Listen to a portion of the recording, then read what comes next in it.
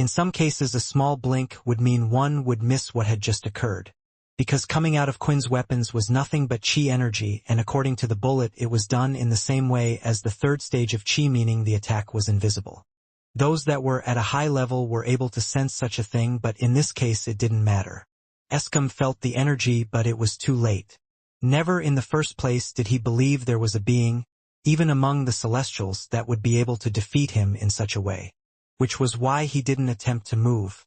Whether or not that was his downfall, it was hard to say, because in one way or another Quinn was going to defeat him even if he was prepared.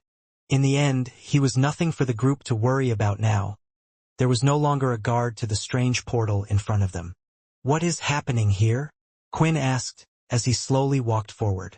There was intense blood energy, but he didn't know much about what was currently going on. "Chris asked us to come here," Vex replied. "The strange creatures that you defeated before, including that flesh man, had come out from that hole. The man talked about sending an army through there when it was complete, so we need to stop it somehow." Pulling all of his knowledge together, Quinn had a guess. He had been told a while ago from Logan what Pure's true goal was after the raid had occurred.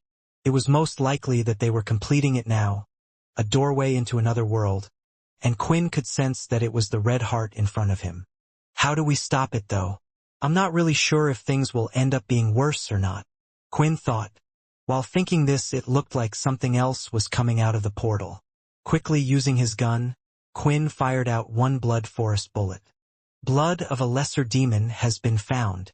Blood energy has been added. It had the same effect as before when Quinn had used the bullet on the fleshman. Only the energy increase that Quinn could feel with his blood power getting higher, it seemed like it was less than before. However, there was one thing that Quinn found interesting when using the blood forest bullet. The current energy from the fleshman was still present in his body. It made him wonder, was this increase something similar to the Dalki blood where his power would increase temporarily, or was it perhaps permanent? If it was the latter, then the blood forest bullet was more impressive than he originally thought.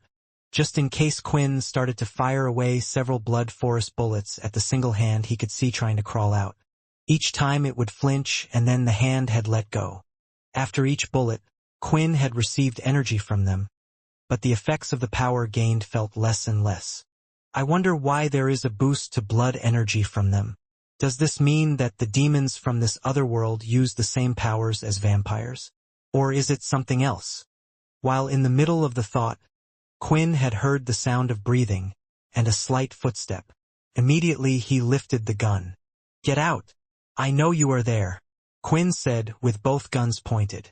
Soon, a face that wasn't too familiar with all of them had come out from behind one of the rocks with both of his hands raised. "Don't shoot, please," Agent 4 pleaded.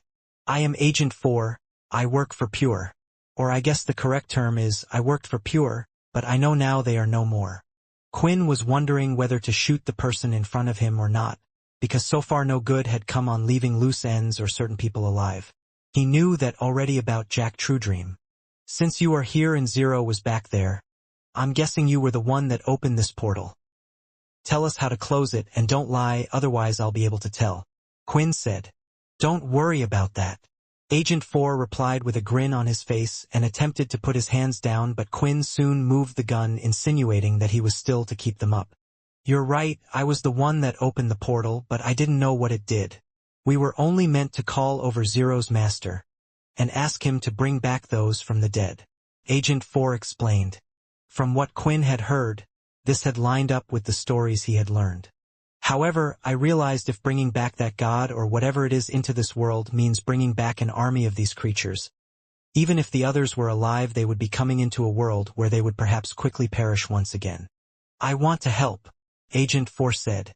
Because of this, Quinn put the gun down, but it was a false sense of safety for Agent 4 anyway, because he knew with his speed and power Quinn could deal with Agent 4 with ease anyway. Keeping a close eye, everyone went close to the magic circle, and if there were any signs of a creature coming close to the circle, Quinn would just fire his bullets inside, a blood forest bullet, mainly to see if there was anything different he would hit and to keep the creatures at bay. While looking at the circle, Agent 4 was having second guesses about his plan to rewrite the circle. In the first place, he wasn't an expert on whatever these symbols meant, and he was just trying his best to interpret them how they would go. If he got something wrong, maybe then the magic circle would use the red heart to do something else. Perhaps this was how the red vampires were planning to use the red heart to change everyone into vampires. They were in a desperate time when it was the flesh man, but now not so much, and he was seriously beginning to second-guess himself. For now, I would say the best bet is to get rid of the energy source that is trying to fully open this thing. The only problem is, it might leave the door partly open like it is now. Which means we would have to find a way to close it, but it would give us more time. The only thing was, when I tried to grab the red heart earlier, the vampire energy or aura, as you call it, damaged my hands and I can't take it out. Agent 4 explained. From what he had heard, to Quinn it didn't sound like Agent 4 was lying. There were no strange fluctuations in his voice. His heartbeat remained consistent and strong, and there was no extra sweat coming from the palm of his hands or face. Still, this was a person who had lived 1,000 years, and it was safe to say they wouldn't have been so surprised if he knew a trick or two. I can try to grab the red heart, Fex said. If it's a trap or if anything happens like I fall through to the other side, then that's okay. You did it right. The fact that you're here. Quinn knew instantly what he meant. I'm sorry, I wanted you to speak to her. Or at least get the last hit in before her last words, but everything happened too fast. But yes, Erin is no longer. While saying this, Quinn did wonder whether or not later on if he should tell Fex the truth. How it was most likely that Erin was being controlled by Jack Truedream. However, Fex had been around for a long time, and right now there was a satisfied smile on his face, as if a long-time pain had finally gone away. He didn't want to bring that back. He didn't want to give Fex another target to focus on. He wanted him to enjoy his time. No, you can finally spend a few good days with Andy. He wishes to see his father, one that no longer has a large burden on him. Besides, if I fall to the other side, I'm most likely to get back out. I have the shadow skill as long as Minnie stays up here, and I am a celestial after all. Lastly, I need to stop this. This is what I created, Quinn said, as he walked over and reached out to grab the top of the red heart, the last remaining bit that hadn't been absorbed yet. The second Quinn touched it, the whole magic circle started to light up a bright red, and Quinn's entire body was covered by the red light. From the look on Agent 4's face, it was safe to say, this was not what he was expecting. After having received the energy back from Quinn, it didn't take long for Chris to finally get back to how he was. It seemed the chi activating in his body, once it healed beyond a certain point, was enough to kickstart his werewolf genes in his body. In the first place, a werewolf's body was more resilient than nearly anything else, and now with Chris standing, it was as if he had never been in a fight in the first place. It was truly amazing. Zero, I just wish we had spent some time together. Just together, not focusing on anything else. I will now always wonder. Would you have still picked me up and treated me the same if you had never lost the others? Chris said to himself. It's good to see that you are okay, AJ commented, as he looked him up and down. Without his clothes and fur, all of his body was out on show and able to be seen, revealing his hardened, overtrained body, which easily showed the dedication Chris had put in. I know this should be a time of celebration. Chris stopped himself there, because he still was unsure if he even felt happy about Zero's death. The truth was, even though Chris had agreed to switch sides, he hadn't had time to strengthen his feelings to get rid of Zero. Everything had happened so fast after the attack on the main base of Pure. We can't rest, Chris continued. We need to head over to where Quinn is and see if everything is okay. He helped us all this time, and is even helping us now, but we don't know what could be happening and he may very well need our help again. The others knew this somewhat. There was a tingling sensation that was felt in the air by all of them, that soon there could be a big event happening. Even the ground they were standing on felt like it was reacting to something. For Chris, he feared the Celestials. They had strong power and their numbers were unknown.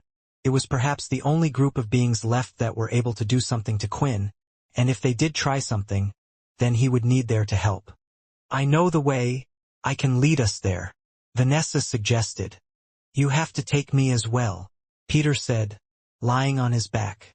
Peter had managed to eat some flesh and the wounds on his body had healed, but for some reason, His body was still quite hurt and damaged from the fight, and he was still unable to lift a muscle. "I don't care what I look like now," Peter shouted. "I have to be with Quinn, and if you are going there, take me. If I'm in the way, then just let me die, but that's my choice, and if you don't take me, I'll kill you." The others smiled as they heard Peter's words, because AJ even felt the same as he nodded toward Chris. He had come this far, and if this was the last bit, then he would need to film this as well. Seeing how everyone was coming anyway, Chris activated his powers as his whole body was growing larger, but he wasn't turning into the normal werewolf form that he was in while he was fighting. He was turning into his gigantic wolf form. So large, it was easy to fit Vanessa, AJ, and Peter, who was lying across sideways. "Hang on. I will be getting there as fast as I can," Chris said, and without warning started to run in a direction at a great speed. "Wait, wrong way," Vanessa shouted. At the top of the mountain, it was lighting up red once more, and the beam of energy reached far up into the skies. Agent 4 was in a panic as he saw this.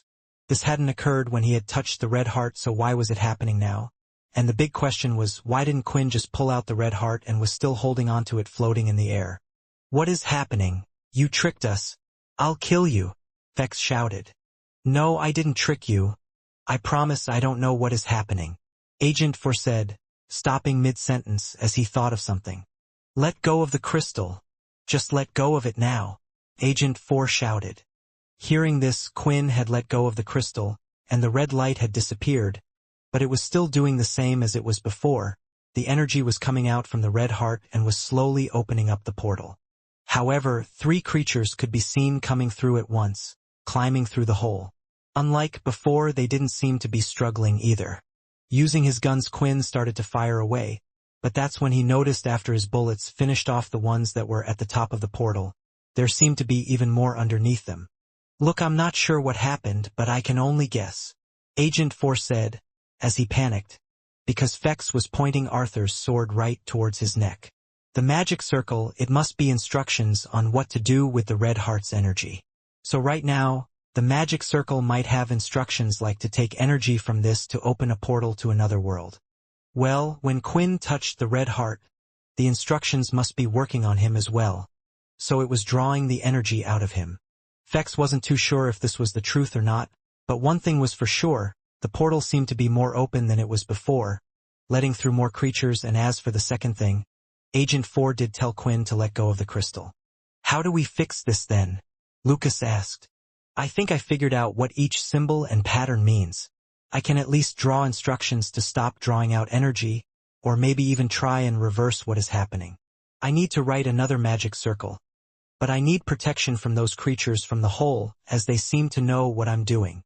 With no other plans, it was the only one they could go with.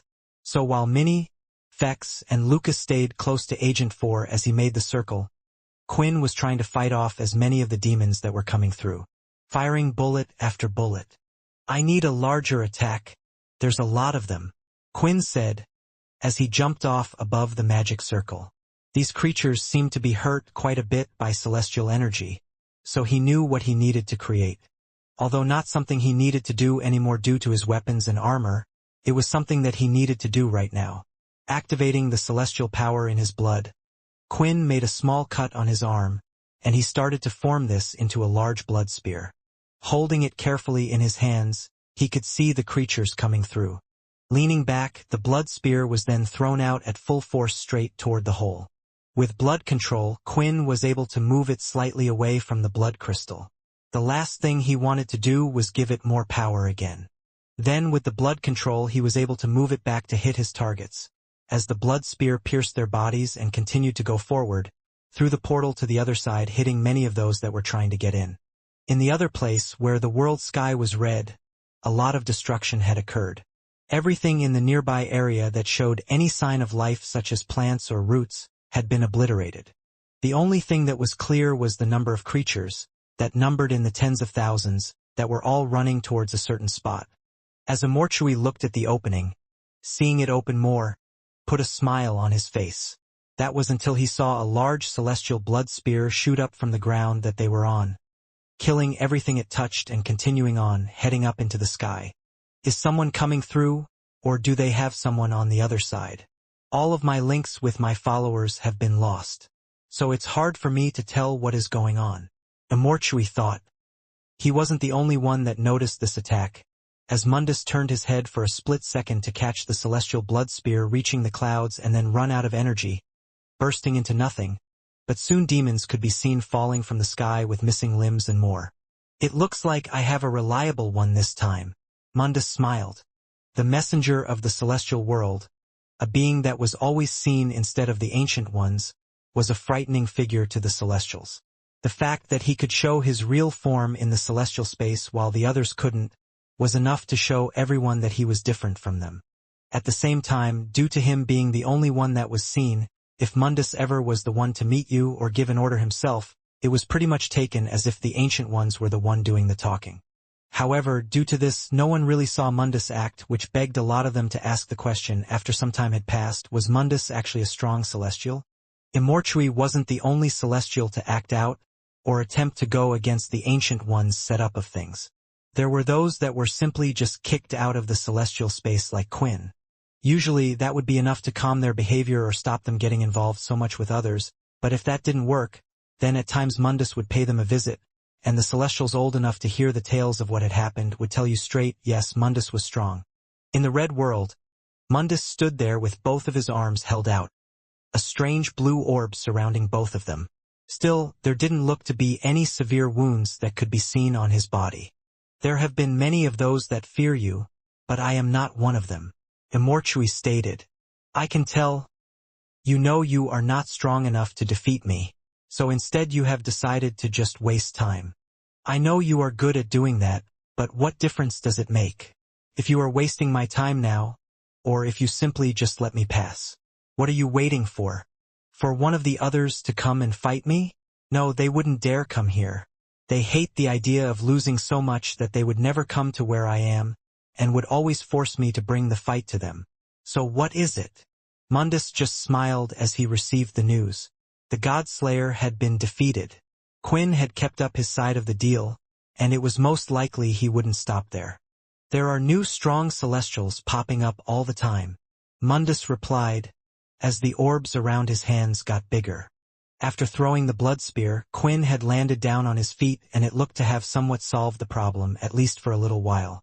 Even though Agent 4 was drawing a larger magic circle around the current one, he couldn't help but be distracted by the creatures. Even if Quinn was there, his hand was still hurt and damaged from the time before. Picking up the pace, Agent 4 had now done half the circle, but once in a while he would have to stand up and redo certain parts. After all, as he had stated many times, he was only guessing what the symbols meant and was working from that. That was until once again, creatures began to pour out from the hole. The first thing that came out was what looked like a large black slug. It didn't have any arms or anything, but as usual, Quinn shot bullets at it before giving it a chance.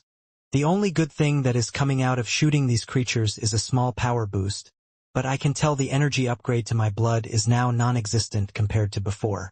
Is it because these are just regular demons?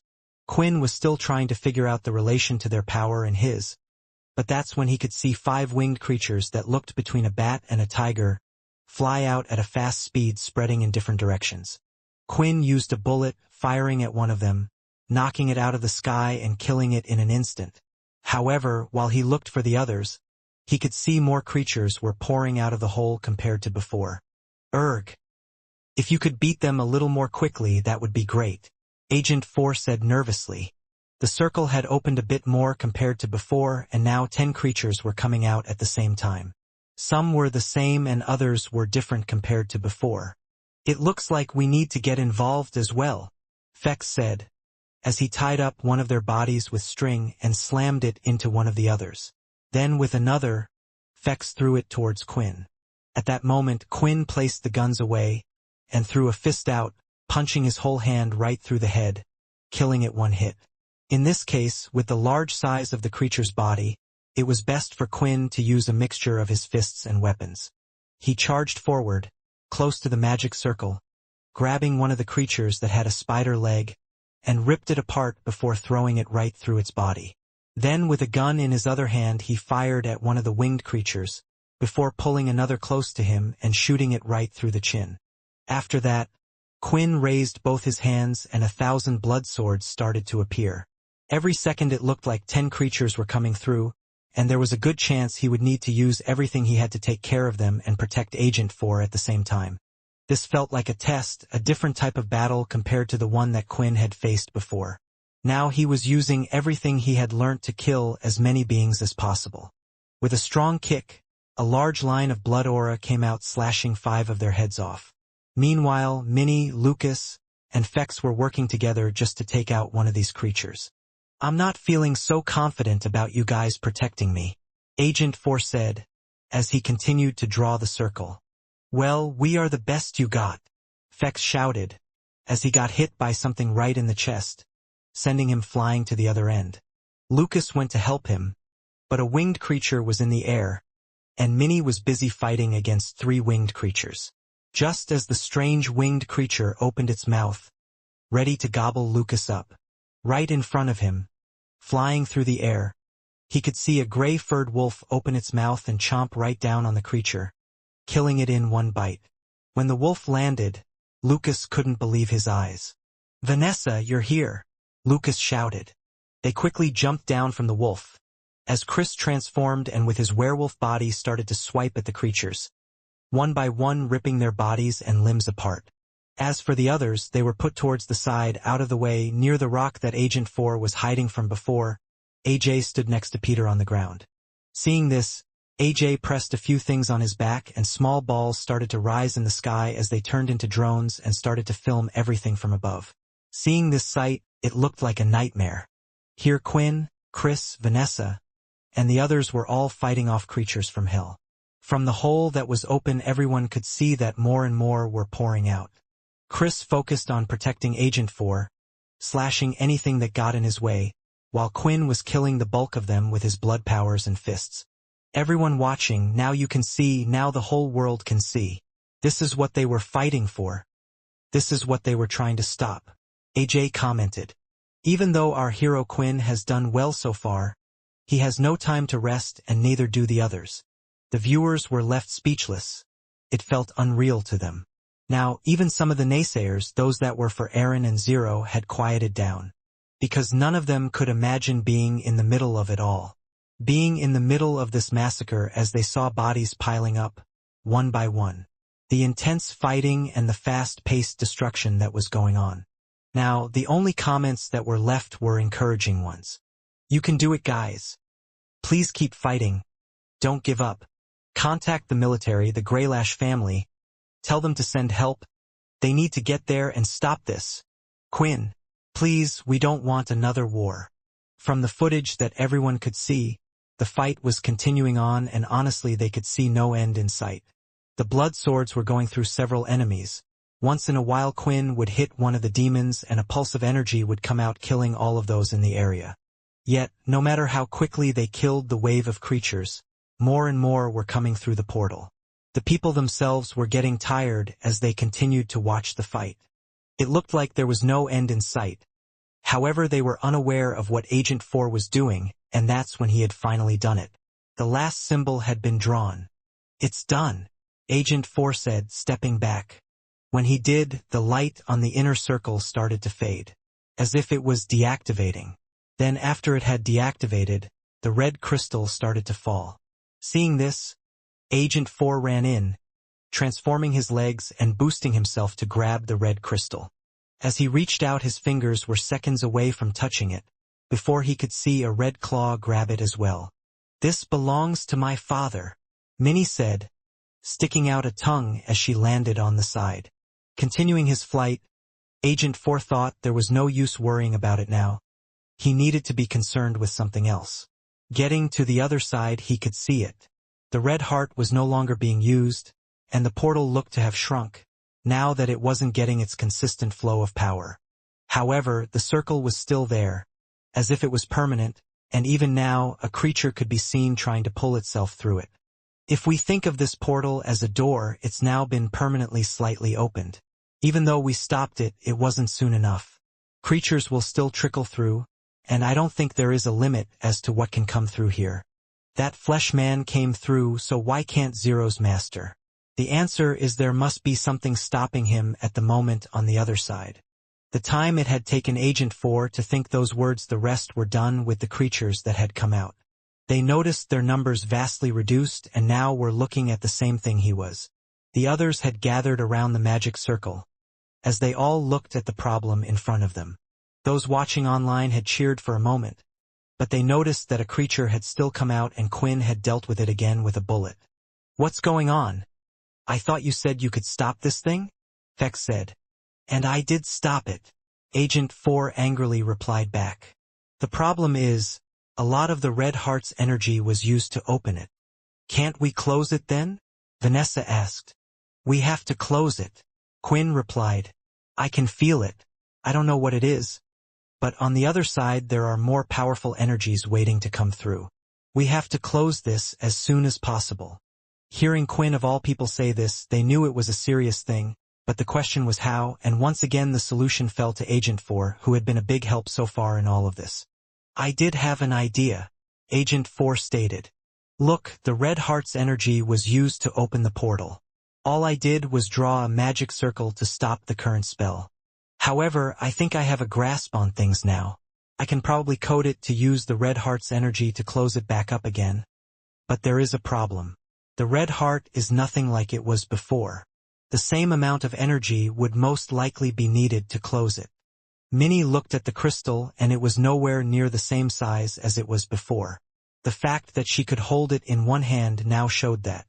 "Quinn, didn't you make the Red Heart?" Chris stated. "I mean, if you made the Red Heart, can't you do the same again?" Hearing this question, Quinn thought back to the time he had created the Red Heart. There was the blood of the fallen vampires, of the Dalki all around, and Graham as well. It was something that Quinn himself didn't even know how to replicate, which was why another solution came to mind. "I don't think I can create the Red Heart again, but perhaps you can use myself as the energy source to close up. Use up as much energy as you need from inside me." Agent 4 started to nod. "I think this can work. If you stand in the second circle, then I can make adjustments." "Good. But before that, I need to be absolutely sure that this will work," Quinn said. "So before you finish the last symbol, let me know." Agent 4 didn't know what Quinn was planning to do, but he agreed as he changed a few of the symbols on the ground. Meanwhile, Chris was now in charge of taking out whatever it was that was to crawl out from the hole. Minnie handed the Red Heart over to Quinn. As he held it in his hand, he would be using what was left as part of the energy as well, and it was as he thought. Back then Quinn didn't realize it, but the Red Heart was not just created with the blood of others, but it was a strange mix. Just like how Erin had become a crystal after her death in some way, some of this was Graham. At the same time, there was a strong amount of celestial energy in it as well. Maybe it was due to the large amount of celestial energy that had appeared when Quinn had first evolved. Everything had been crammed into the crystal, allowing it to do such things. Which was why Quinn had a plan, as he called over a particular person, and now a camera was directly pointed at his face. The whole world was looking at Quinn from the live stream. "My name is Quinn Talon. I don't know what people think of me, as I have been asleep for the last 1,000 years. But none of that even matters. What I did in the past or what I did just now, none of that matters. What is important is what I'm doing now. I have learnt that a video of the past has been seen many times of me, when I called on the help of others and asked to use their blood. And this time, I will be asking for something similar. In order to close this hole in front of me, and stop these monsters from coming into our world, then I am going to need your help. What I am about to say might sound strange, but I promise you, that if you do this, everyone will be doing their part to help. Vampire, human, beast, I don't care, but this world is ours, and we will be the deciders of what happens to it. Whether we are the ones that destroy it or we are the ones that save it, we will be the deciders of that. Which is why I ask you all to find a statue of me, even a picture, maybe even just close your eyes. Think of me as you make a small cut on your hand. By doing this, your blood, your power, it will join with mine, and I can close this portal. So I ask you all to let me borrow your power." Quinn shouted down at the camera, straining his voice as it was said out loud. When zooming out, the camera showed that the others were already doing this. Chris, Vanessa, Lucas, everyone who was present was making a small cut on their hand, while thinking of Quinn. I don't know how well this will work, or how many people will listen, but the least I can do is try. Seconds later, and the notifications were coming in. One after another they were rushing in too fast for Quinn to read, until it had reached a certain number. 1,032,342 celestial points have been gained. You have leveled up. You have leveled up. You have leveled up.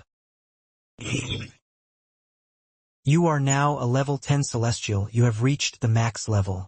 The First Dalki War had gotten rid of most of the human population, which had amassed to 10 billion at the time. After the peace treaty signing, the number had risen and no longer did humans have to live on Earth, as there were the beast planets where shelters and living areas had been made. Then the Second War had taken place, causing the population to decrease once again. With a low population, many predicted it would be a long time until the human race would be able to see the same numbers as they had had back then.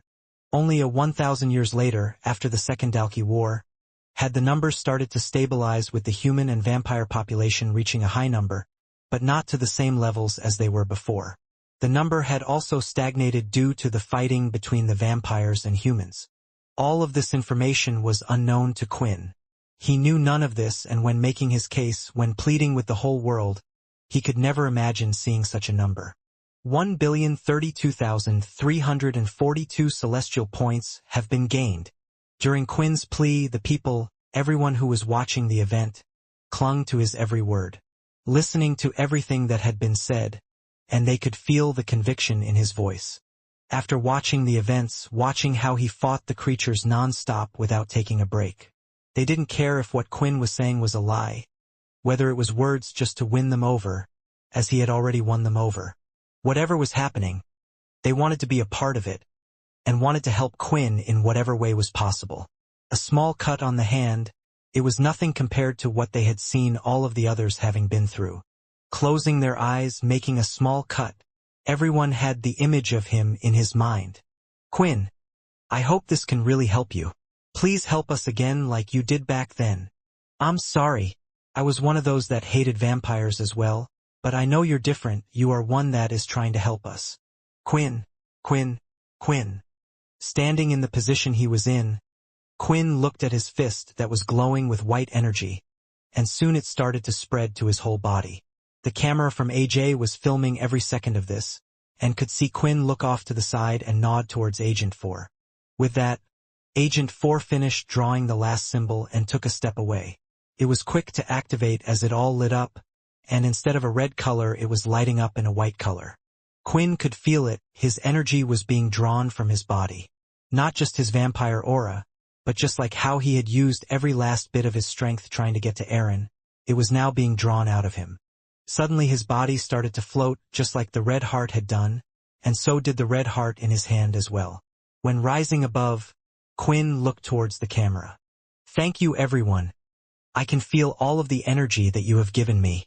You have done your job. Now it's time for me to do mine. The usual red glow that could be seen in Quinn's eyes was starting to change as the ring around it started to light up white, and soon the entirety of Quinn's eyes was lit up in a white energy. Straight out from his body, shooting out like a beam, it was hitting the magic circle. There was no need for Chris to stay by the circle and fight the beasts that were coming his way, because the white beam of energy had turned every demon it touched into nothing. As the white beam energy was shot down into the circle from one side and the hole was seen shrinking in size on the other side, from the ground a white beam of energy could be seen shooting up. As the demons heading toward it could see that every creature that was to touch it was losing their life, they started to run away. What is this? Immortality shouted at the top of his lungs. Everything he had worked for, it was disappearing right in front of him, and of all people that were in his way it was a damned messenger. Move! Immortality shouted, and for the first time a wave of energy had hit Mundus. He looked to be hurt as the front of his body had been damaged, showing parts of his crawling flesh. However, Mundus could feel it, no longer was there energy flowing into this realm, flowing into this part of the world. You were close, but not close enough, Mundus stated, as his body disappeared directly in front of Immortality. Damn it! Damn it! Who was it? Which celestial was the one that closed the portal? Who ruined my plans? Was it him? The one that kept getting in the way? I swear I will do everything in my power to get out of this place, and when I do I will find out who did this, and they will be the first on my list to disappear. Everyone you care about, everything you are fighting for, all the lives around you, I will make you witness all of them disappear in front of your eyes one by one. The beam of energy continued from Quinn, and the portal door was seen closing. Everyone could see that it was closing. Then finally there was no longer any part of the magic circle that could be seen. The energy from Quinn was starting to fade. The white that was surrounding his body disappeared, and so did the white from his eyes as he fell onto the ground. Quinn fell to his knees with one fist on the ground and was huffing and panting quite heavily, taking in air. "Is it over?" Lucas asked. I think. Tears started to roll down his face and his voice was choking up. "I think. The door was closed. It's over." Something had come over nearly everyone in the area as they heard these words. All of them decided to fall on the ground right there and then on their back. Chris, Minnie, Fex, and even Quinn. The stress of everything that had happened, everything they had been through had left their bodies, and all of them had gone above and beyond what their bodies could take. "Everyone," AJ said as he filmed it all. "These people are your saviors. They deserve a rest, and I think the world deserves a break. Remember each and every one of the people who not only helped out today, but those who had helped out and had lost their lives, and of course let's not forget. You must all thank yourselves for helping out Quinn and giving him the power. I think these people now deserve a rest, and there will of course be an update shortly."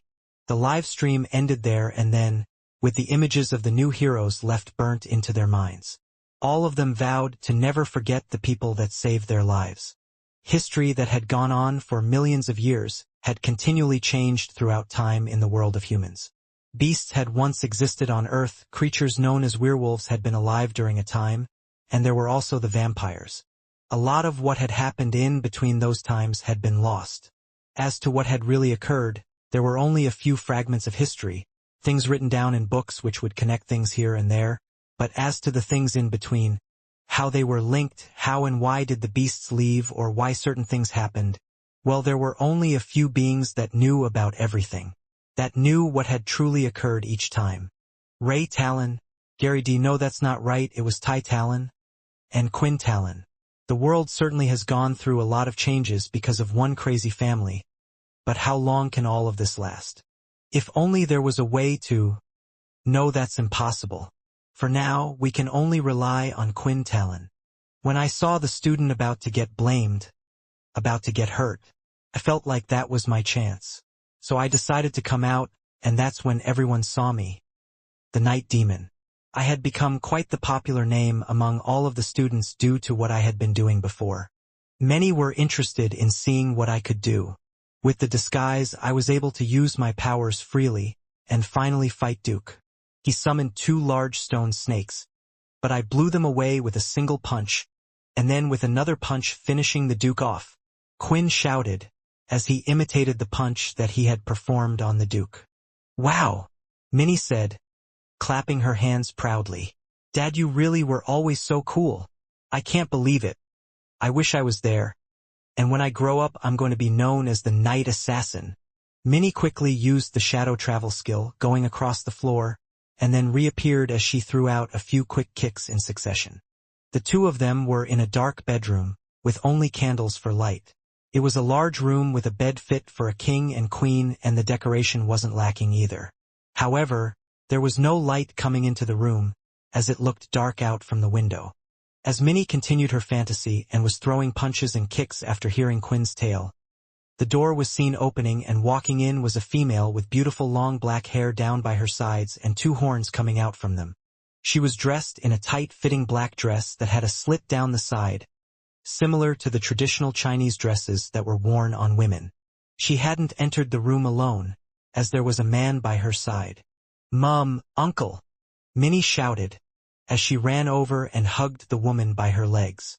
Quinn quickly stood up and couldn't help but admire the figure that was in front of him from top to bottom. He was staring so intently that it caused the female to blush. "Is there something wrong?" the woman asked. "No. I just never thought I could see someone so beautiful in my lifetime," Quinn replied. "It's nice to see you, Layla. Come on," Layla said, coughing and turning her face slightly away. "You said the same thing when you saw me yesterday." Walking over to Minnie, Quinn picked her up and placed her on Xander's shoulder. "Minnie, do you mind if me and Layla have a talk in private for a while? Uncle Xander will be happy to take you out and play with you." "Ah man, but I wanted to hear more stories about your past dad. You were so cool," Minnie said. "Stories about your dad, huh? Well, I have a few. I will tell you on the way," Xander said, as he carried her out and the door was closed between the two of them. Quinn offered his hand, as Layla gently took it and the two of them walked over to the window. She had never seen this side of Quinn before, suddenly coming to the Red Vampire's hideout unannounced, and just confidently acting like so. But she liked this change in Quinn. The two of them walked up to the window as it was seemingly pushed open by an invisible force. Leaning out of it, the two of them looked at the city and the lights below. "You have changed, Quinn. I never knew you." "Well, you used to be so awkward acting around me," Layla said. "I was even the one that had to make the first move and tell you that I liked you." "I've changed," Quinn said, looking off into the distance. "I guess I have just started to realize that I should enjoy the time I have now, not worry about what could happen in the future or what happened in the past, and enjoy what I'm doing right now. I don't want to waste a second and want to start enjoying the things that I am doing." There was a pause after that sentence, and Layla knew why. "But you can't, can you? Is this because of what you told me? About what happened to Aaron? You can't stop thinking about Jack Truedream, can you?" Quinn didn't reply, but he didn't have to. It was clear that Aaron was weighing on his mind. Yesterday, when he had arrived, he had told Layla everything, and even then Quinn looked so hurt about everything that had occurred.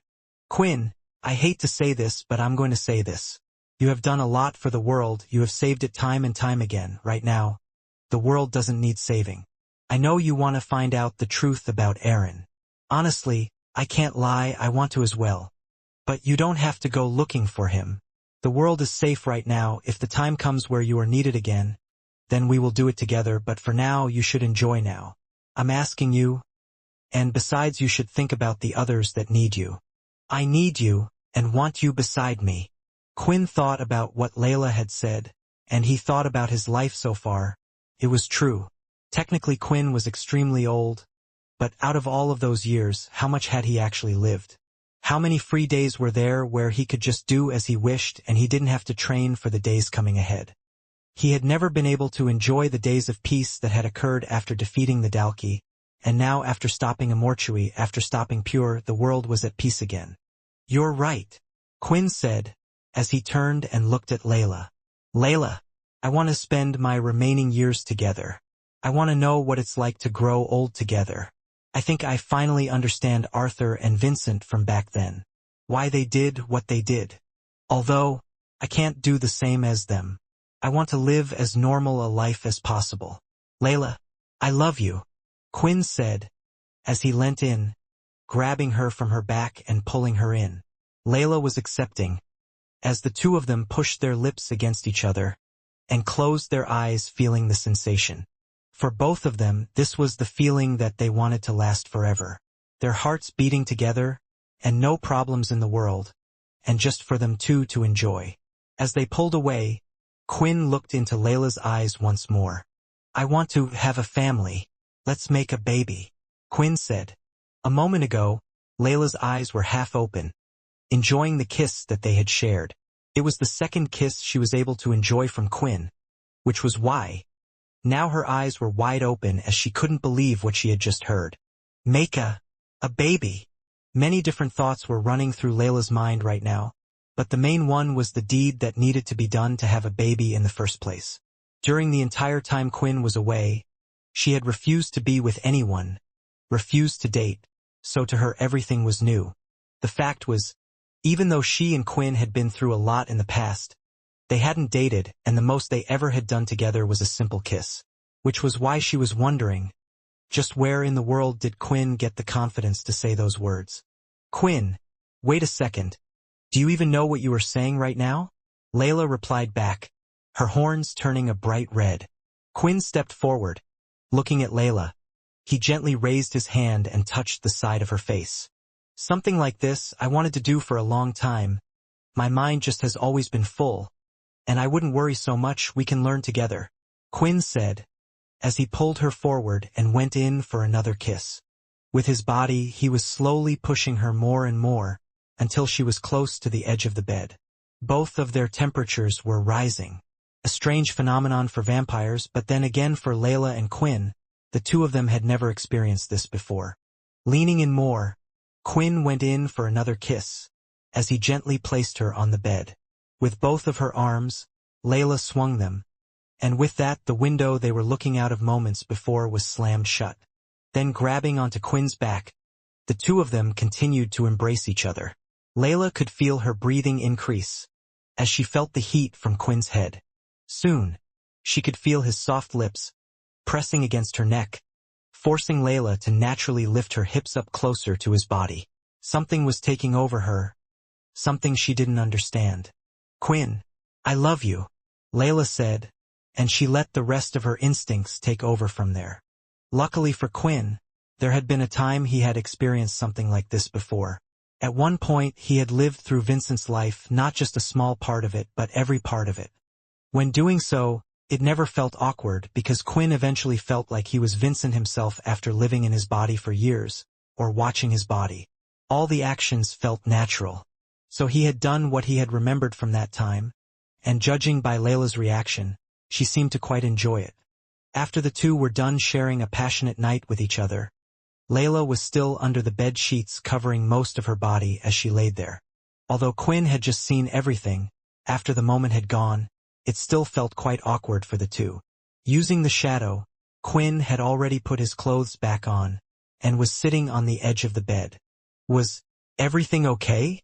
Layla embarrassingly said, as she turned her head, not wanting to listen to the answer.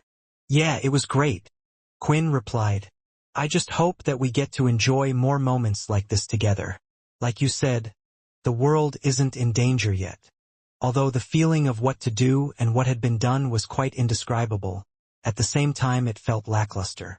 However, that was when he was comparing it to one thing, and that was to gain celestial points. Quinn still had plenty of celestial points after closing the portal, and that time when he had gained the energy from it was a feeling that was indescribable to him. How could he ever tell anyone about the feeling? How could Quinn tell Layla, the person he loved, that he preferred gaining celestial energy than being with her?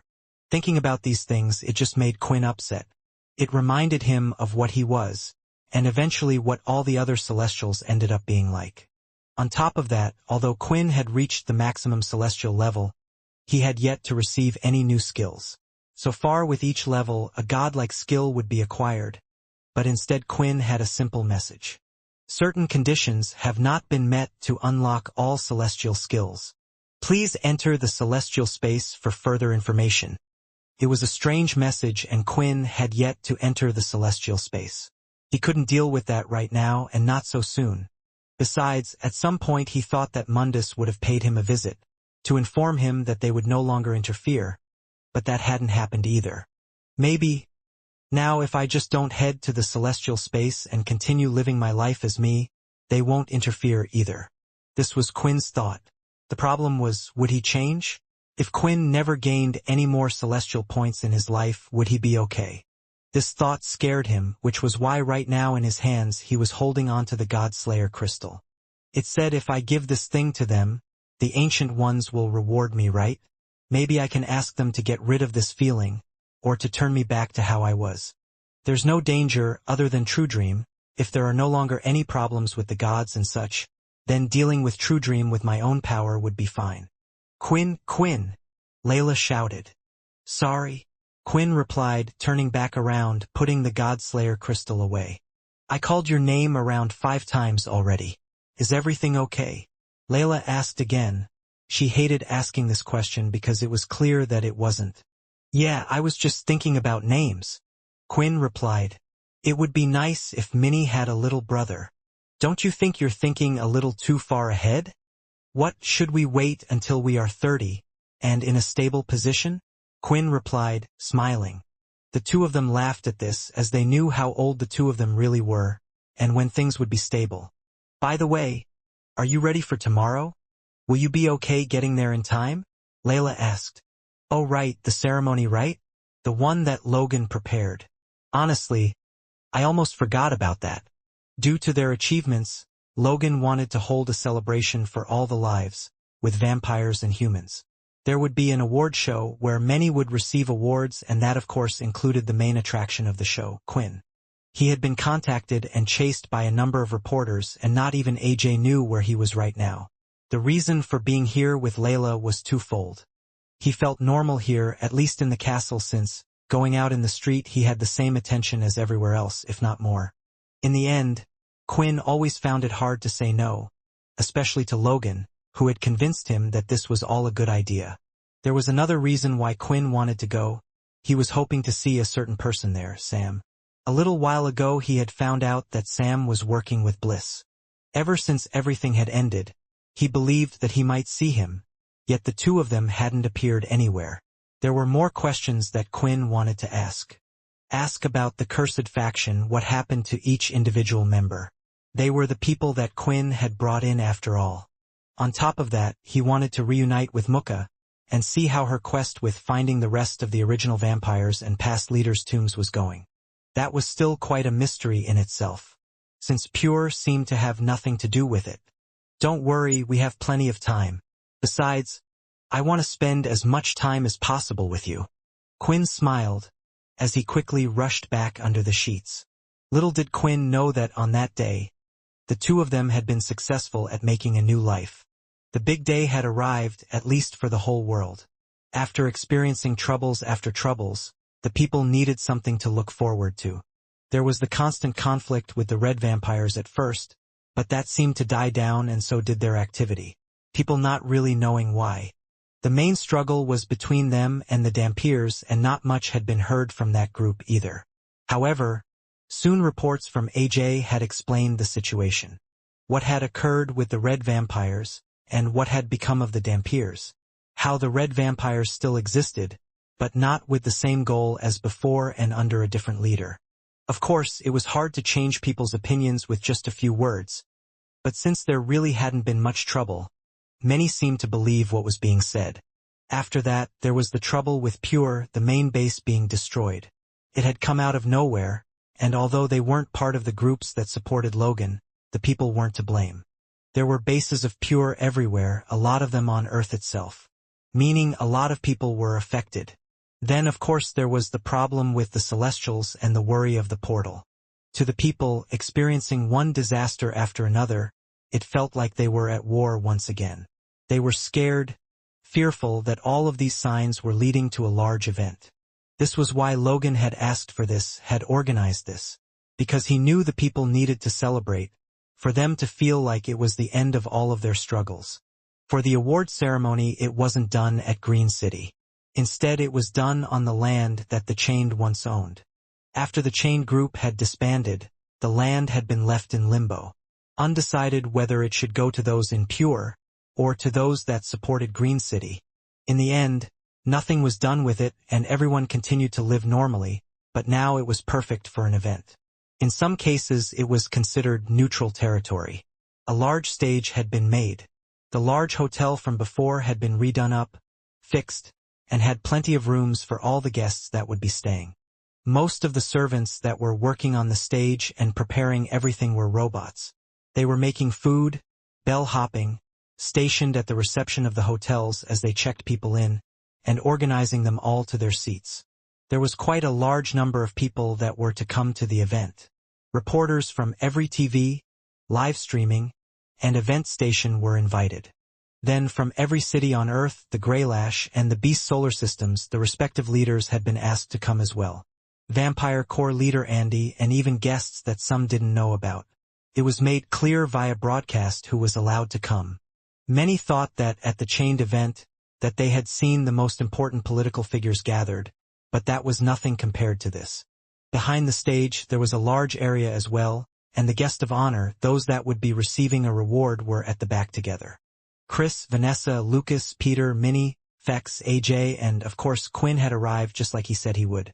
Although he had arrived via shadow, so no one would be able to spot him on the way here.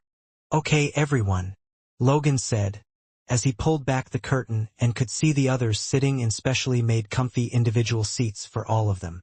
There was a massage function and everything, making it look more like a sleeping pod. "It looks like everyone who was going to turn up has already turned up, and we said we would start at 1 o'clock, so we will be starting at 1 o'clock. I run my things on time," Logan stated. "There will be a lot of awards given to those that helped and contributed towards everything, including those that died. It will be around 30 minutes before you guys are on stage. Once you hear your name, walk out and wait for all of your names to be called, and then we will allow every one of you to give your message, although you will be last. We have to save the best till last." It was a bit embarrassing to hear that, but at the same time, if he was honest, it was good to be appreciated for his work. This was the event that he wished to attend when defeating the Dalki, and now he was getting a second chance. The ceremony went on with a lot of cheers from the crowd as names and awards were being handed out. There was quite the light show performance being put on by the robots as well.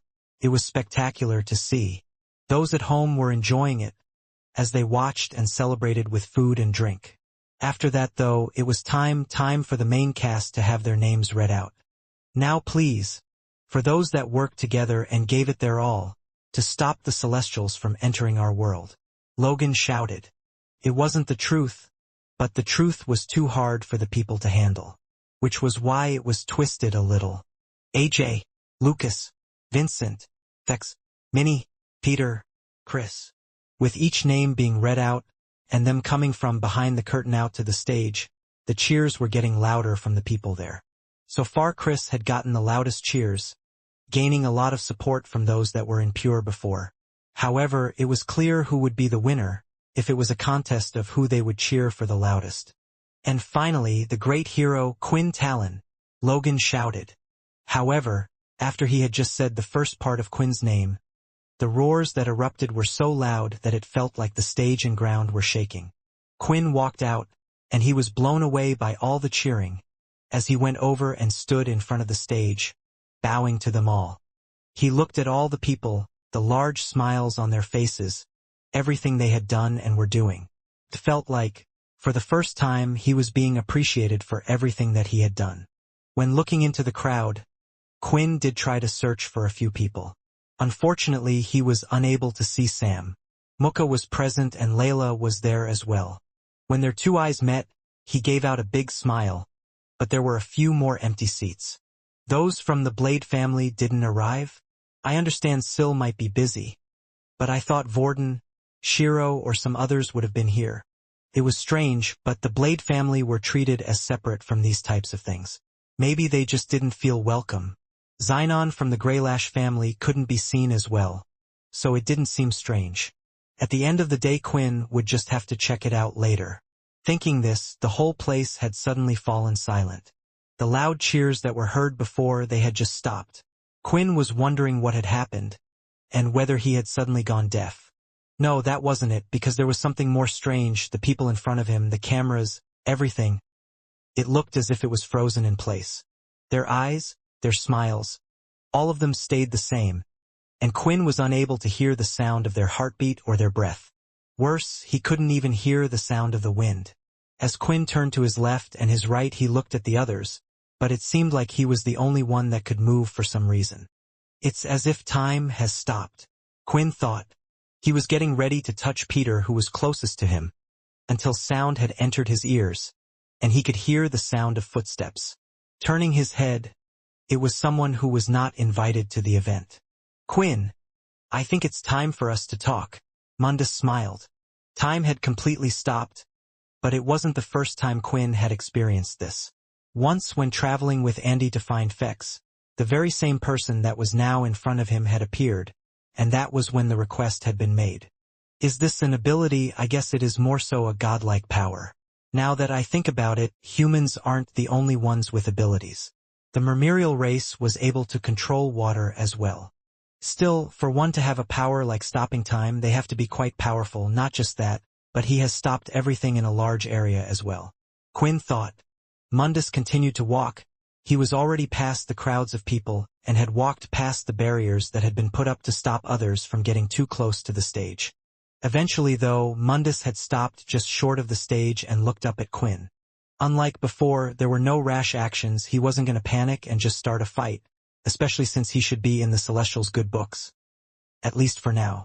There was always a feeling that this would come. He just didn't expect that it would be this day and right now. It looks like you are in the middle of a celebration. Mundus smiled. You're right, Quinn replied, staying confident. He didn't want the one he was speaking with to feel like they had the upper hand in this situation. It would have been nice if you had come at another time. After saying those words, the smile looked to have disappeared from Mundus' face. I'll be honest. I would have visited sooner, but my body had taken quite a beating and needed a while to get back to what it was like. Mundus explained. 1 second Mundus was on the ground, and the next he was right up by the stage once again. It was as if he had teleported. But that couldn't be the case.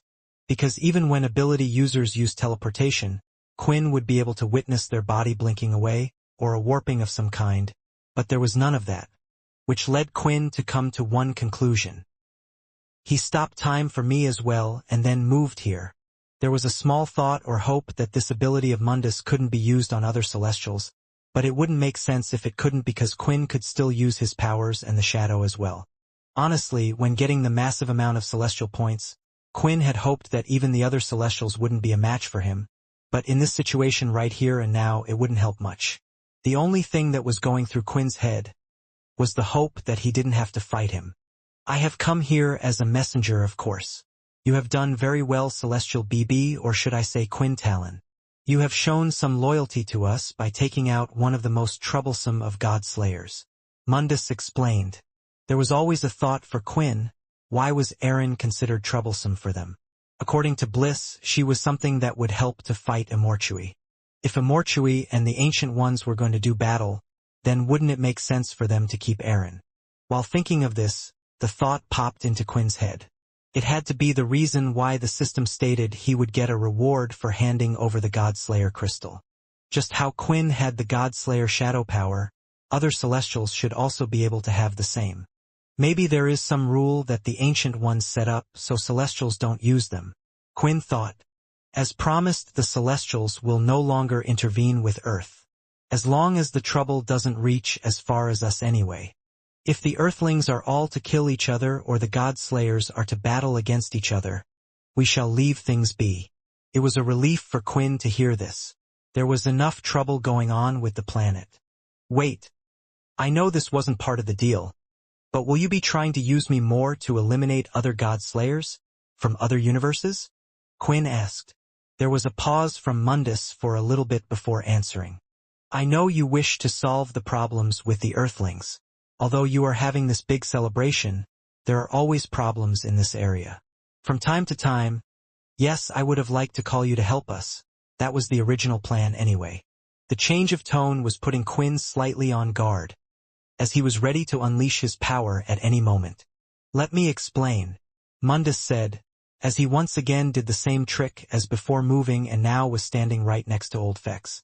It was clear this was an intimidation tactic, telling Quinn that if he tried anything that he had all of the hostages here in one place. All the people he had fought to keep alive, including Layla. You are a byproduct of Immortality.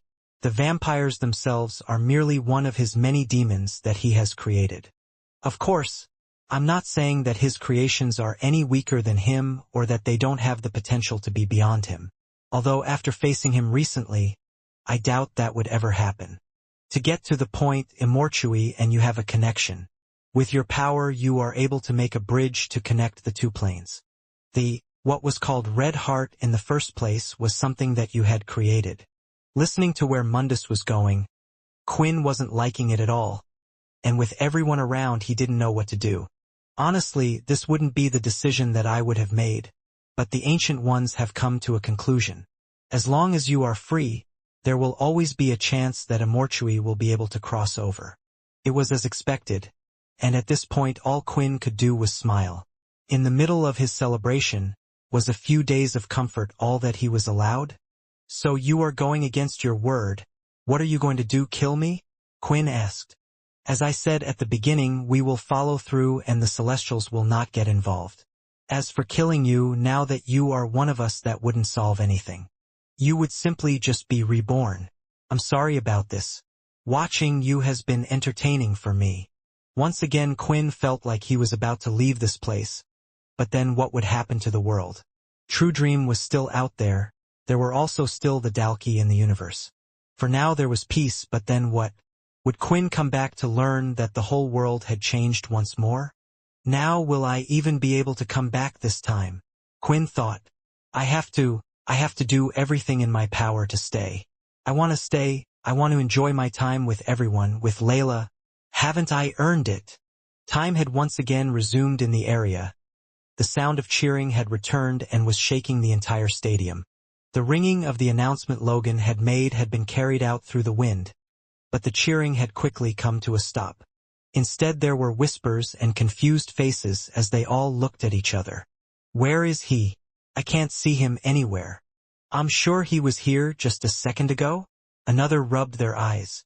Where is the hero Quinn?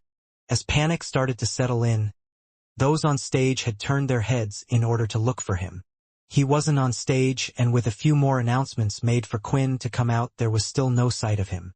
I've sent out the robots to search if he's in the area, Logan stated. I'll check with the reporters to see if anything was caught on camera, AJ added. Upon checking the live stream though, all they could see was Quinn was there 1 second and he was gone the next. It wasn't making a lot of sense to them. The world was left puzzled. In the panic, Layla had jumped to the stage and stood by Minnie. Minnie, can you connect to your father with your shadow? Closing her eyes, she was just going to see if there was a connection rather than head to where he was. However, she soon shook her head, as tears were filling her eyes because even Minnie knew that this was bad. Quinn, not again. Are you really doing this after coming back to us after all that time? What happened to you? Layla said. The island that the Chained owned was quite a large piece of landmass. The thing was, they had only developed one part of the land due to how small their group was. Logan had used the developed land to build the staging area for the ceremony. As what was to be done with the rest of the land, that still remained undecided. As time was standing still for all of those in the area, Quinn was walking through the vast empty land of grass fields and more, following Mundus. His intentions were clear as day before, but where is he taking me? Why are we just walking out to the middle of nowhere? Quinn thought. While they were walking, it did give Quinn one opportunity, and that was to listen out for where time would start far away. Not only did his vampire self have superior hearing, but he could enhance it further by using his chi as well. Suddenly Mundus had come to a stop and turned around. It's a good thing you cooperated. This will make things far easier for us. I wanted to show you that I had no intention of harming the others or using them as hostages. I want you to know that we will keep to our promise. So please. Swinging his hand, what looked like a white door had appeared. It didn't have a solid form. Instead it looked like it was made from celestial energy or the same substance as the celestial space. What is on the other side of that door? Is it the Ancient Ones? Quinn asked. Maybe he could still complete the quest and ask them not to do this. How powerful were the Ancient Ones anyway? If he asked them to remove his vampire powers and such, wouldn't that be another solution to the problem? But then, how would he fight True Dream? Not quite. Think of this place similar to your eternal slumber. I promise you one thing, if we ever manage to solve the matter with Immortality, then we will let you out. Mundus smiled, as if he was talking about something so casually. Looking back, still not hearing a sound from the crowd, Quinn was starting to think, what would the consequences be for disobeying? Would they attack the others? No, for some reason, although the Celestials do get involved, they don't like taking out mass amounts of lives unless it benefits them. I have more celestial energy now, right? I can't be so weak compared to the one in front of me. There has to be a trick to his enhanced speed. Quinn walked forward as if he was complying, heading to the door while thinking about all of these thoughts. Now that he was enjoying life, was he going to give it up for the Celestials? What had he been fighting for this whole time, then? As Quinn got right next to the door, he reached out as if to push it and in that moment activated a skill. Nitro Accelerate activated. With the speed boost allowing Quinn to move at his fastest, he swung his hand toward Mundus. He could see it ready to touch his face until he had disappeared. Not only had Mundus disappeared, but everything around Quinn had turned white. There were no fields, just an endless area of white. That was a close call, but I expected you to do something like this. I won't hold it against you, as it's a natural reaction.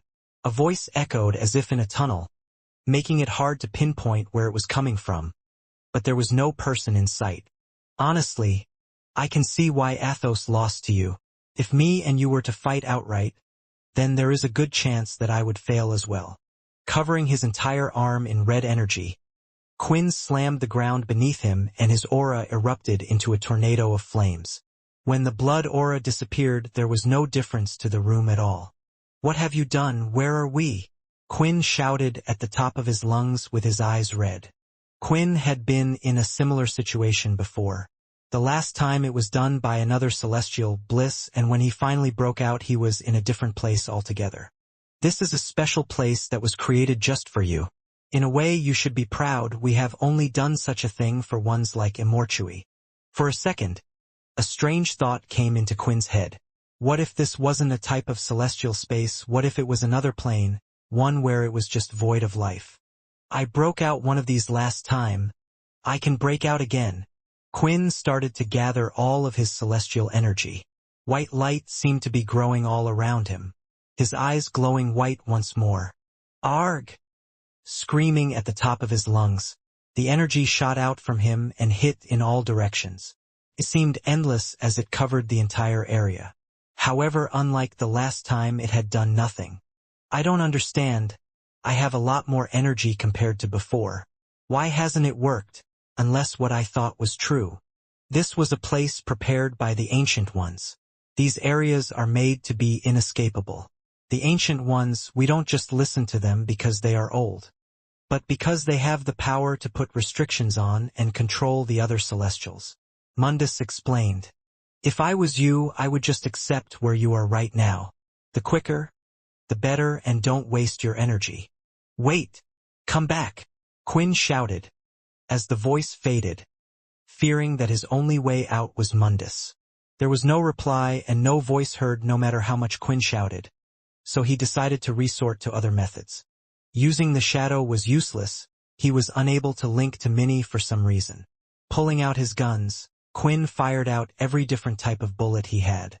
When the Nitro Accelerate cooldown had ended, he activated the skill, gathered his celestial energy, his blood aura, creating the most powerful attack he could, hitting the floor, but it still did next to nothing.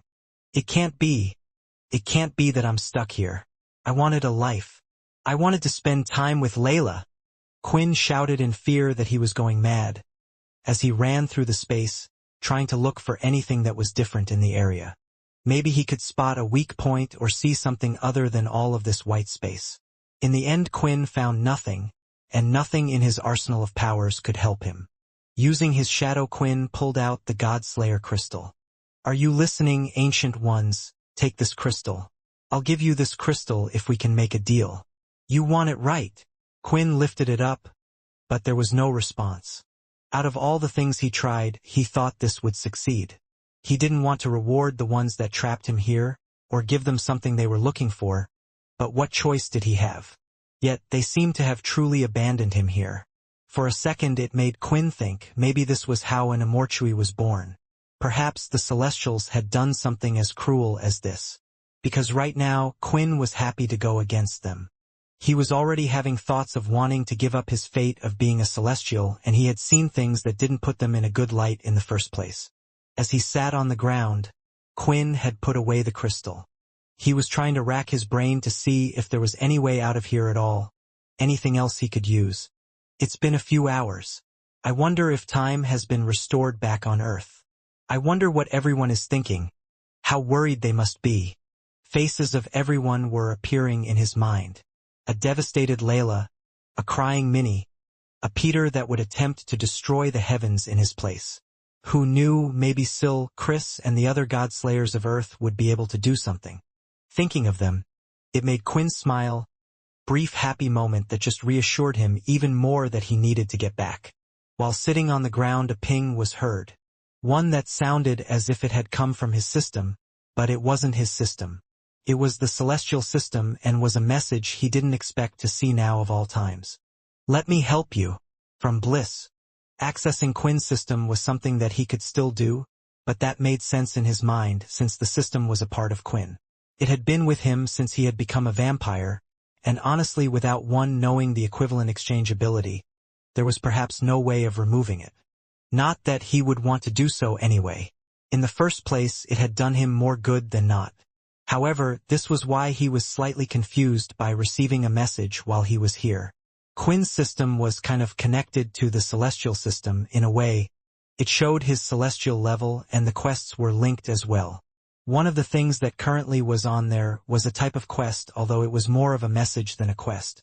In order to unlock his new skills as a celestial, Quinn would need to enter the celestial space, which was why he believed the place he was in right now wasn't the celestial space, even though it felt like it. Regardless of this, Quinn had received a message from the celestial system, the system that all celestials had. Seeing this, rather than concentrate on the message that was being sent, Quinn had decided that he would try to enter the celestial space, but it didn't work in the end. Neither was the ability to send messages or see other celestials, yet he could still receive messages. "I wish I had some help from others to figure this all out." Quinn sighed. "Hey," Alex complained. "Did you forget that I'm trapped in the gun? Therefore, I am also here with you." To be honest, with how quiet Alex had been so far, Quinn had somewhat forgotten him, but unfortunately he wouldn't be much help in this situation. As for why Alex had been quiet, he could see Quinn was upset and desperate. His words wouldn't have calmed him down, and he wasn't good in this type of situation. What would he even say to him in the end? Pings kept being heard in Quinn's head, meaning there was more than one message sent, but he could see they were all sent by Bliss. He had only read the first message so far. "I have no choice, do I? It doesn't look like I'm going to be able to get out of this one on my own," Quinn said as he opened up the system. Before checking out the messages that had been sent from Bliss, there was another message that had been sent that had nothing to do with that. 620,234 total celestial points. Huh. The number went down. Why is that? Is it something to do with this place? Now, there was a slight panic with Quinn seeing this, so he decided that he had to go ahead and read the messages from Bliss. "Let me help you. Trust me or not, I know what situation you are in right now. I told you that the best thing to do was to save Erin, but instead you listened to the Celestials and killed her." Reading the messages was already annoying Quinn. It was almost as if Bliss didn't understand the full picture. Quinn didn't kill Erin because of the Celestials. That was just a byproduct of what had occurred. "My ability, I have looked into it, and the path for Earth and the world currently is not a good one. Immortality will rise again, and although the Ancient Ones will be able to stop him, the outcome for the lives on Earth isn't a good one." Quinn wondered, if the Ancient Ones would be able to stop Immortality anyway, then why was there a need for him to act? Why couldn't they step in sooner if Bliss could warn them before he acted? Then it would be fine. The Ancient Ones by now should know Immortality's plan. In fact, the fact that Immortality still was able to cause chaos, even with Quinn stuck in here, frustrated him more. It meant there was no point in him being here. So why didn't Bliss just tell the Ancient Ones what she could see? My prediction was right. Erin had become the divide between the vampires and humans, and I fear it will be the same again. Immortality is not the only one going after Earth. Before he is unleashed, there will be chaos. Another threat? One other than Immortality? Is it Jack Truedream? More than anything right now, Quinn wanted to ask questions, but there was no reply button on this message. "Right now, you are in a place that was created by the Ancient Ones. It is a prison for Celestials. Inside it, they can restrict a lot of your celestial powers. They can imprint the place in such a way that it's almost impossible for you to get out. One of the Ancient Ones' powers is to set things up like this with a set of rules. The fewer rules there are, the more powerful the area he can create. But one had gotten out before. Immortality had been placed in one before. Due to his powers, he was able to create a demon from his own blood. In the end, by training and giving that demon power, Immortality was able to break out, and Immortality is now where he is because of it. I'm not sure how you can use this information to help you, but I believe that you can do it. That's it. She didn't tell me a way to break out, or a method. All she practically told me was a story. How is this help? Does she just want to make me feel worse by being stuck in here? By telling me the world is screwed even though I did everything I could. Quinn thought, frustrated, and unleashed his powers again, and went to punch the ground and the air. Each time, the energy was dispersing in the area. It wasn't building up, or hitting anything. Watching this, Alex certainly did think the whole thing was strange. Calm down, Quinn, Alex said. What we need to do is look at the facts that she has given us. Someone had broken out before, so there has to be a way. This Immortality guy, she said he created a demon. There has to be a reason why the demon could break out and he couldn't. Thinking about the messages, and how clearly the words Alex had portrayed, it had clicked in his head. It was because of the demon. The demon wasn't a celestial. That's why he could break out. She said the reason why this place was so good at keeping celestials locked away is because of the rules set by one of the ancient ones. Those rules are incredibly strict. So as long as they aren't a celestial, Quinn used his shadow power and brought out the God-Slayer crystal. He went back and looked at the quest once again. It still didn't quite make sense to him. How using the gun to absorb the crystal would get rid of his celestial status. The only thing he could think of was that this was a system path, and not something to do with the celestials at all. The system was giving him a choice, and due to the equivalent exchange, it was telling him to pick one path. If Quinn's theory was correct, even if he was to become a God-Slayer, there was a good chance there would be an improvement in his strength and powers. At the end of the day, this was a reward from the system. It would give him God-Slayer strength equivalent to what he had now as a celestial. At least this is what he hoped would happen. If he did lose his power as a celestial, it would mean it would be harder to fight them in a way, since celestial power was best used against other celestial powers. A God-Slayer was just one with such strength or great ability that they could go against those. But doing this, it means I certainly will become a target for the celestials. They will most likely back out on their deal as well. Quinn clenched the crystal tightly in his hand. I never wanted to be a celestial in the first place. These guys are trying to control me, and it looks like Earth, the humans, vampires. They will all be in trouble either way, whether I stay here or not. I guess I made my choice. I have taken down everyone that has gotten in my way before, and I will do the same again, even if they are gods. Pulling out the gun that had Alex inside, Quinn pointed it toward the crystal. Fuck the celestials. I'm going home.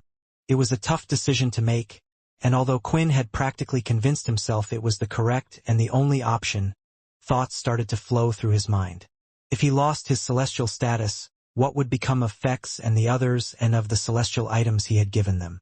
Would they disappear? Would they lose their abilities? He wanted to know the answer to this dilemma. It was because of this very thing that he was kicking himself in the foot, because there was something that he could have done before. Quinn's shadow space allowed him to keep people inside. He had kept 2 Dampiers in there for a while but had let them out after meeting Chris. The thought of getting rid of them had crossed his mind, but whatever Ray had put them through when they were in the shadow together had scared them out of doing anything bad. However, there was another person in Quinn's shadow, Russ, the leader of the Chained, and one with a Godslayer ability, according to Bliss. Due to the way his power worked, though, he was unable to escape the shadow space. In a situation like this, maybe Russ could have helped them out of there. The problem was that Russ was no longer with Quinn because he was a Godslayer. The previous day, before the grand event was about to begin, Quinn was still enjoying his time with Layla. Unfortunately, he would have to leave early to meet with Logan and go through a few things. Logan had stated he wanted things to go perfectly, so he wanted a practice run of sorts.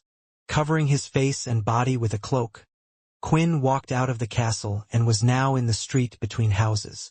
While walking, he couldn't help but feel worried about Layla as he thought about her. Before I left, it might have just been in my head, but I could have sworn I saw another energy source that didn't belong to Layla inside her. But how could that be possible and so quick as well? Whatever the case or reason, Quinn felt uneasy leaving her, even if it was just for a moment, so he had to do something. As he stepped into an alleyway, he transported himself into his own world of shadows. Peering inside it, Quinn came face to face with Russ. "You have finally shown up. How long has it been outside?" Russ asked immediately. He looked a bit desperate, but then again, someone trapped in a place like this with no one else to talk to might end up going insane. "Are you not going to say anything? Did you just come in here to toy with me?" Russ got frustrated upon hearing no response from Quinn. The latter looked Russ up and down. Even though Russ was a strong individual, and his powers might be suitable for the future, he himself wasn't a good person. However, judging from his character from before, it was quite likely that he would still attempt to go after the Blades in one way or another. Being good friends with Syl, there was no way Quinn could do that. Besides, he had other things in mind. Walking forward, Quinn got within arm's distance of Russ, who hadn't attempted to do anything. The shadow space was strange, and Russ feared that Quinn might actually be stronger in an area like this. "I will let you out of here, but there are a few conditions. First, you are not to harm people unless it is to protect your own life," Quinn stated. Looking somewhat annoyed, Russ folded his arms. Okay. Right now, he would agree to anything just to get out of here, but he would see about keeping such a promise later. Reading him like a book, Quinn could tell his thoughts, but it wouldn't matter what the former had planned. The second task is to look after the current leader of the Red Vampires, Layla Monroe. You have to use all your strength to ensure her safety. Use everything at your disposal if you face life-threatening danger, but you must keep her safe. From Quinn's words, it seemed like this Layla person was important to him. Russ felt like he had now found a weakness in Quinn and replied once again.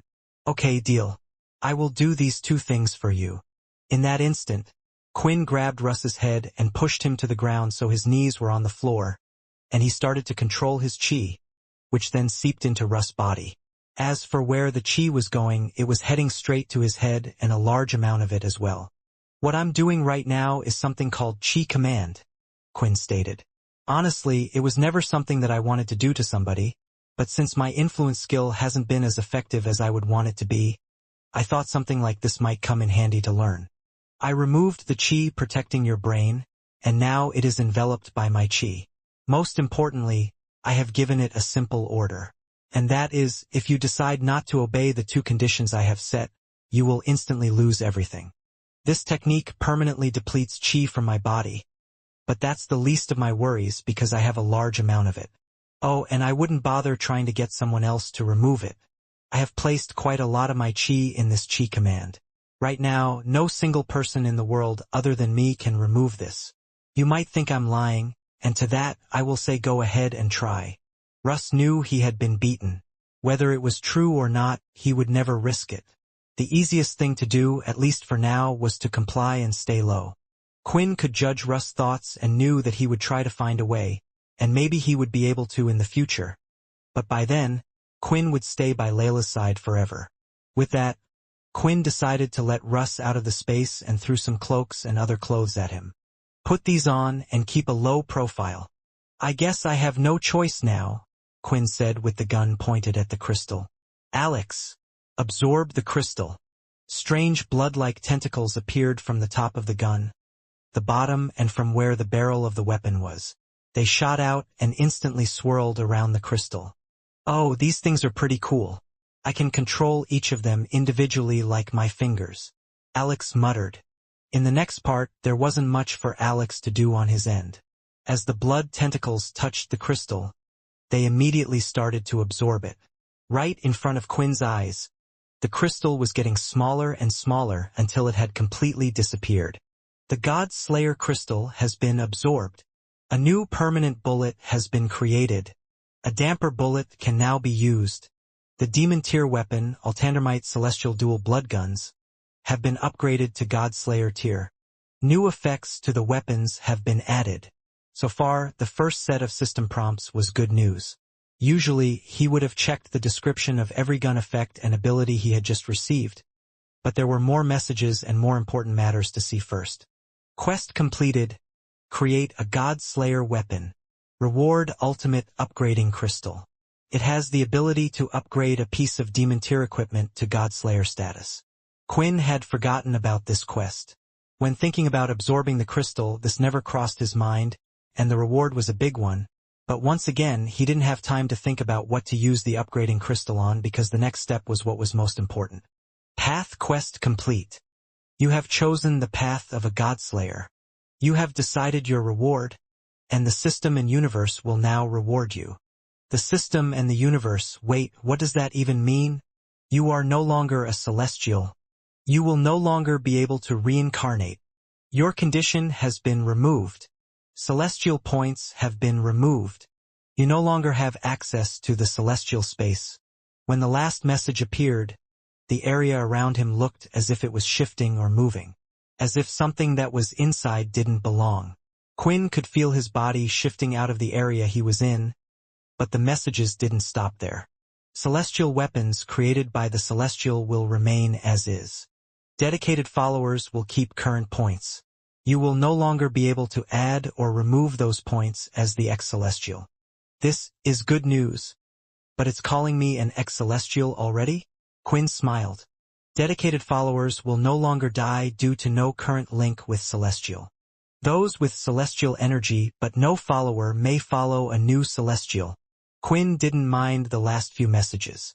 He had expected the worst, so the result was everything he had been hoping for. The system will now reward you. Reward. Your God Slayer ability Shadow will now evolve.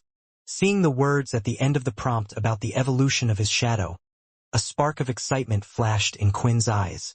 Then, as he reread the message, he realized something which made his emotions run high. So, being a celestial really does do that to you. I wonder why. Is it because they need celestials to be addicted to the feeling of celestial energy to allow them to continue their goal? Maybe this is a balance that makes them focus on the condition the universe has set out for them. Either way, it was no longer something that Quinn had to worry about. According to Bliss, the place he was in was similar to celestial space. An area specifically created by the Ancient Ones for the Celestials, which he was no longer. The space around him was slowly dissipating, or to be more precise, Quinn was being chucked out of it. His whole body slowly disappeared, and it felt like he was going through a portal for the first time. His head began to spin wildly, and his body felt like it was being twisted until he was eventually forcefully thrown out of space. Quinn clenched his eyelids as his eyes slowly got used to the brightness. He soon could see the sky and smell the air. It was a familiar scent, a smell he would never forget. Without a doubt, he was back on Earth, but seconds later, his body crashed into the ground, bouncing from the impact. His body had hit the ground 3 times before he had stopped himself and found himself standing in a meadow field. I'm back. I actually managed to break out of that place. Quinn smiled as he realized he was in the same spot where Mundus had taken him. He was back on the chained island where he had left before. Thinking about that, Quinn decided it was the best time to check all the new things his system could do. There was a good chance that the Celestials were keeping an eye on him and could appear at any second. He had to assess his strengths and new abilities. Based on how arrogant Mundus was and how they didn't answer my plea, there is a good chance they believe I'm now trapped in that place forever. If that is the case, they might keep to their promise, as long as I don't stand out like I did last time. Then the Celestials won't know about my breakout. Either way, it was better to be sorry than safe as Quinn looked through his system messages for more information. The upgrade crystal didn't really say much other than what Quinn had read before, but he wondered if his current armor was a celestial piece, and it remained that way as well. He couldn't imagine an upgraded crystal would work, turning the armor into a Godslayer level item. Since there was nothing he could do with it now, he decided to focus on another piece of equipment instead, which was now Godslayer tier. First, let's have a look at that new bullet. Quinn thought. Damper bullet. A bullet made from damper energy. The energy of the bullet can increase or decrease based on the strength of the red aura that it's facing.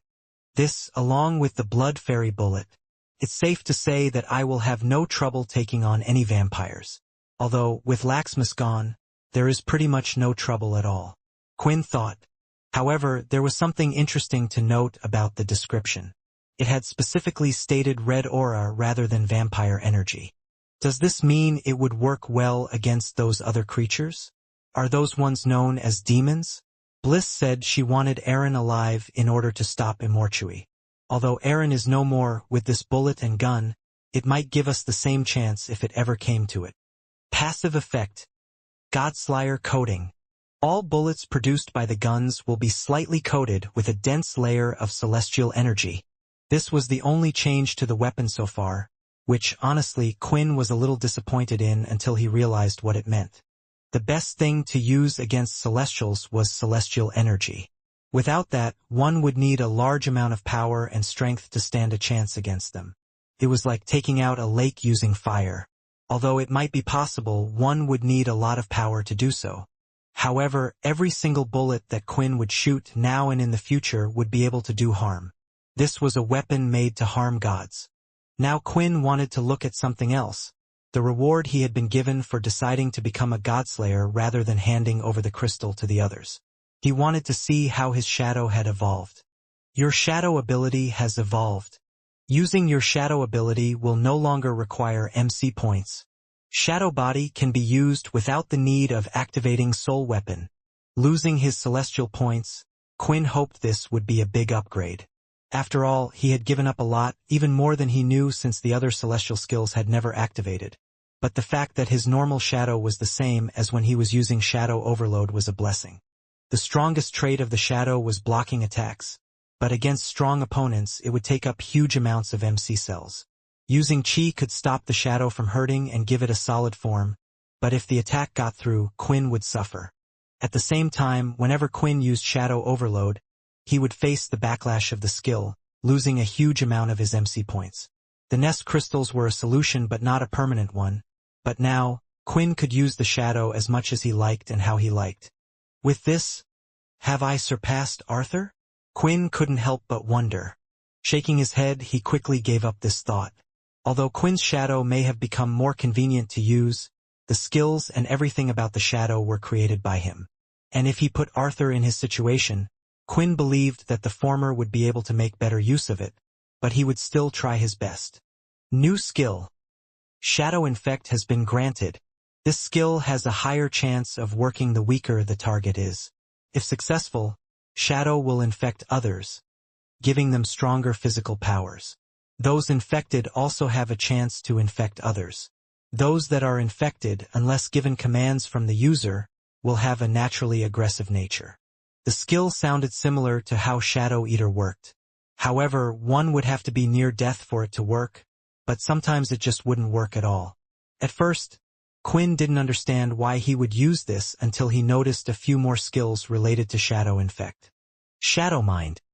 This allows the user to see through the eyes and memories of those infected. Can also give tasks or goals to those that are infected. Shadow Switch. The user can fully control those that are infected, and use shadow abilities to a degree when in possession. Upon looking at the skills, two things came to mind as he went through them again. The first was the Demon Tier Tree. The way the skills and abilities worked were quite similar. The only thing was, 1, the beings infected would get stronger, and 2, it was all related to his shadow. As for the other thing, it reminded Quinn of the stories of the others. For instance, how Laxmus was able to control the shadow beast. Perhaps this was what he had done. He had infected the beasts, which was why they were much stronger than they should have been. However, Quinn had never encountered an infected person with the shadow, so it made him wonder if it was even possible. Shadow Overload no longer exists. A new soul weapon has been granted. Quinn wanted to test the new soul weapon to see what it could do, so he could use it in battle when the time comes in future. However, since there was no celestial energy, he couldn't create any more weapons, and since it didn't look like Mundus was coming to find him, he felt he should get a move on first. Upon running back in the direction he came from, it didn't take long for Quinn to reach the stage. It was still there, almost intact. A lot of things looked to have been put away as expected. Quinn had guessed he was in celestial space for at least 8 hours or so. The ceremony would have been done by then. Still, just in case, Quinn searched the area to see if he could find anything. Any sign of fighting, the smell or sight of blood. But there was none. All of this allowed Quinn's heart to settle for a second. Then, since no one was here, there was one thing he could do. The next moment, he activated his shadow link and began searching. Soon, he sensed Minnie's presence. "Don't worry, Minnie. You must have been worried. But Daddy is coming." Quinn smiled as he sunk into the shadows.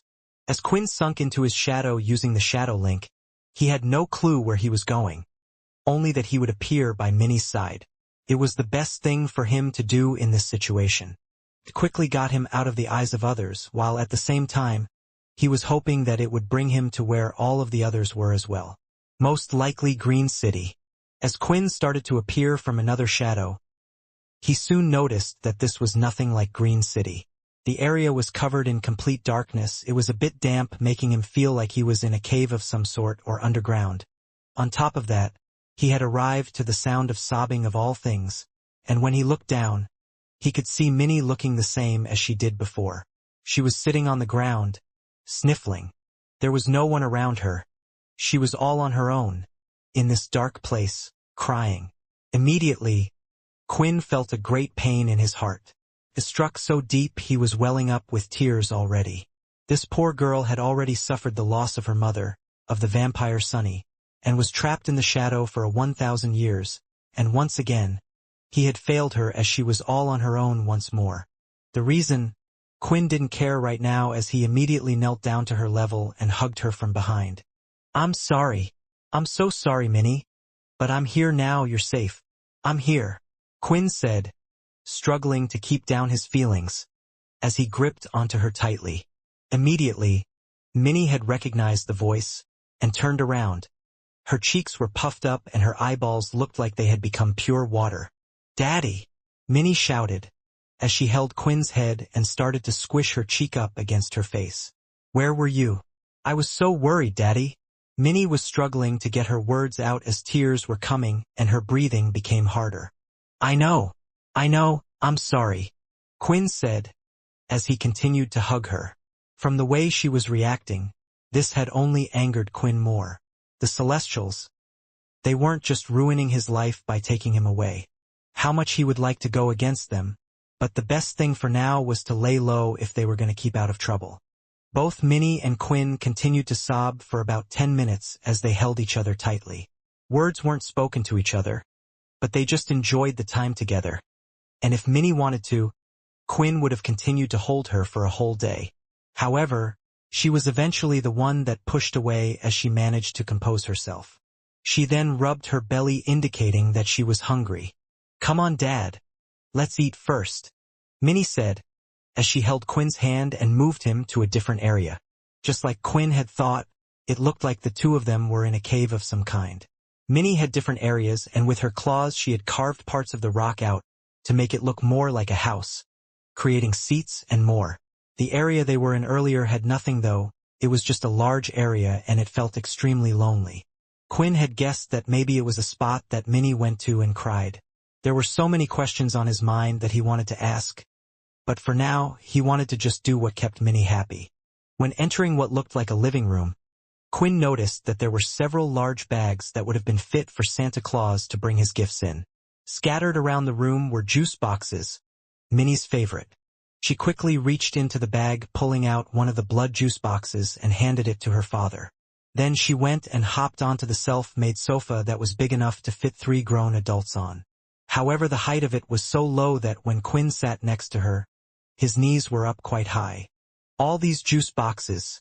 How many has she been through? Did she drink all of these in a single day? Quinn thought, with a rub of her tummy and a small little burp. Minnie seemed over the moon and she had a smile that wouldn't go away. "Minnie." Quinn stopped there. He didn't know what question to ask first. What had happened after he left the ceremony? Where were they right now? Where were the others? Why was she here? What happened to Layla? If he asked too many questions at once, it would confuse her, although she was technically 1,000 years old. Due to time practically being at a standstill in the shadow space, it meant her mentality was still that of a little girl. "Dad, where were you?" Minnie asked the first question. "We were all on stage and we were looking for you, but then you suddenly went poof." Nobody knew where you were. Minnie was scared, Mommy was scared, and all the uncles and aunties were scared as well. Quinn rubbed his hand through Minnie's curly hair as he thought of how to explain this. I didn't want to leave Minnie, but you know there are those with powers. Well, someone took me away. But how? Minnie interrupted. Daddy is so strong. How could anyone capture you? Quinn smiled. That's why I managed to get out. And it was all because Daddy wanted to see you. Anyway, Minnie, what about you? Why are you here in this cave? Why don't we go outside? And where is Layla? Immediately, it looked like Minnie was starting to sob up. It was hard for the little one, he could tell. But she shook her head and answered her father's questions. I don't know where I am. Minnie answered. Mommy, she was the one that brought me here. She brought all of the drinks for me as well. She told me that if I stay here, then it was the best chance to see Daddy. That as long as I was safe, then I would be able to see Daddy again, and she was right. Minnie said, rubbing her face against his side again. Layla told her to stay here, but she would have only done such a thing if she thought Minnie was in danger? Did the Celestials try to go after Minnie? Maybe just like Bliss, they thought I could use her shadow powers to travel back here. Quinn thought, okay, I understand. Maybe our best bet is just to wait here until Mommy comes back, and then I can ask her about what happened. Quinn said to Minnie. Mommy? Minnie sniffed. But Mommy hasn't been back for at least 2 weeks. Minnie has been here all on her own. She started to cry and burst into tears once again. 2 weeks. Wait a second. Everything was starting to line up in Quinn's head. The juice boxes, Minnie hadn't gone through them all in one day. It was over the course of several days. Then he thought of the system message he had seen. Why at the time, before giving up his celestial title, did he see his celestial points go down? Clicked, it was because it had gone past a certain amount of time. Only dedicated followers and celestial energy earned from quests, as well as from other celestials, were permanent for Quinn. Those that gave Quinn celestial points through the condition would have to continue to do so every month, which meant they had stopped, and it also meant a certain amount of time had passed. I was in the celestial space for 8 hours, but all of the spaces have the ability to control time. Heck, Mundus could stop time itself. So the idea of time being sped up on the outside world wouldn't be so far-fetched. Quinn gulped as he asked the next question, as it felt the same as that dreaded day he woke up from his eternal slumber. Minnie, after the ceremony until now, how long have I been gone for? Quinn asked. Minnie wiped her tears as she looked up at Quinn's face. You were gone for about a month. Although the news wasn't as shocking as Quinn feared, he did wonder now, what could have happened in a single month while he was away? A month had only passed, which made Quinn thankful that he didn't delay the time becoming a god slayer. Otherwise, he imagined that with a year passing by, things could have got worse. However, one thing was clear. The situation wasn't normal, at least when concerning Minnie and Layla. Minnie, can you explain everything that happens between when I disappeared and now? Quinn asked. Minnie nodded her head as she was happy to reply. After Daddy went gone, everyone tried to find you. Not just on Earth, but everyone went back to where they were from to find you, but no one could. In the end, both Uncle Logan and Mommy Layla agreed to look after me. In the end, I chose Mommy Layla because Daddy seemed to be with her, and it felt like she was the one that was looking for Daddy the hardest. Just like how Quinn was trying his best to reach the others, they had all tried their hardest to reach him as well. This time he was the cause of panic. Thinking about this, no one knew about Mundus coming to meet him, and it was perhaps something he should have informed the others about, to try and prepare for if they could. With Mommy, we went to see all of the vampires. We were in the castle for a couple of days, but not much happened, until Auntie Muka came to visit. Minnie explained. I don't know why, but all of the vampires started to leave the place they were in. We landed on another planet. It had a lot of destroyed buildings, but it was filled with beautiful flowers as well. Hearing this, Quinn could only think of one thing. It was the vampire settlement. Originally the vampires were on a planet in their own solar system, but Quinn had moved it to the Daisy planet. However, from what Quinn had learned, The vampire settlement was mostly destroyed and the tombs of the ancient vampires, the magic circles, and more were all useless. I wonder why the red vampires decided to move? Quinn thought. Did Muka finally discover something and wanted Layla's help? It looked like everyone was building new homes on the planet where all the destroyed buildings were. A lot had been built quickly because the vampires are really strong. One day, though, the whole planet was shaking. Felt like an earthquake. But Minnie's head was hurting. It was hurting so much I wanted to just go away. I decided to do the trick that Daddy can do, and I hid in my own shadow world. I stayed there scared that the pain would come back. And then when I came out, Mommy found me and hugged me hard like you did and was asking me really strange questions. Strange questions? Like what? Quinn asked. Like, are you okay? Did you speak to your dad? Do you remember Dad? Minnie replied. Minnie was only in her space for an hour. But after that Mommy decided to hide me here. She told me to stay here no matter what and wait for her or Dad. But you came first. The story was worrying for Quinn. Although he was thankful to hear Layla was still alive and the good news was there was no big attack or anything like that. There was a chance that Quinn was over-worrying, but then why would Layla not come back for Minnie? That means, according to Minnie's story, we should be on the vampire planet right now and not Earth? Quinn thought. I put a lot of celestial energy in the sword after removing the seal, and that sword promised to help her. Also Russ should be keeping his promise as well. Is there such a threat that could take them all out? And the headache and earthquake Minnie felt, that was when Layla started to act strange. Something had to have worried her. You know, if you are really concerned about Minnie, I was just thinking you could get her some good beast gear, and use the upgrade crystal. Won't that make her a powerful God Slayer weapon to protect herself? Alex asked. I know you feel capable of protecting her, but, as you have seen, even you can't promise to be around everyone all the time. Alex's words were true, and it made him think if Ray, his ancestor who gave the world his powers, thought the same thing. It was the best way to protect everyone by giving the people an ability to fend for themselves. There is a bit of a problem. One, I don't have my forger that will help me use my crystal. We need to get you out of the gun. Once we have solved this, I should try to find Syl and get him to get you out of here. Quinn replied. Please do. I mean, I like being by your side and all, but it feels cramped in here sometimes. All right, Quinn said, standing up. Now that I'm here, let's go out and find Layla. If we can't find her, then Logan or someone will be able to do something to help us, or find out what is happening. Minnie jumped up in enjoyment and quickly ran over to the sacks, grabbing a juice box. Let's drink some juice to celebrate, Minnie said, grabbing a box so fast and already piercing the top with the straw. Minnie, Quinn said with a look. You know the rules we set.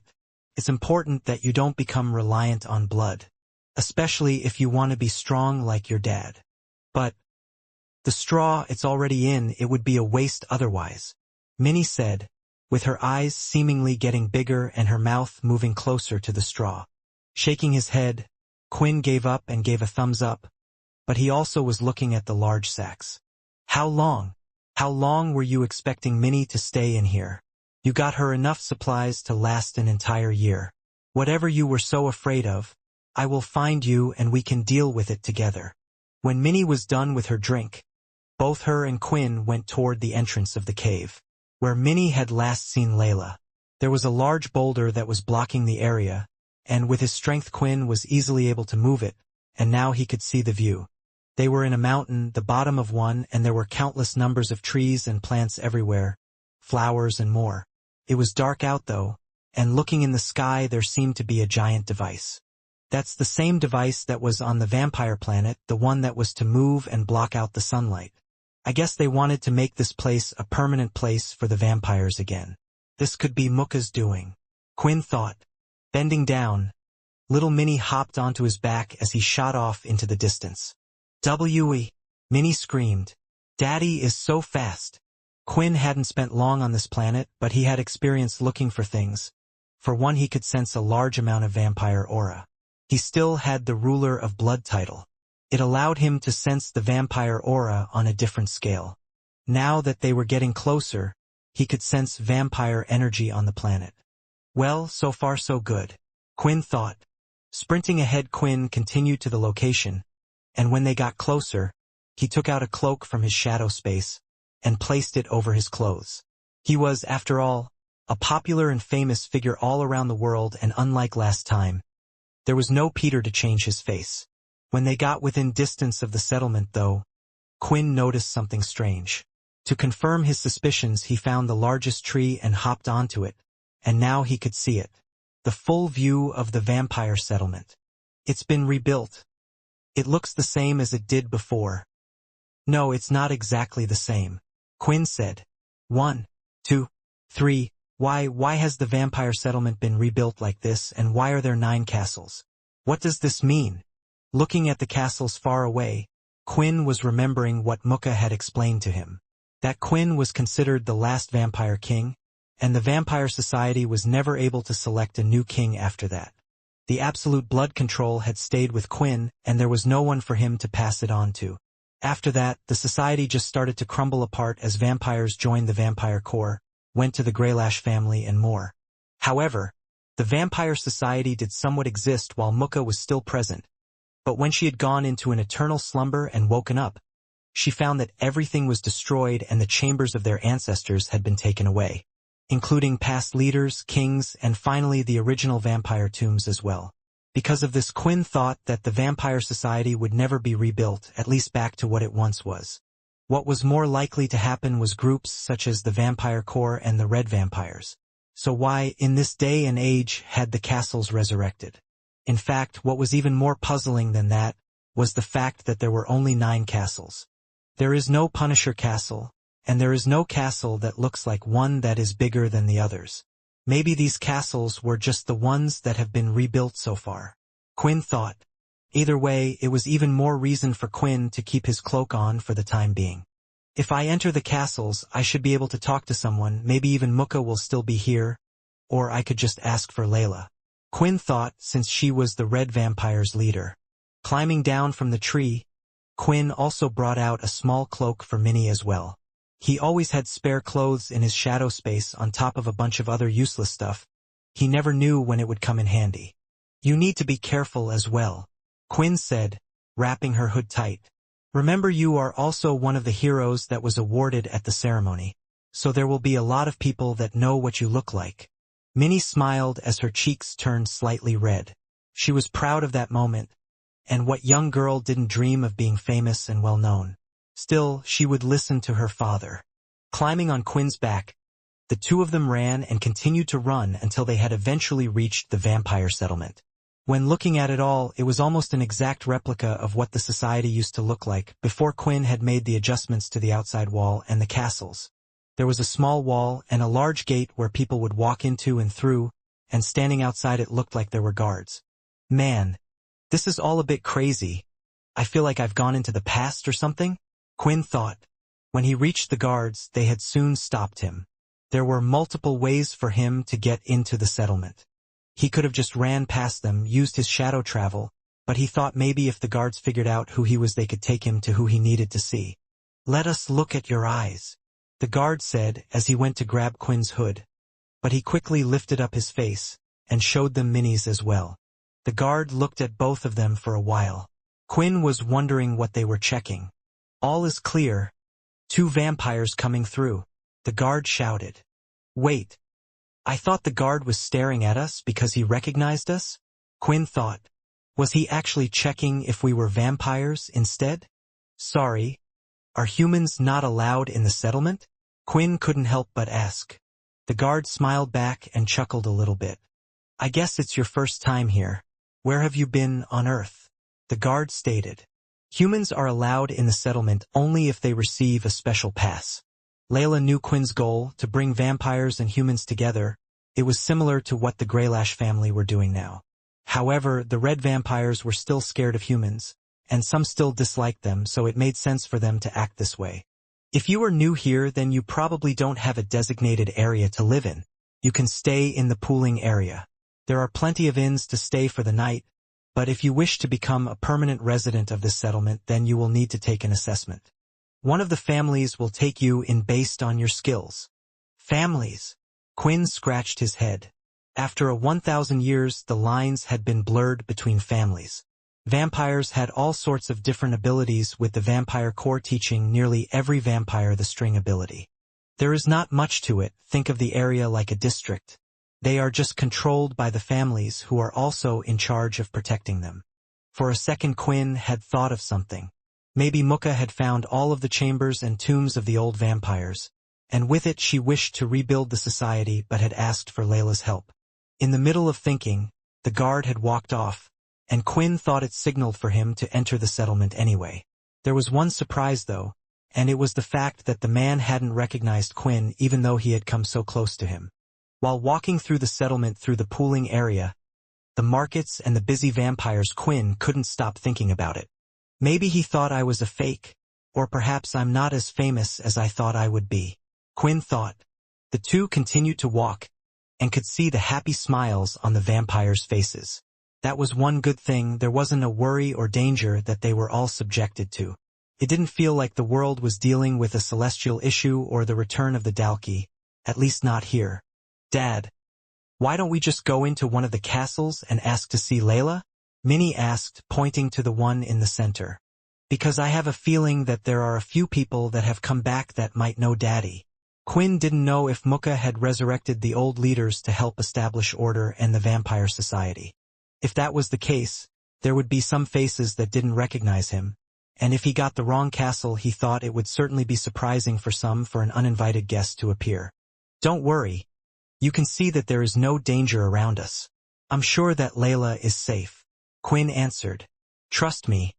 I would be the first person running around screaming my head if she wasn't. Since Quinn had no interest joining one of the families, he didn't head to the assessment area and instead headed to one of the inns.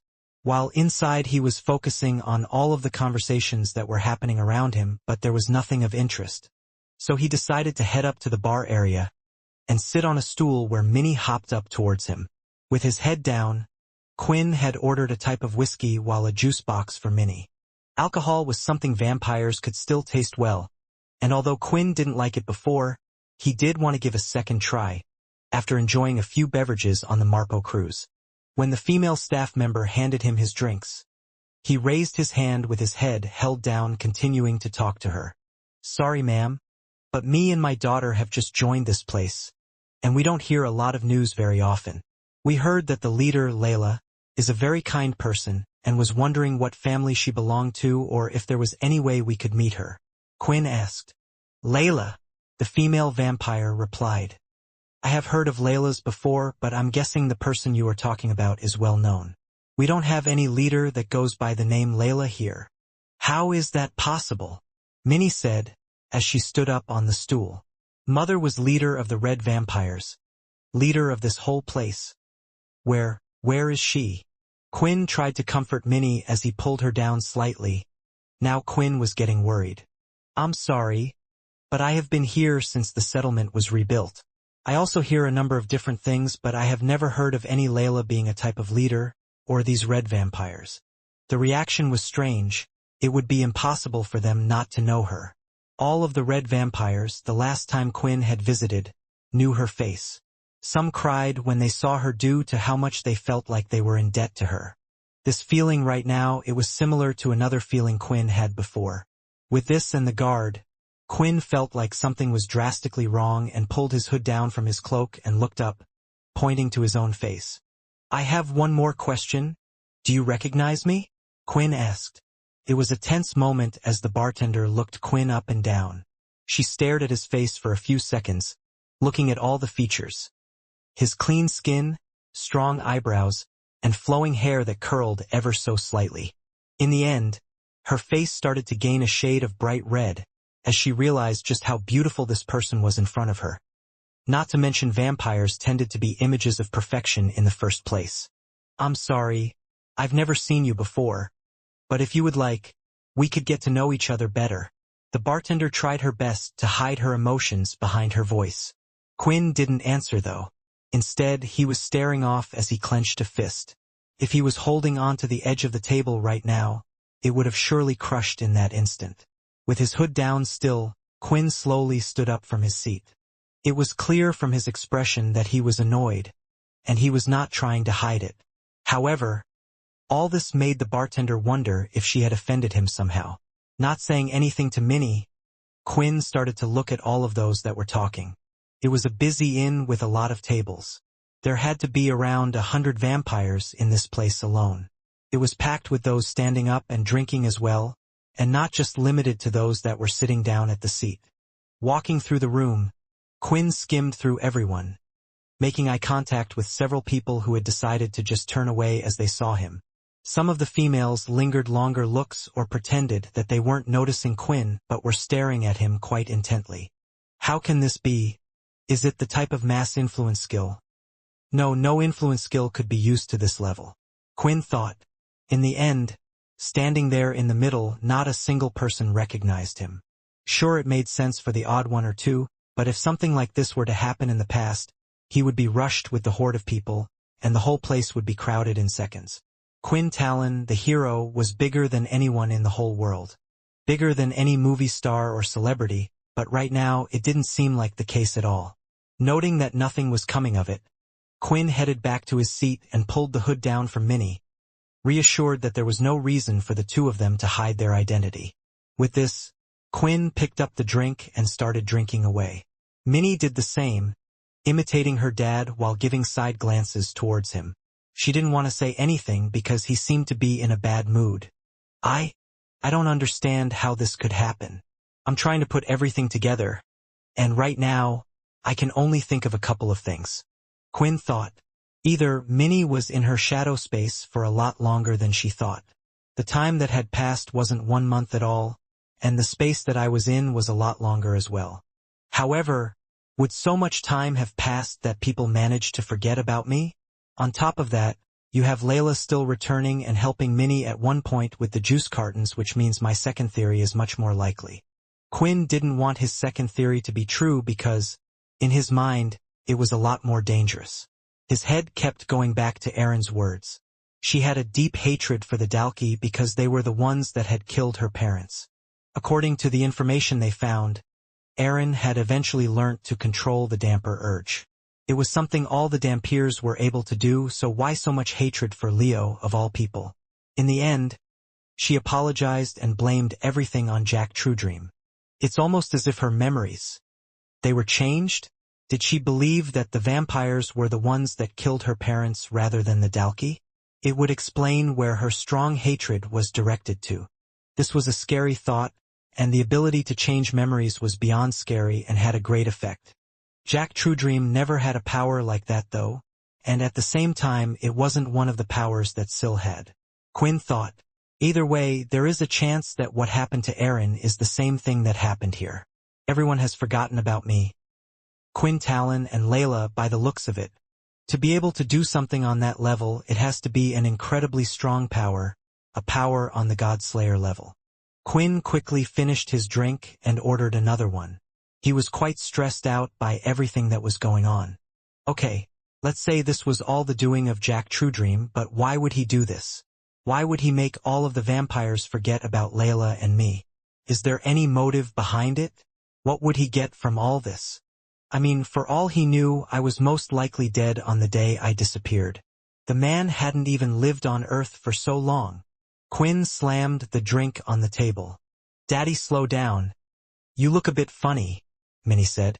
Without realizing it, the drinks had been coming one after another, and once again, Quinn had gone through around 6 glasses of some seriously strong stuff made for vampires to get drunk. Human alcohol never used to affect me. Did I get worse? Quinn thought. Either way, he was nowhere near as bad as he was the last time, and he thought he should stop himself before he talked about himself to anyone or about how famous he once was. The one good thing out of all this was Quinn could, for the time being, live like a normal person. There was no need to hide his face, and he could enjoy himself in the vampire settlement while trying to find out what had happened and also about the current state of the vampire settlement. Just as Quinn was ready to leave, an older gentleman with a large trench coat came to sit right next to Quinn. I'll have the same as him and get another one for my good friend here, the man said, pointing towards Quinn. This was a first, a stranger buying him a drink. He had heard things like this would happen in the past, and he was showered with items from others when he was leader and king, but now that no one knew him it felt a bit nice. Which was why Quinn had accepted the drink. "Thank you." Quinn raised the glass, and they clinked them together. "I haven't seen you around before. My guess is you just entered the settlement. Let me guess. Are you from one of the Greylash planets?" "I'm from the Earth," Quinn replied. "Oh, I see. Perhaps you didn't feel too at home anymore. Anyway, you will feel at home here," the man replied. "Since you are new, my guess is that you will be taking the assessment at some point to join one of the families." Quinn honestly wasn't going to bother with some assessment. It was strange. He was not only one of the vampire leaders in the past but the last king. Not that he had a big head or anything, but if he wanted to meet people, then he would just meet them directly. The man looked to his left and right and waited for the bartender to go around the corner. Then from his large trench coat, he opened up one side, revealing a metal flask. There was more than one attached to the flask, and there were numbers on the flask written in Roman numerals. On one particular one that the man pointed at, there were 3 that looked like large I on it. 3. "I'm sure you have heard about this before. For you, my friend, I am giving you an opportunity of a lifetime. If you take a sip of this just before you take the assessment, you will be sure to impress the families and get to a higher rank." Suddenly Quinn's mood had gone sour. The man wasn't being friendly to him, he was just trying to sell him something. "I really should just leave this place. But I wonder what it is that he has," Quinn thought. "Inspect." Looking at the flask, Quinn used his inspection skill. Blood from a 3-spiked dalki. Quinn was using all of his energy to stop himself from clasping this vampire around the neck and questioning him about where he had received the green substance. However, there was another way for him to do things, and his anger allowed him to use it without realizing it. Quinn's eyes were glowing red, and the influence skill was being used. "Why do you have dalki blood with you?" Quinn asked. Unlike those that could utilize chi to protect the influence skill from working, it wasn't the same for a vampire who hardly used such a thing. In the first place, the influence skill didn't work well on vampires. It was something that could only work if one had masses of superior power over the other, and in this case, Quinn was indeed the one with the upper hand. The man's expression went blank as his eyes looked to lose life in them. "I am a member of the 4th family. Due to my position, I receive these on a daily basis as well as a reward for doing well." If Quinn remembered well, the 4th family was the Talon family, which had the power of blood explosions, although he wasn't so sure that things would be the same as they were in the past. For one, the number of castles and now the use of dalki blood. From the explanation, it seemed like all the families used dalki blood as a norm to give to their families, and this vampire was selling it to the regular folk in order to earn some extra money. "Do all families receive dalki blood?" Quinn asked to confirm his specifics as he knew his influence skill was working. "Yes," the man answered straight away.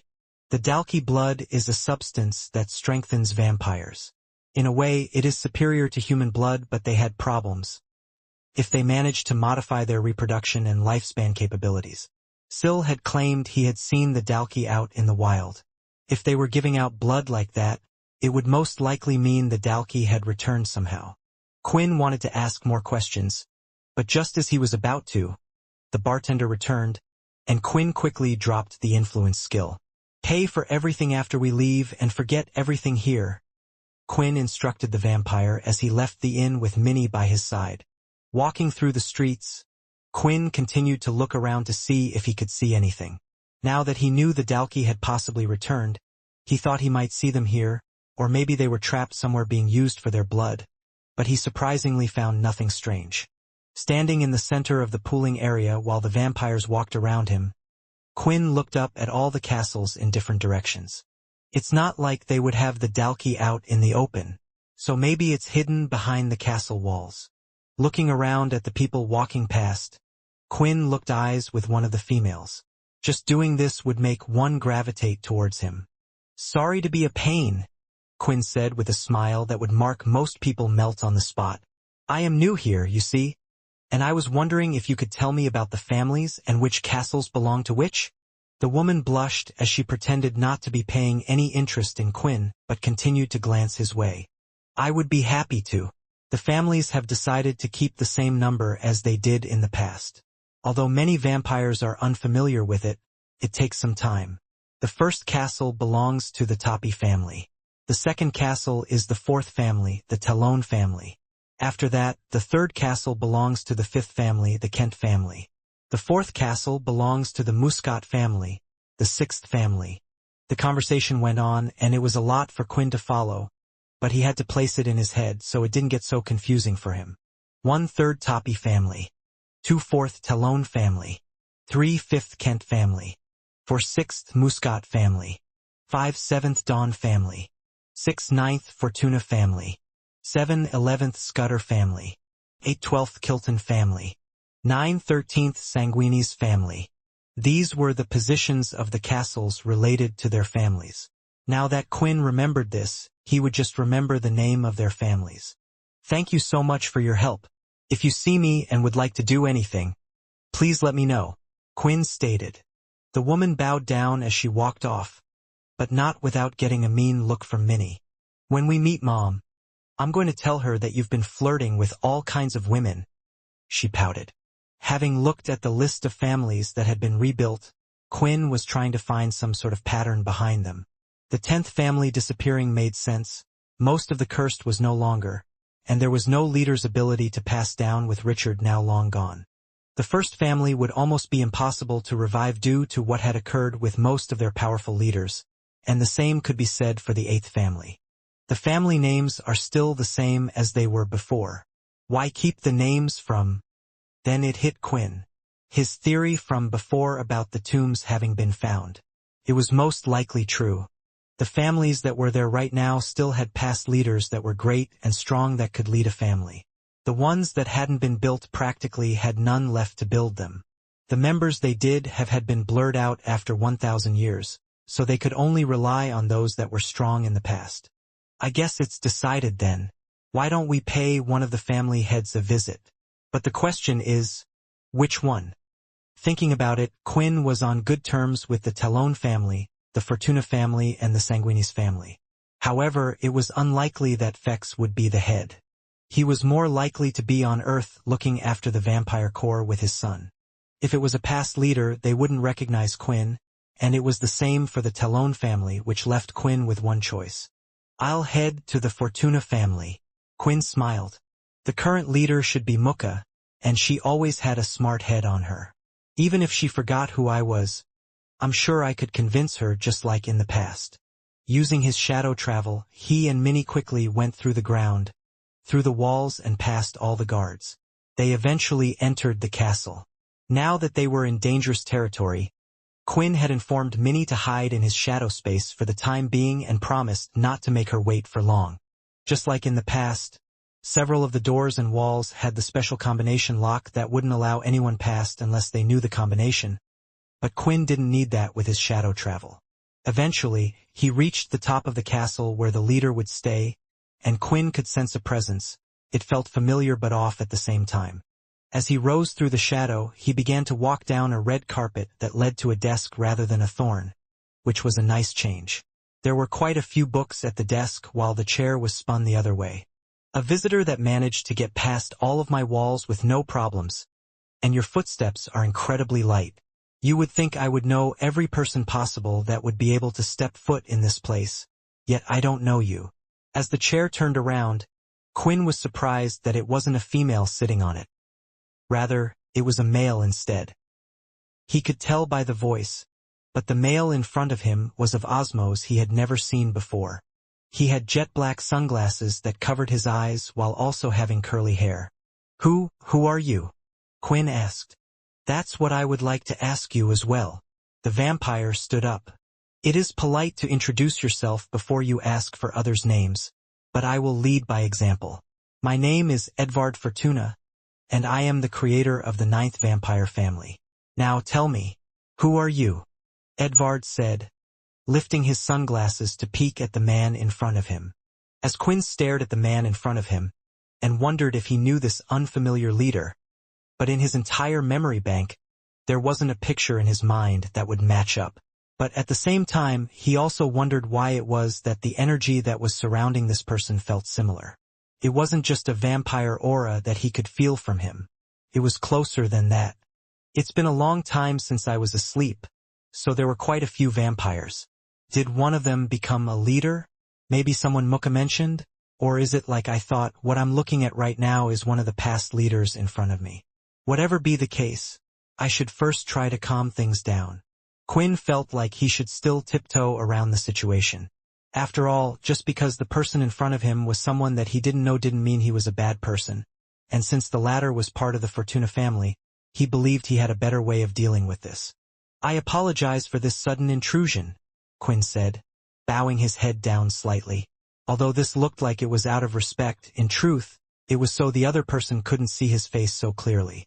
I am a friend of one of your family members, Muka Fortuna. If you were to call her up here to verify, then I believe that we will have no problem. Just to assure you, I am not looking for any trouble, and it would be better if we talk about this. The man who had stated his name was Edvard smiled. He stood up from his seat and looked to be wearing quite modern clothing. He wasn't dressed like a typical vampire would, and even had what Quinn could only describe as a Hawaiian shirt on. The man looked like he was ready to go on holiday and relax on a nice beach at any second, especially with the sunglasses that were covering his eyes. I know of Muka. In fact, many people do, but I'm not interested in your relationship with her or why you're looking for her. What I'm interested in is who are you? Edvard started to walk on the red carpet with both hands in his baggy short pockets. You see, I haven't been awake for long, so there are a lot of new people in this world that I still don't know. However, for a person to set foot in this room without making such a noise, and for one to be able to speak to the leader of a family and to speak with me with no fear in his voice, no fear for his life, now that is a person that I would like to know. It seemed that Quinn's theory was right, judging by the sentence that was said a moment ago. If Minnie had been asleep for around a month, then this person in front of him, like he said, had been awake for a long time and was most likely one of the past leaders of the Fortuna family. Ah, Quinn said, slapping his head. Now I understand. You should have said it earlier. Not only are you the current leader of the ninth family, you are the creator. I apologize. I didn't realize that you were one of the original vampires. Quinn bowed even lower this time to show his respect. The originals would have no idea of who Quinn was, but he was hoping that if Muka was still part of the family, she would have at least updated this man, so he decided to give it a shot. My name is Quinn Talon, believe it or not, but I am the previous vampire king. I apologize for not recognizing you sooner, Quinn said. There wasn't an easy way to explain himself out of the situation, so Quinn thought about what better way to get out of it than by telling the truth. It would make sense how he would personally know Muka and also explain the strength he had to get into a place like this. That was until he saw that Edvard was now laughing. Did you really think that I wouldn't have been updated on the current world's doings? If you were going to pretend to be the king of the old, then you should have at least used his name. I have to admit you are a brave one. Hearing this, for a second, it made Quinn think, even if he met Muka, would her memory of him have changed as well? Had she forgotten everything about him? If that were the case, then how would this person in front know him? In these new times, I was warned that there are new vampires from all over that have great strength. Well, let's see how these new vampires will do. Edvard took his hand out of his pocket, and as he did, a single slash of aura came out of it. It was a powerful red strike. The condensed energy was more refined than Quinn had ever seen before. It was more impressive than any of the leaders that were alive during Quinn's time, even stronger than Bryce's with his sword. So it comes to this in the end, Quinn said as his hand was covered in its own red aura, and when the slash came towards him, he swung his arms out, shattering the red slash into particles. They broke into thousands of pieces and fell to the floor, revealing Quinn standing there unmoved as they dissipated. The expression couldn't be clearly seen on Edvard's face, but never in his wildest dreams did he think this would happen. So you don't believe that I was the previous king? Quinn said, lifting both of his hands. Then let me show you something that will make you believe. Summoning from his red ori behind him, and filling the entire room, were thousands of blood swords all floating in the air, pointed toward Edvard. Right now, Edvard was just mesmerized by what he was seeing. Something like this is only possible with absolute blood control. But then, Edvard was truly confused. but he believed maybe if he got a closer look at this person's face, he would be able to see something, but going through these 1,000 blood swords would be a hard task even for him. It was then that a distant memory from the past flashed in Edvard's head. If you ever find yourself in a tough situation that you are not sure you can get out of with your power, then use this. A tough situation that we can't get out of? Do you really think that we are so weak? I already displayed the current power of beings that we can now produce. Vampires are no longer at the top of the food chain like they were thousands of years ago. You have to throw away your pride. Trust me. I wish to see a day when we will be back at the top once again. And with this we can. Okay, you win, Edvard said, raising both of his hands and started to walk behind his desk. I believe that there is a simple way that we can solve this. Let's call Mukka like you suggested and get her to verify. Edvard started to walk back towards his desk and pulled out one of the drawers. Honestly, Quinn wasn't so sure Mukka would be able to help in this situation, but he did want to confirm whether she had forgotten about him and Layla or not. On top of that, he didn't want to start mastering vampires left and right just because they didn't know who he was. When closing the drawer, a pop was heard and looking in front of him, Quinn could see a flask. A flask used to contain blood, and it was similar to one that he had seen before. That's a flask with Dalki blood. An original drinking Dalki blood will give him a big boost depending on the level of the Dalki blood used. I thought about this before, but if that man was selling 3 spiked Dalki blood to strangers, then what level of Dalki blood would the leaders have? Surely they would keep the best for themselves.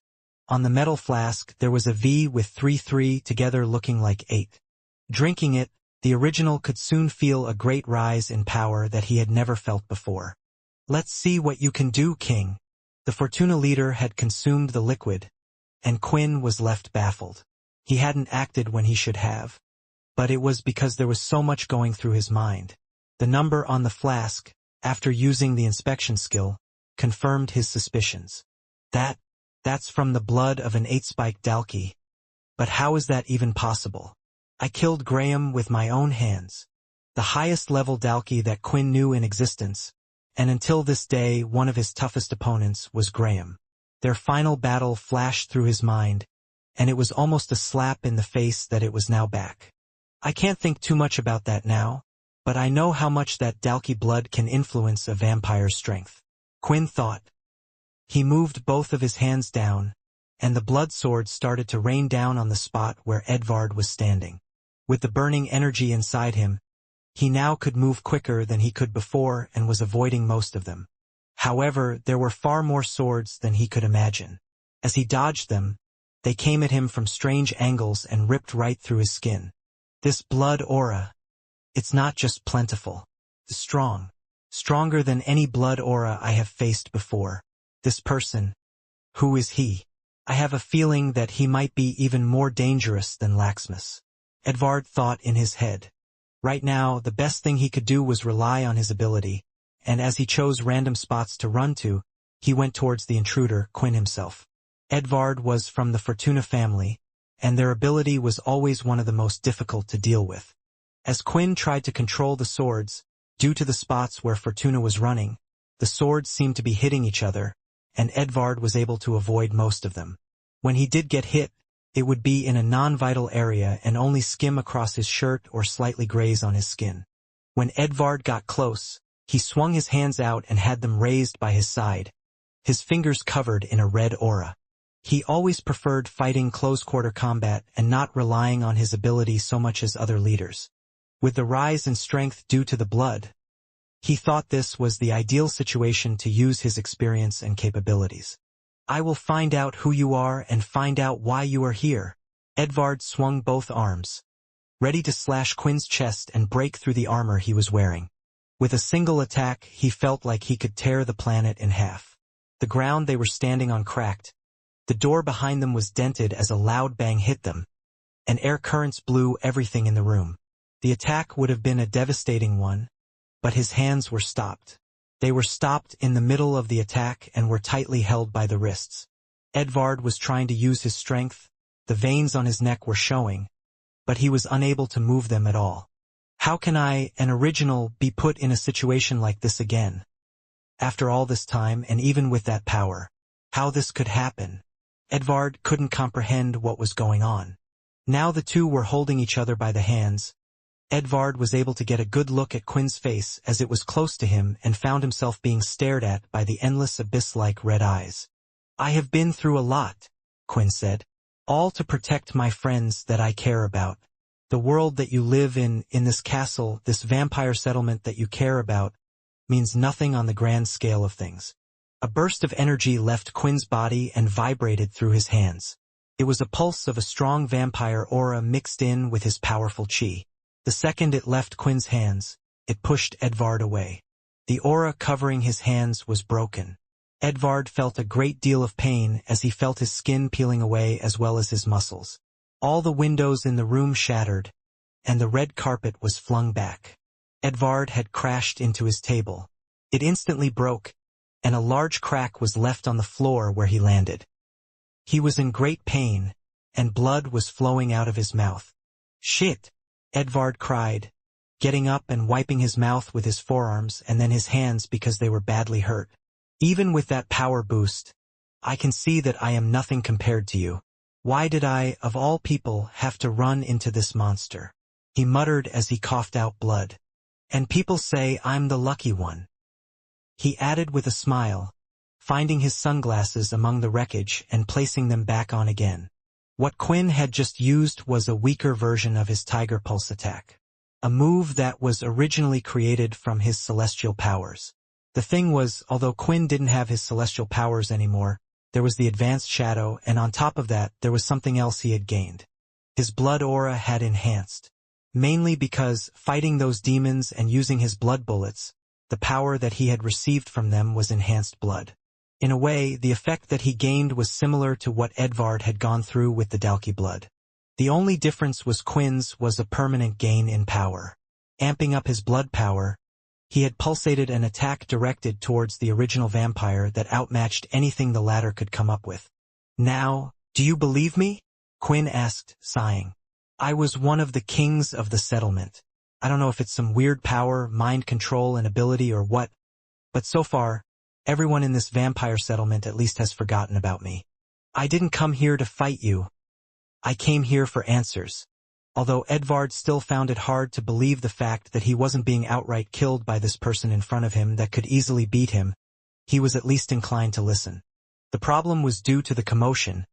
Quinn could hear the sound of footsteps approaching the room from below. He could take the leader with him, but it would cause panic. So instead, he decided to reorganize himself from now on. It seems we will have to cut short this meeting, Quinn said as he sunk into his shadow and disappeared completely. Eventually, the vampires entered the room through the cracks and more and could see what state Edvard was in. Running to Edvard and reaching him before anyone else was a beauty like no other. Sir, is everything okay? Who did this all to you? The person was none other than Mukka. Edvard didn't reply straight away but eventually replied. I was testing out a new experiment that a certain someone gave me. It seems that it is quite powerful. I am sorry for worrying you all. Make sure that everyone in the castle is safe, and at the same time, inform the people that there is nothing to worry about. Mukka, who was closest, was looking at the wounds that were mainly on Edvard's hands. She wondered how one could get such a thing just from practicing themselves. At the same time, while she was in the middle of her train of thought, Edvard stood up. I actually have a question for you. Since my return, you have looked after me well, and have updated me on everything that has occurred so far.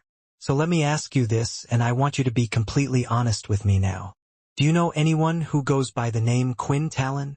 Edvard asked. Mukka placed her finger on her chin for a second, but eventually, she shook her head. I'm sorry, leader, but I have not heard of such a name. If you would like, I can ask the other vampires to make a report and see if anyone knows this name. Mukka asked. No need, Edvard replied. It is just someone that I am interested in. In the last few moments of meeting with the person claiming to be Quinn Talon, Edvard had noticed something right at the end. It was how the former had escaped, and that was also most likely the same way he had entered this office. The man's body seemingly sank into the ground, or more correctly, it descended into the shadows. The Punishers? Could it be a student of Arthur's? Arthur's long-lost disciple? Whatever the case, I look forward to meeting him again because now I have my own questions I would like to ask Quintalon. Edvard thought. The office where Edvard was self-practicing was under repairs, so he was relaxing in his room. While doing so, he looked in his wardrobe for a few new shirts. When he opened it though, he found the whole wardrobe filled with dark leather-type clothing. Something that really wasn't to Edvard's style. He noticed a bright orange shirt in a corner, which he eventually decided to wear instead and switched out his clothes. The vampires should really learn a thing or two about fashion from the humans. Why are all my clothes so dark? After getting his clothes on, Edvard looked at his hands. They had mostly healed up but weren't looking as well as they were this morning. He speculated after an hour or so the wounds would heal, and his hands would be back to normal. We, the originals, have always had a faster self-healing rate than regular vampires. With that strange substance, the green liquid blood, the healing ability got even better, yet my hands haven't yet healed from the encounter against the red aura. Ever since the strange fight with the intruder, Edvard couldn't get the man known as Quinn out of his head. I guess if he was a student of Arthur's, it would make sense for him to stay quiet. Besides, I think there would be quite a few that wouldn't be happy that there is a Punisher around in these parts, but still, why would he claim that he was a king of all things? Closing the bedroom door behind him, it was time for him to leave. Walking toward the exit of the castle, he noticed a beautiful lady waiting for him, Mukka, and along with her was an old man with a goatee beard who went by the name Milner. Mukka nodded at Edvard before placing on her large helmet, covering her entire face, as they left the castle. You have such a pretty face. It is a shame that you have to hide it, Edvard said. After exiting the castle, rather than walking toward the city, they took a path that led them behind the castle. It's better this way. It isn't right for me to attract so much attention. You are our leader who is trying so hard to stand out, Mukka replied. The comment was most certainly about his bright orange shirt and sunglasses, but Edvard didn't care and just laughed it off. You know, I think it's worth just being woken up every 1,000 years or so to see how the world has changed. You know, these shirts were pretty popular back in my time. He chuckled while replying. Milner also smiled, albeit on because of the same reason, because he thought it was impossible. Even during my time, no one would wear such atrocious things. While talking and teasing each other, they finally arrived at their destination. Behind the castles there was a very large joint garden. It was filled with all sorts of different plants, hedges and more, and was beautifully laid out. When building the settlement, they felt it was too beautiful to destroy. Whoever had created such a thing must have put a lot of effort into it. And the strangest thing was how the plantation here was still robust despite the vampires using a special device to block out the sun. Not only did the vampires decide to keep it, but they had decided to make it their meeting place as well. The garden center was paved with stone and surrounded by large hedges. On the stone was a round table with 10 seats, and the other vampires had already arrived, each with 2 other associates. You're late, Edvard, one of the youngest-looking men at the table said. Unlike the others, who were dressed mostly in black, he stood out due to his thin white clothing. The man also had a well-defined jawline and swept-back hair, but let a single strand drop down on his forehead. Did you not hear the news about the state of my castle, Hickel? Edvard replied back as he casually pulled a seat and sat down. Hickel Talon was the current leader of the 4th family. What happened? Was there an attack? One of the others asked.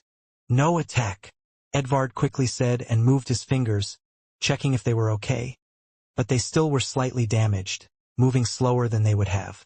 I was testing the new blood that person gave to us. I wanted to see how well it truly improved our abilities, Edvard answered. The liquid is strong. I think everyone would do well to keep it on them if need be for emergencies. The others started to laugh at the table as they heard us. Do you think of us as weak? We are the originals, the ones that created this whole race in the first place. And don't forget that vampires exist even today, which is a sign of our power in itself. But we are not all here, are we? Edvard replied. Where are the other originals? I'm sure you heard the tales that have been told to us by our ancestors, of the constant infighting, laxness being raised back and the troubles they caused. The fact that not every original on this table proves something, that even we can die. There was silence from everyone at the moment until one eventually spoke up. I still think our current state is at its strongest. Unlike before, the originals are more united. On top of that, the past kings, leaders, and the strongest vampires who ruled during our entire time are awake. That person showed us the threat though, Hickel said. We all saw what they could do. I don't think that man was trying to trick us when he gave us this blood. I believe he wishes to see the vampires grow stronger than ever. Hearing this, Edvard had a thought. The person he faced was certainly a vampire, and it didn't look like he had even attempted to use all of his power. If there was a vampire like them on their side, he doubted they needed anything to worry about. Exiting the castle, Quinn had taken Minnie out of the shadow and grabbed his hand as they walked around the settlement. It was safe to say that he was worried. He had caused a commotion and showed his powers, and he was pretty sure that the leader had seen his face. Now there's going to be a manhunt for me all over the settlement. If I'm with Minnie though, no one will suspect a thing, right? I hope I didn't hurt him too much either. Some of these vampire leaders can be pretty unforgiving, Quinn thought. However, the strange thing was there was no panic. The guards didn't seem to be on high alert, and there was no search team as such. And as he walked around, he could hear rumors of how the ninth family leader was just practicing a new set of skills in his room when there was an accident. The news spread far and wide, and many people were talking about it. Is this just what has been spread around to the public now? There isn't one thing about a suspected attacker, which must mean that the Edvard guy hasn't told anyone about it. But why? It wasn't very clear, but for now, Quinn could still walk around most of the settlement with his face covered. He thought it would be easier this way to spot Layla or for her to spot him if they were to run into each other. But what would Quinn do now? Dad, can we go back to the cave? Minnie asked. I'm just worried if Mother goes there looking for Minnie. She will get worried, or blame Minnie for leaving. Shouldn't we have left her a note or something? Quinn thought about it for a while, and since there was nothing he could do now but actively search for Layla, he thought it wasn't such a bad idea. So the two of them started to walk toward the main exit of the settlement. And when they did, before reaching the exit, something that had never happened to Quinn before occurred. A stroke of luck? Good fortune? Maybe after all his troubles, for once, the world wished to reward him because someone was leaving the settlement at the same time, and this person was very familiar to him. Layla! Quinn immediately called out. Quinn had good eyes, and he could easily track things even if they were moving at a fast speed and notice minor differences in people that even they wouldn't perhaps see themselves. Even if Layla was in a crowded place with people walking past and moving about each other, he could have easily spotted her. And now, he did not need to do anything of the sort because he had met the person he was looking for as she exited from the gate. Layla! Quinn called out. Hearing the name being called out, she turned around. The woman was wearing a curved hat obscuring the top of her head. Her hair was parted from the two sides of the hat, and she had fastened a very particular sword around her waist.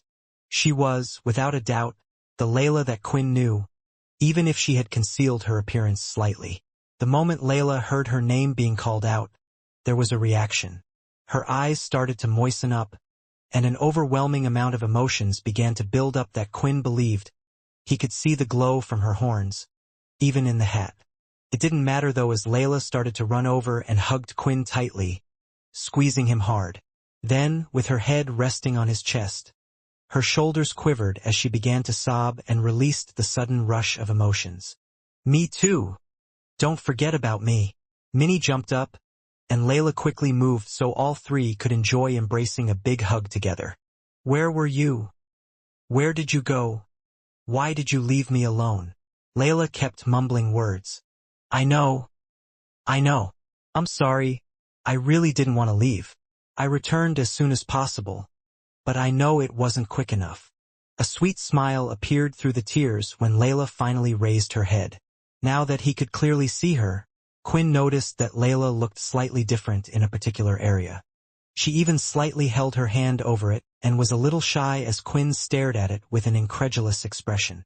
That was because there was a slightly small bump. Seeing this, his hand started to gravitate toward Layla's stomach, and he lightly grazed the top of her stomach. Closing his eyes, he started to sense, trying to discern the energy inside, which was more significant than before. In fact, he could feel a slight outline of what looked like a human fetus or a vampire fetus at least. It's grown so fast, but it's only been about a month, right? Quinn asked. Layla nodded in response. Wait, you knew? Layla thought this would be a pleasant surprise for Quinn when she's reunited with him again.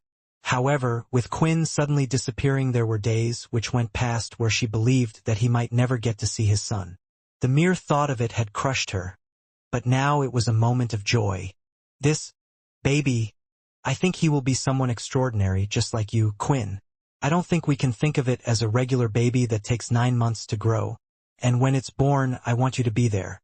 I don't want you to disappear like you did the last time. Quinn wanted that as well, but one of the things he hated doing was making a promise that he couldn't keep, and at the moment he wasn't so sure it was something he could keep any. I will try, Quinn eventually said, which he could see wasn't the answer she was looking for. She shook her head though, and thought it was more important for them to get to the point. Quinn, since you returned, have you noticed anything different around here? Quinn almost laughed. You mean apart from the fact that the 9 castles have new leaders, and everyone has forgotten who you and I are? Nothing is different. I thought. Layla stopped herself there for a few seconds while she was left to think. I thought things might have changed when you returned.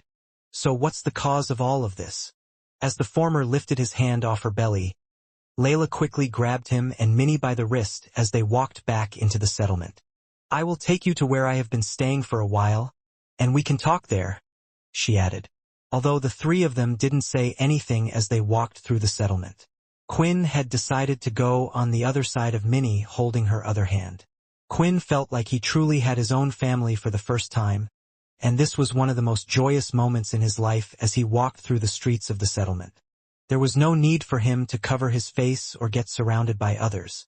At this moment they felt a sense of privacy. It was odd, but they liked it. Eventually, the 3 arrived at an inn in a more quieter part of the settlement. It was away from the busy main marketplace, and few people inside were having a drink. A small bell chimed as they opened the door, and a relatively large yet still gorgeous woman was standing behind the bar. Ah, you have returned, miss. And it looks like you brought back a few guests with you, the inn owner said, but her smile lit up even larger when she saw the handsome man standing next to a child. Is this your husband? I don't think I have ever seen a vampire more handsome than him in my life. Layla was embarrassed, but she still replied, Yes, this is my partner, and this child is our daughter. They have finally arrived from Earth. The inn owner quickly came out from behind the counter and walked up to Quinn to get a closer look at him, then soon went down to Minnie as she pulled her cheeks and patted her. If you ever need a job, I know quite a few that would pay a lot of money for a face and a body like yours. Thank you. I will let you know if I'm ever in need of a job like that, Quinn replied as they walked past the innkeeper and up the stairs heading to their room. Even if you are no longer famous, you can still be quite popular. Layla couldn't help but giggle before explaining herself. I mean, I know you're handsome and all, but since I have known you since our academy days, I still somewhat see you in the same light. Of course, not a kid. Just as Layla was going to open the inn door with her key, Quinn quickly snatched it from her hand and told her to move away. I can smell something. You stay behind me, Quinn said. No, wait, that's Dash. Before Layla could finish the sentence, Quinn opened the door and rushed to the person in the room. He hadn't smelt this since coming here, but he could now because, after a long time, he was smelling a human. Quinn grabbed the person without a second thought as he lifted them into the air. Quinn! Layla shouted. When he had a second look at who this person was, whose face was bulging red, he let go, allowing them to drop to the floor. The man immediately started to cough as he could breathe again. That was extremely rude. After I go ahead and do you a favor, this is how you treat me. The door was closed behind them as Layla and Minnie entered the room. What are you doing here? Quinn asked. The man looked up at Quinn and stood up while brushing his clothes. Don't you remember, you're the one that told me to look after them no matter what. Although in these times it has been challenging. Everyone here has the nose of a bloodhound. Layla went to the man's side, ensuring he was okay, before slapping Quinn on the arm. I know you used to be rash, but I thought you had changed slightly. We need to keep it low while we can. Okay? Anyway. Russ, are you okay? Layla asked. Before his disappearance, Quinn had asked a favor of Russ, who was in his shadow space, to look after Layla, and that request had been kept or, more so, forced Russ to be here. You remember me then? Of course I remember you, Russ replied. My own life is on the line. How? First Minnie, then Layla, and now you remember me, but the vampire settlement can't? What about those on Earth? Logan, Peter, the others, do they all remember me as well? Russ went to have a seat at a table in the room. It was a rectangular table. After getting roughed up by the former, he didn't want to be close to Quinn. I see you haven't informed him of everything yet. Russ glanced at Layla. I thought it would be best to talk here. Layla shrugged. Russ slightly nodded in agreement and then, turning towards Quinn, he exhaled a long breath and said, Quinn, I will tell you everything I know, because it has been one crazy month. After Quinn had suddenly disappeared, everyone was looking for the great hero. News reports were spread by AJ and his stations. Logan had tried to implement a face recognition software in his city and others that would identify his face if they saw it. But there was nothing. The world felt like they had lost someone great and it had become a great mystery.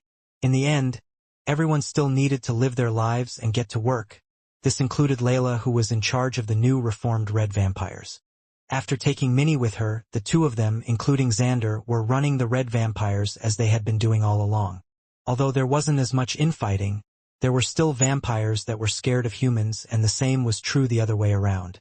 Layla had decided that she would create a place where vampires felt safe, and she was sticking to that goal, but it was hard to keep her mind off a certain somebody, especially since she had felt something in her stomach.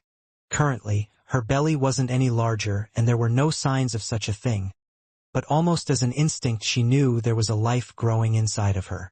As she stood on the balcony of the tower looking out into the settlement, tears started to roll down her cheeks. This baby. Will you grow up to not even know what your father looks like? Layla thought. Mommy, please don't cry. When Mommy cries, it makes Minnie want to cry as well, Minnie said, as she started to sulk and walk over to Layla. Seeing this, she picked up Minnie and held her tight in her arms. The two of them hadn't known each other long. They hadn't spent much time with each other. But they shared a deep love for the same man in their life. They both were deeply saddened by this person who had gone missing. I miss Daddy, Minnie said, as she sniffled. I miss him too, Layla replied. A knock on the door was heard, and both Layla and Minnie quickly wiped their tears away. Minnie had even used her hand to wipe some of the areas on Layla's cheeks that she had missed, and then hopped down as if everything was normal. When the door opened, Minnie could see that it was Uncle Xander at the door, but he wasn't on his own, as there was a beautiful woman standing by his side, Muka. When coming in, the two introduced each other, and Xander served everyone a few drinks, while also standing at the table in the room. I assume there has been no luck on the Quinn front? Muka asked. Layla shook her head. Unfortunately not, and I'm guessing it is the same for you with the vampire tombs? Muka shook her head and both women sighed at the same time. Actually, the reason why I came here today was to speak to you. Muka took a sip from her drink and gently placed it down. I have a feeling that during my time I might never find the tombs, but I do believe they will be found one at a time somewhere out there. Just as I was woken up, and the same with the blood fairy Alex. Which is why I wanted to do something for our ancestors if they ever did wake up. Layla was all ears, as the tone from Muka's voice was quite serious. This place reminds me of the vampire settlement quite a bit. Perhaps that was due to Laxmus's involvement. However, living in a mountain, I don't think it is a life for the vampires to have. The vampires, in a time where Quinn had fought for their freedom, I think should be outside. Although the vampires have places such as the Greylash planets and the Vampire Core, I believe that a place like this is still needed. I wish for the settlement to be rebuilt on the Daisy planet, where it was once before, Muka suggested. With this, I want the place to be well known, and slowly we can introduce it back into the society of others when they are ready. At the same time, if the vampires out there are woken up, they will be able to find a place that is recognizable and well known. I'm not asking you to do this on your own. I will be by your side as we do this together. The old vampires, if woken up, won't understand this new world and will need to be slowly introduced to it, and I think we can make the perfect place for them. I think, once I have built a place for all vampires, I will feel like I can rest in peace knowing that they have somewhere they can be. Layla didn't think it was a horrible idea. At the moment, getting supplies to a place like this was a hard thing to do. If they became a society of some sorts, went to another planet, then maybe they could even trade for resources and do better for their lives. It was just, she had been so focused on Quinn, that she didn't even have time to think about what to do with the current settlement. I think that is a good idea, Xander added in. There were problems with the old settlement, making vampires' worthiness be dictated by their strength, splitting them by their families and so on. I think we can improve on the last settlement. And slowly as they come and go, we can open up to the human planets. With that said, Layla felt like she had no choice but to agree. The vampires were asked if they wished to leave to build a new home. The idea was explained to them and the majority thought that it would be good for them all. The vampires were transported to the Daisy planet, and where the old settlement once was, they started to rebuild it. In a similar manner to how it once was. A castle was built as well, however only a single one had been made. Honestly, Layla didn't even want that, but the people insisted. They saw her as their leader and wished for her to live in a grand and lavish place. They wanted her to lead them of all people. Things were going well for the red vampires, and Layla had kept in contact with Logan mostly out of everyone to talk about Quinn on certain days and to see how Earth was doing. There was a lot to do on his end as well, as he was trying to mend the relationship between the two parties, those that supported Pure and those that supported the Greens. Thankfully, Chris managed to play a big part in bringing both groups together. Once again, Layla was left in the castle's main room looking out of the settlement on her balcony. Minnie was busy exploring the place, as she had been given quite a lot of freedom in the new settlement. Not many vampires would be able to take her on in the first place, which was why Layla wasn't too worried about her, as things were going well at the moment until a large ringing was felt in Layla's head. It was painful and her horns began to ring, and not only was it happening to her, but it seemed like the whole settlement was being affected. She could see a strange fog covering all of the vampires in the settlement. She could tell that they were all in pain, and she could hear it as well. "Ah!" Layla fell to her knees, and at that moment, a sudden voice entered her mind. "I promised I would protect you, so I guess it's time to do my job." The voice, it was one Layla had heard before. The special sword that once had the marking of Immortality but now had Quinn's marking instead. On top of that, it had the ability to negate any ability, power, effect, anything that touched the sword. The energy from the weapon was spreading all over her at the moment, and the pain had suddenly disappeared from her head. When standing up, she looked down, and could see that the fog of pain was disappearing, and the sounds were dwindling as well. What was that? Was it some type of ability? I need to see if things are okay. Layla rushed out of the room, and as she did, she immediately started to look for where Minnie could be. Instead, she had run into Muka. "Layla, are you okay? It looks like something happened to everyone," Muka said. "Yeah, I'm fine," Layla replied. "The sword. Even now, it looks like Quinn is helping me." "Quinn? Is that the name you have given your sword?" Muka asked. At first, Layla thought it was an off-comment made by Muka. Perhaps it was meant as a joke. But from the time the two had known each other, Muka had never cracked a joke, especially something like this. Another thing was she knew how important Quinn was to the latter, which was the main reason why Layla was taken aback. After all, to her, to even think about making a joke like that in the current situation was not only bewildering and confusing, it was heartbreaking as well. "Come on, Muka." Quinn hasn't been gone that long for you to have forgotten about him? Layla asked. I have seen the sword by your side for a long time, but I have never heard you say its name before. Mukka stared at the sword for some time before giving a shrug and adding, Regardless, I think we should go ahead and check on the vampires to see if they are okay. Layla decided to put a pin on the matter and headed outside the castle to check on the vampires. It looked like everyone was fine, and all of them were talking about the headache they had experienced. When seeing Layla, many of them had forgotten what had happened as they turned towards her. Layla, are you okay? She's always been so caring, checking on us rather than thinking about herself.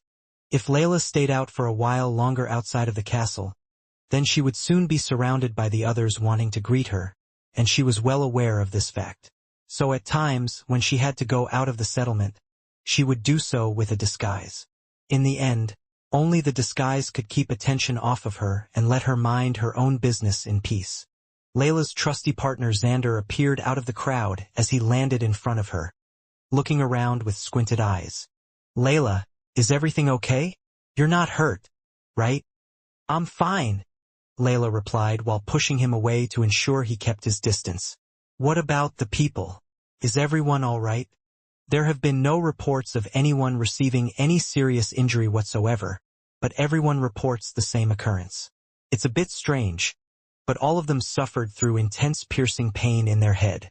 Since no one seemed to be hurt, it was best to ignore the situation at least for now or to not worry about it too much, but Layla was concerned about one thing, whether strange things had occurred not just here but in other areas as well. Is Minnie outside? Layla asked. The last time I saw her, she was heading back into the castle. She looked all right, Xander replied, reassuring her. Layla nodded. I will go to her. Xander shrugged. I will accompany you. Waving goodbye to the people, Layla headed back inside with Xander, and while doing so, there was still something bugging her. A strange thought at the back of her mind. Quinn Talon, Layla suddenly said, using his full name just to be sure. Have there been any reports or sightings of him at all? Quinn Talon. Xander repeated the name. I'm sorry, but did you ask me to look for such a person? Layla had stopped dead in her tracks. Her heart started to beat louder. This was impossible. Turning her head, she looked Xander straight in the eye. Are you playing a joke with me right now, Xander? Please say you are playing a joke right now, Layla asked. Quinn Talon, the Vampire King, the one who saved us from the Dalki, the one that helped us 1,000,000 times. The one Layla's shoulder quivered. She fell on her knees as a thought of what was happening around her flashed in her mind. Layla, I'm so sorry, Xander said as he went to her side. Usually, I don't forget things, but if such a being had done all these things, don't you think I would know? Besides, I think you got all your facts wrong. After the first few words, Layla didn't hear what Xander said. One might have been a coincidence, but for two people close to her to completely forget such a person right after a strange ring, it made her a good idea of what that ring had done. Waving off Xander, Layla wanted to speak to others at this moment in time, those that would know Quinn Talon. She asked the staff working cleaning the castle about him, but they all shook their heads. As Layla asked more people in the castle, she started to wonder if she was the one who was crazy. Had she made up everything in her head? But no, that was impossible because of what was inside her and the sword to her right. Layla noticed a few shadows when walking through the hallways, and eventually, a small Minnie was there. Layla's eyes lit up as there was hope. Surely this person could never forget Quinn Talon. Minnie, you know who your dad is, right? You remember your dad, right? Layla asked as she grabbed both of her shoulders. Of course, I remember Dad, Minnie said. Is he back?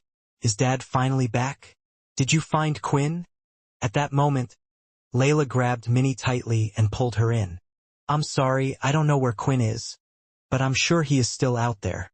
As long as we never forget about him, I'm sure he will return to us. Trying to figure out what happened, Layla decided to head to their international bay in the castle.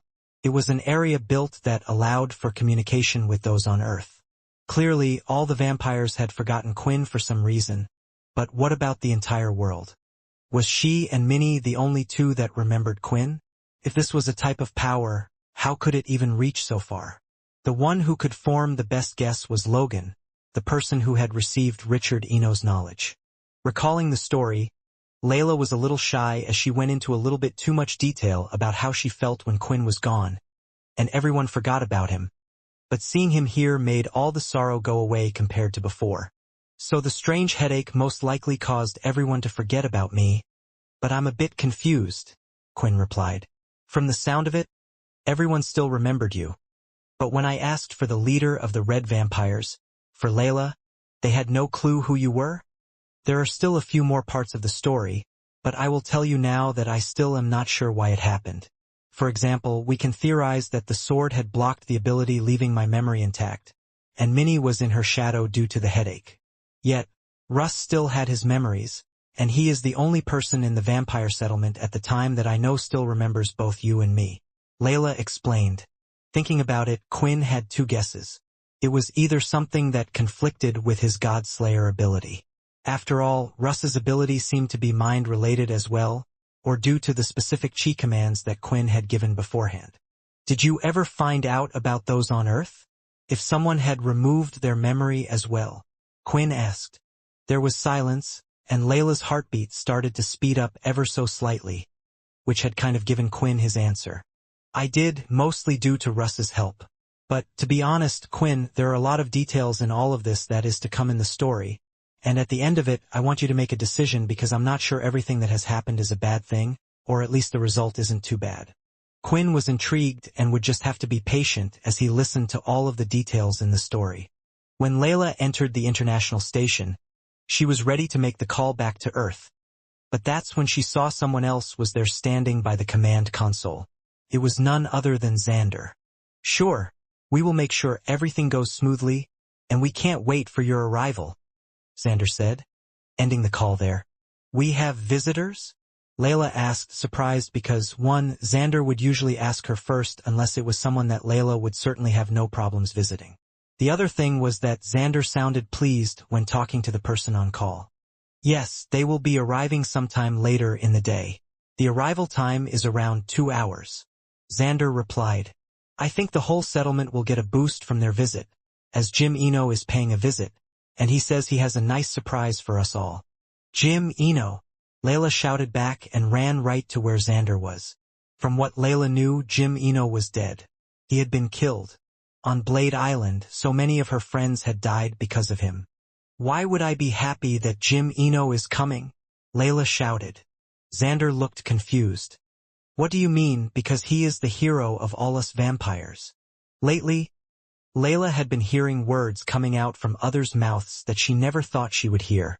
She was drawing a blank, but quickly realized that in the current situation that she might be the strange one, and if she was to continue acting a certain way, she might start to worry others as well. So she decided to keep a straight face. From what she could remember, Jim Eno had been killed. Although there was the instance where there were multiple clones of him on the Dalky-made planet as well. Still, it was assumed that the real one was dead. However, the world never really came to know who Jim really was. A great mind that was related to Vincent and Richard, and Eno who had the ability of equivalent exchange and the person behind the creation of the Dalky in the first place. Being cautious, Layla did decide to push Xander on certain thoughts, asking him questions in a certain manner that wouldn't be so suspicious, trying to bring up good memories of the past without mentioning Quinn's name, and that's when she realized, Quinn. Not only has he been forgotten by everyone in the settlement, all of his deeds, everything he had done had been replaced by Jim Eno. The vampires now see him the same way as they saw Quinn. The fury was hard to keep down, and Layla's horns were reacting to it, which caused Xander to back off. He could tell that she was furious because of this, but had no clue why. How could anyone believe him, of all people, was a hero? All the hard work Quinn did is now forgotten. The people that died helping Quinn. It's just wrong. She screamed in her head. But how could Jim even do this? Even if he had his old powers, something like this isn't possible, right? And to think that, if I didn't have the sword, if it hadn't used its powers to protect me, then I too would have forgotten about Quinn, and I would have thought that damn Jim was the one that saved us. Just thinking about it was making Layla so angry that it was starting to make her feel sick. She felt like, if Jim was right in front of her, she wouldn't be able to hold her tongue or actions and would attempt to attack him right on the spot. "You said he would be here in a few hours, right?" Layla asked, to which Xander nodded, and before he could say anything else, she was already out of the room. Heading to her room, she quickly found Minnie and told her to come along. On top of that, some supplies were brought along as well. After that, with a large sack on her back, Minnie and Layla had decided to leave the settlement and find a nice place for Minnie to hide. "Minnie, I can't really explain much to you now, but there is most likely going to be some big trouble. I don't know how long I will be, but I need you to stay put and stay hiding, okay?" "Mommy, Minnie is strong. I can help you as well," Minnie said, as she showed her talents, running ahead, climbing on some trees, and quickly landing on the floor and shooting off again. She certainly was a talented vampire. One that would be able to face the old leaders. She had that much power and talent. "Minnie, I understand you are very strong. In a lot of cases, I think you may be stronger than me," Layla explained. "However, you are the only link with your father at the moment. If he comes back, the first person that he's going to go to is you, through your shadow powers. So no matter what, you need to stay safe." After finding a safe location, Layla looked around the area to try and remember where she had left Minnie, and at the same time, due to her over-worrying nature, she believed that she might have not provided enough supplies or food for Minnie. Rushing back, as soon as Layla got there, she headed back with more supplies and gave a big kiss to Minnie on the forehead, saying that she would be back. When Layla returned to the settlement this time, she had brought along a cloak as well as a hat with her. The cloak covered the top half of her face, having slits that allowed her to see. There were also holes in the cloak for her horns to stick out of, which was what the hat was for. This was a disguise that Layla regularly used when she wanted to get out of the settlement and not be seen. This time, she wanted to enter it unknown. "I don't know what is going to happen when Jim arrives, but if they all think of him as Quinn, they will be treating him as a hero.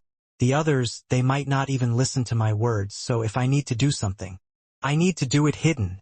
Inside the settlement, Xander had already made everyone aware of the arrival of the great hero, Jim Eno. Many were pleased that he would be paying a visit, wished to see him and thank him personally for everything he had done. That was why, when they could see a relatively large vessel approaching the planet in the distance, the vampires started to point and gossip in excitement. A landing area had been created for ships that was off to the side of the main castle. At the back was a relatively large garden, full of life and plants, which neither Mukka nor Layla wanted to destroy and had left in place. It was where a large tablet once used to be as well. When the ship landed, Mukka and Xander were standing side by side, as they waited and were ready to greet the guest. "Where is Layla? I thought she would have been the first person to be here?" Mukka asked. "She has been feeling unwell recently. She said to not worry about her, and to continue running things without her for now," Xander replied. When the ship finally landed, a ramp descended from the ship, and coming out from it was Jim Eno, a vampire who looked to be in his mid-30s, with a black stubble around his face, neatly cut, which matched his hairstyle that was stuck upright and off to the side slightly. He was also wearing finely crafted clothes as he walked down the ramp. The other vampires had been cordoned off, so they were unable to head to the ship docking area. They had been ordered not to get too close, but some could spot him and started to shout as they saw his face. "This is a great welcome," Jim said, with a smile so wide that the sides of his mouth almost touched his cheeks. "It is good to see you again, Jim. Thank you for coming here," Mukka said, as she bowed down and lifted her head, and Xander had done the same. "It looks like the place has been rebuilt, but it looks quite different from the last time," Jim stated. "It is a shame that it is not as great and large as the past." "Yes," Mukka replied. "Yes, we talked over it with Layla, and we decided for the place not to be the same as before. There is no king or separate families. We hope it's to your liking." As soon as Jim heard those words, his face had dropped. The smile was wiped away from it. He only knew so much about this place, from the others, but it had drastically changed. And who was this Layla person in the first place? "Worry not. I will make this place great again," In fact, I will make it even greater than it once was before. I have a gift for you all. On board the ship, I have done a great task once again, and I have found the tombs of our ancestors. We shall wake them up, and with it, we will recreate the strongest vampire society that has ever existed. Jim stated as he smiled to himself. Right by the ramp toward the back, there was what looked like a young human. A young adult that seemed to be around 21 years of age, and had slightly tan skin, which was strange for a vampire, but that was because the boy wasn't a vampire at all. He was the human named Malik. Both Xander and Mukka were invited onto the large ship to have a look at the tombs that were currently present. While on board the ship, they noticed a few things. For one, some vampires wore a mask covering most of their faces. It was quite strange, but they first chose to observe the situation. There were slots for their eyes to show, and the mask was completely black with two pointed ears similar to bats. From their smell, it was clear they were all vampires, but Mukka wondered why all of them had concealed their faces. Mukka wanted to ask, but she wouldn't dare ask a question that would offend or put the great hero in an awkward situation. The ship was also quite grand, with different hallways and sealed doors. It was almost similar to any vampire castle. Eventually, they entered the under compartment of the giant spaceship, and here they found all of the chambers of the past vampires in perfect condition. As I said, I hadn't been doing anything. Rather, I was busy searching everywhere for these tombs, and they were spread all over the place. I have no idea why and how it happened, but I believe perhaps it has something to do with that damper. Jim added, either way, we will be waking up the leaders individually.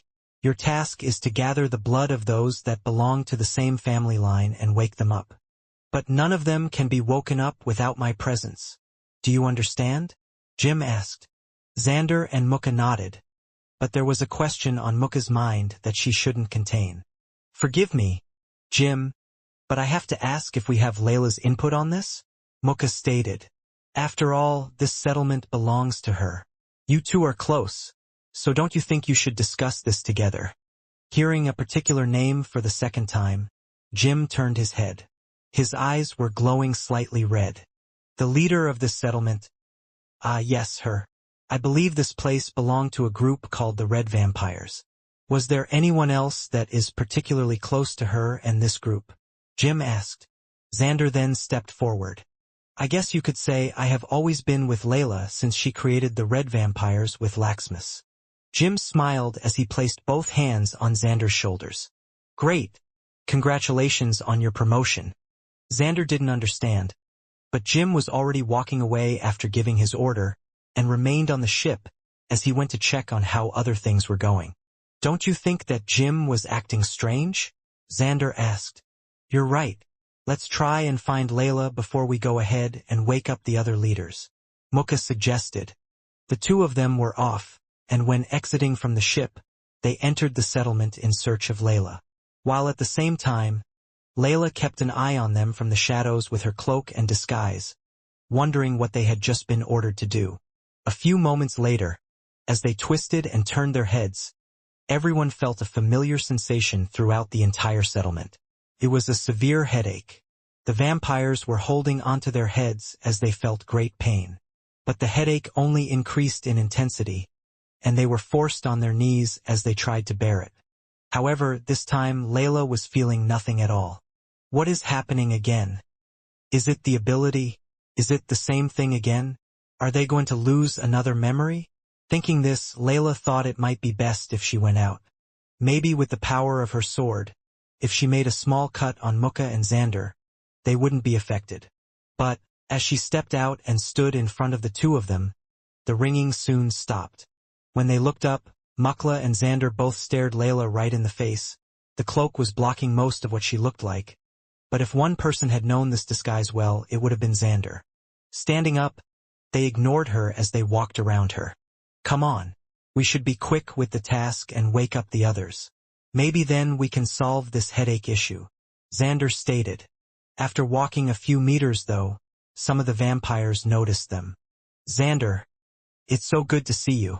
Please take this trinket as an appreciation for helping us. A vampire said. It wasn't just one vampire, but soon many vampires gathered around Xander, bearing him gifts and more. Layla, standing off to the side, had realized what had happened. She pulled her hood down and took off her hat, yet not a single soul went up to her. Everyone had forgotten about Layla, the leader of the red vampires, and now it was Xander who had once led the vampires. Putting her disguise back on, Layla knew what she would do next. I have to confront him. I have to find out what the cause of this is. Particular vampires had soon been gathered and were lined up as they got ready to enter the ship. Those on the inside had been informed.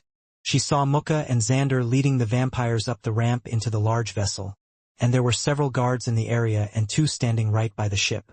With her skills, she could sneak in easily and wait for all of the vampires to walk up the ramp. And when it started to close, she knew it was her chance. So she quickly ran forward and gripped the back of the vampire's neck with the strange mask, breaking it in a single snap.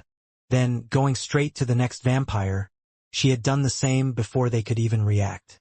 I have taken lives all for the sake of pretending I was a red vampire. But this time I have a lot more to lose, and there's much more on the line. Layla thought about the life that was in her belly. Doing just this was a considerable risk. Layla grabbed 2 vampires with a single hand, leapt up to the ramp just before it closed, and managed to enter the ship. Vampires moved fast, which was to her advantage as the group that had entered was already moving to wherever she needed to go. The good news was with guards on the outside. There didn't seem to be any inside the ramp door. Layla was ready to fight now if she had to, but her time just didn't come. Maybe I can walk around this place if I use their masks. So Layla thought as she pulled it off the body of the guard she had just killed. But seeing the face underneath, she felt the unnerving feeling. This situation was similar to another one once before. Using her telekinesis powers, she pulled the mask off the face of the other vampire, and as she suspected, they were the same. The guards and the strange masks were because all of the vampires on board the ship were clones. Layla took a deep breath and soon stood up. Then, looking back and forth in the hallway, she pulled her sword out, and the markings of 2 wings on it started to glow slightly. I might need your help in this. It's a bit late to ask now, but I was already planning to help you. But be warned, although the side effects of using me aren't as severe as they were before, there still is a limit to how long you can hold the borrowed power I give you. The sword replied. Layla nodded in understanding and then turned her head to the side at the dead guards on the ship again. Well, the bad news is I can't disguise myself as one of them if they all look and sound the same. With them having the same height and everything, it would be a dead giveaway. Layla paused and added, but the good news is, I don't have to feel bad about killing them anymore. From listening to Xander and Mukka's conversation, the vampires they had brought with them, and the questions they asked the vampires, Layla already knew that the tombs were on the ship, and she knew they were planning to wake up all the ancient vampires. If someone could change the memories or remove them, then Jim could easily become not just the hero of vampires in the settlement but make it so he could even control the originals. I have to stop Jim from waking them up. How strong was Jim Eno? If his clones were anything to go by, Layla didn't think she had much to worry about. However, Jim Eno was once classified as a strong vampire, and it had been 1,000 years since she had last seen him. At the same time, he had a great mind, and she was sure he would have multiple tricks up his sleeve to protect himself. Perhaps the Jim Eno that was giving orders here wasn't even the real one, and that was the frightening thing about the person. Which was why she wasn't outright going after Jim Eno, but trying to find out what the trick was to this mind business. Exploring the large ship, she had to wait for the right moments to run across halls as quickly and quietly as she could. With my telekinesis ability, I can float myself over them, and make my footsteps not touch the ground, but it's harder to keep up with my natural speed that way. Layla thought. The annoying thing is, the longer I stay here, the more likely I am to get caught. Rather than continuing to do that, in one of the many halls, Layla had levitated herself to the ceiling and was among the pipes and electric wires that would go through the entire place. It was the safest way for her to travel, but she had no clue where the vampires went, or where they were being hidden. Eventually, she had seen 2 masked vampires walk in a certain direction, and she did her best to follow them from above, until they had finally reached a sealed door. The vampires used their fingerprint to enter the place, which meant one thing, that only Jim Eno could enter into such a place. If I was him, then I bet the tombs are kept in one of these locked-away areas. I could go back and chop one of the fingers off from the other guards. But that would take time, heading back the way I came in, and I don't have that much time. Just as Layla thought of this, she could see that another masked vampire was pressing his finger on the scanner. For a brief second, Layla put her hand out and forced the finger of the man to stay on the scanner for a little longer. After that, Layla quickly floated her body past the door while he was focused on his finger. That was strange.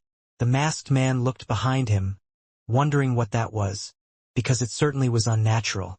When Layla entered through the door, the entire area she was in was strange. For one, everywhere was covered in a strange red light. It looked like she had entered a lab of some sort that was on the spaceship. There were several large cables, electrics, and more, and even more so, there seemed to be a large number of people that were moving in and out, all in their own world, recording their own data as well. Still using her ability to float herself in the air, Layla was trying to delve deeper and follow where these scientists were going. Whether it was to the vampires or not, she wasn't so sure, but maybe it was to something else. That was when she saw it, large tubes filled with a strange liquid, and in the tube itself there were Dalki. Green liquid was being drained from their bodies and entering canisters. Has Jim been creating the Dalki again? If he made them before, then there wouldn't be much to stop him from making them again. Layla thought. But the dragon, it was with Quinn, right? How is there more material to create the Dalki? And why has Jim brought them back to the vampires in the first place? Getting closer, there was something else Layla wanted to check. From the angle she was at, she was unable to see the number of spikes on its back. The Dalki weren't too much of a problem, depending on the strength or level of the Dalki at the moment. I need to see if they're alive as well, Layla thought as she started to move into position. I thought as much. It looks like there is a rat in here, a loud voice said. Looking down, Layla could tell she had been caught, and although he was wearing the same mask as the others, she instinctively knew that it was the man she had used her ability on. However, she had to leave his finger pressed on the button longer, so he was distracted while she flew through. The masked men were alert to Layla's current location, but none of them started to attack just yet, because if they did, they were worried they would destroy parts of their precious lab. I see. Well, if I can't stop the originals from coming back, then I can at least destroy their equipment, Layla thought as she jumped down on the ground. As she did, she swung her sword, slicing the head off two of the vampires. Then, running forward, flames started to gather in her mouth and a ball of fire could be seen between her fangs. When she was in front of the large console, she tilted her head back and huffed out the fire. With the fire, if it spread around the lab, then it would be able to do quite a bit of destruction. But as the breath left her mouth, a large figure was seen standing in front of the console. The figure was covered in flames, and soon with a clap of its hands, all of the flames had disappeared, turning into nothing. Now right in front of her, Layla could see that it wasn't just anybody, but it was a Dalki, and a 6-spike Dalki at that. This thing, it's at a level higher than Slicer, but I have grown a lot since then. I have grown since becoming the leader of the Red Vampires. I am not the same as before. A fist from the Dalki was thrown out, and Layla's fast reactions allowed her to dodge the hit as she was ready to swing the sword. But a strong gust of wind had hit her in the stomach soon after, sending her flying back. Before she had crashed into the wall where she had entered from, she began to use her telekinesis ability to slow herself down. She wasn't hurt as her second stage chi did well to block any damage, but she was left confused. What was that? His attack missed, but something else hit me. It's almost like it had an ability, but how? The Dalki can't learn abilities. At that moment, it wasn't just one Dalki though. Landing right by the other side was another 6-spike Dalki. All of the vampires, Layla could sense their emotions. They were smiling underneath the mask of theirs. Jim Eno, what have you done? What have you been creating? Are you trying to doom the whole world again? Layla thought. Thankfully, her hat and disguise was still covering most of her face, only showing her mouth. All staff have been alerted of your presence on this ship, one of the masked men said. And on this ship there are more than just these two Dalki. I know you might be strong enough and brave enough to enter this ship, but this will soon be your grave." As soon as the masked vampire finished those words, the sound of the doors opening behind her were heard. Why did one have to go into one of the most dangerous places there is, of all places? A male's voice was heard, holding on to one of the masked men and his hands. As he dropped him, the masked vampire fell to the floor, and stepping forward was a long-haired blonde human. Looking at him, Layla hadn't seen him in person but knew of him because at one point he was a very prominent figure. "Russ," Layla mumbled. "I don't want to be here, but I have to be. Don't worry, I'm sure you have a strong image of a certain someone in your mind. With him, it will be easy to get out of this place." Russ smiled. With 2 six-spike Dalki and a ship full of possible enemies, Russ didn't like his chances in a situation like this, especially since he had already tried to enter silently, but the vampires could smell him. Even if he tried to hide, they would surely sniff him out. However, he was thankful that Layla, the one he had been asked to protect, would indeed have a good image of one of the strongest people he had ever met. "All I need to do is summon him, and we can get out of here." So Russ thought as he reached his hand towards her head and activated his ability. Both of the Dalki at that moment charged forward from their spots, even hitting some of the masked vampires in the way. They didn't care if they were severely hurt or not. Seeing this, a large current seemed to be speeding up both of their movements, confirming a lot of Layla's thoughts that these Dalki had abilities. "If you came here to help, then do something," Layla shouted as the marking on the sword lit up.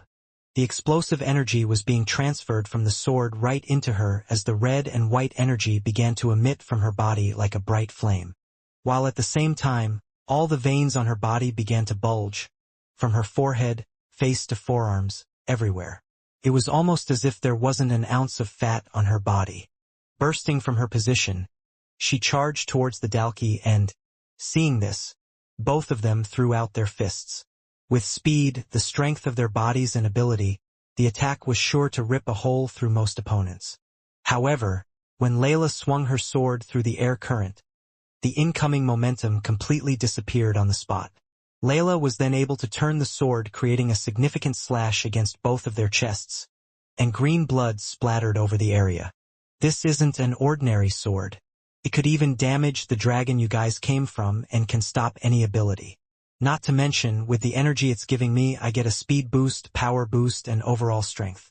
As long as I'm faster than them, I can do this." Layla swung her sword a few more times, making cuts on their body, but none of them seemed deep enough to do real damage. But while fighting, a thought flashed in her head. What if, right now, the 2 Dalki were getting hurt on purpose? After all, getting injured would normally allow them to get stronger.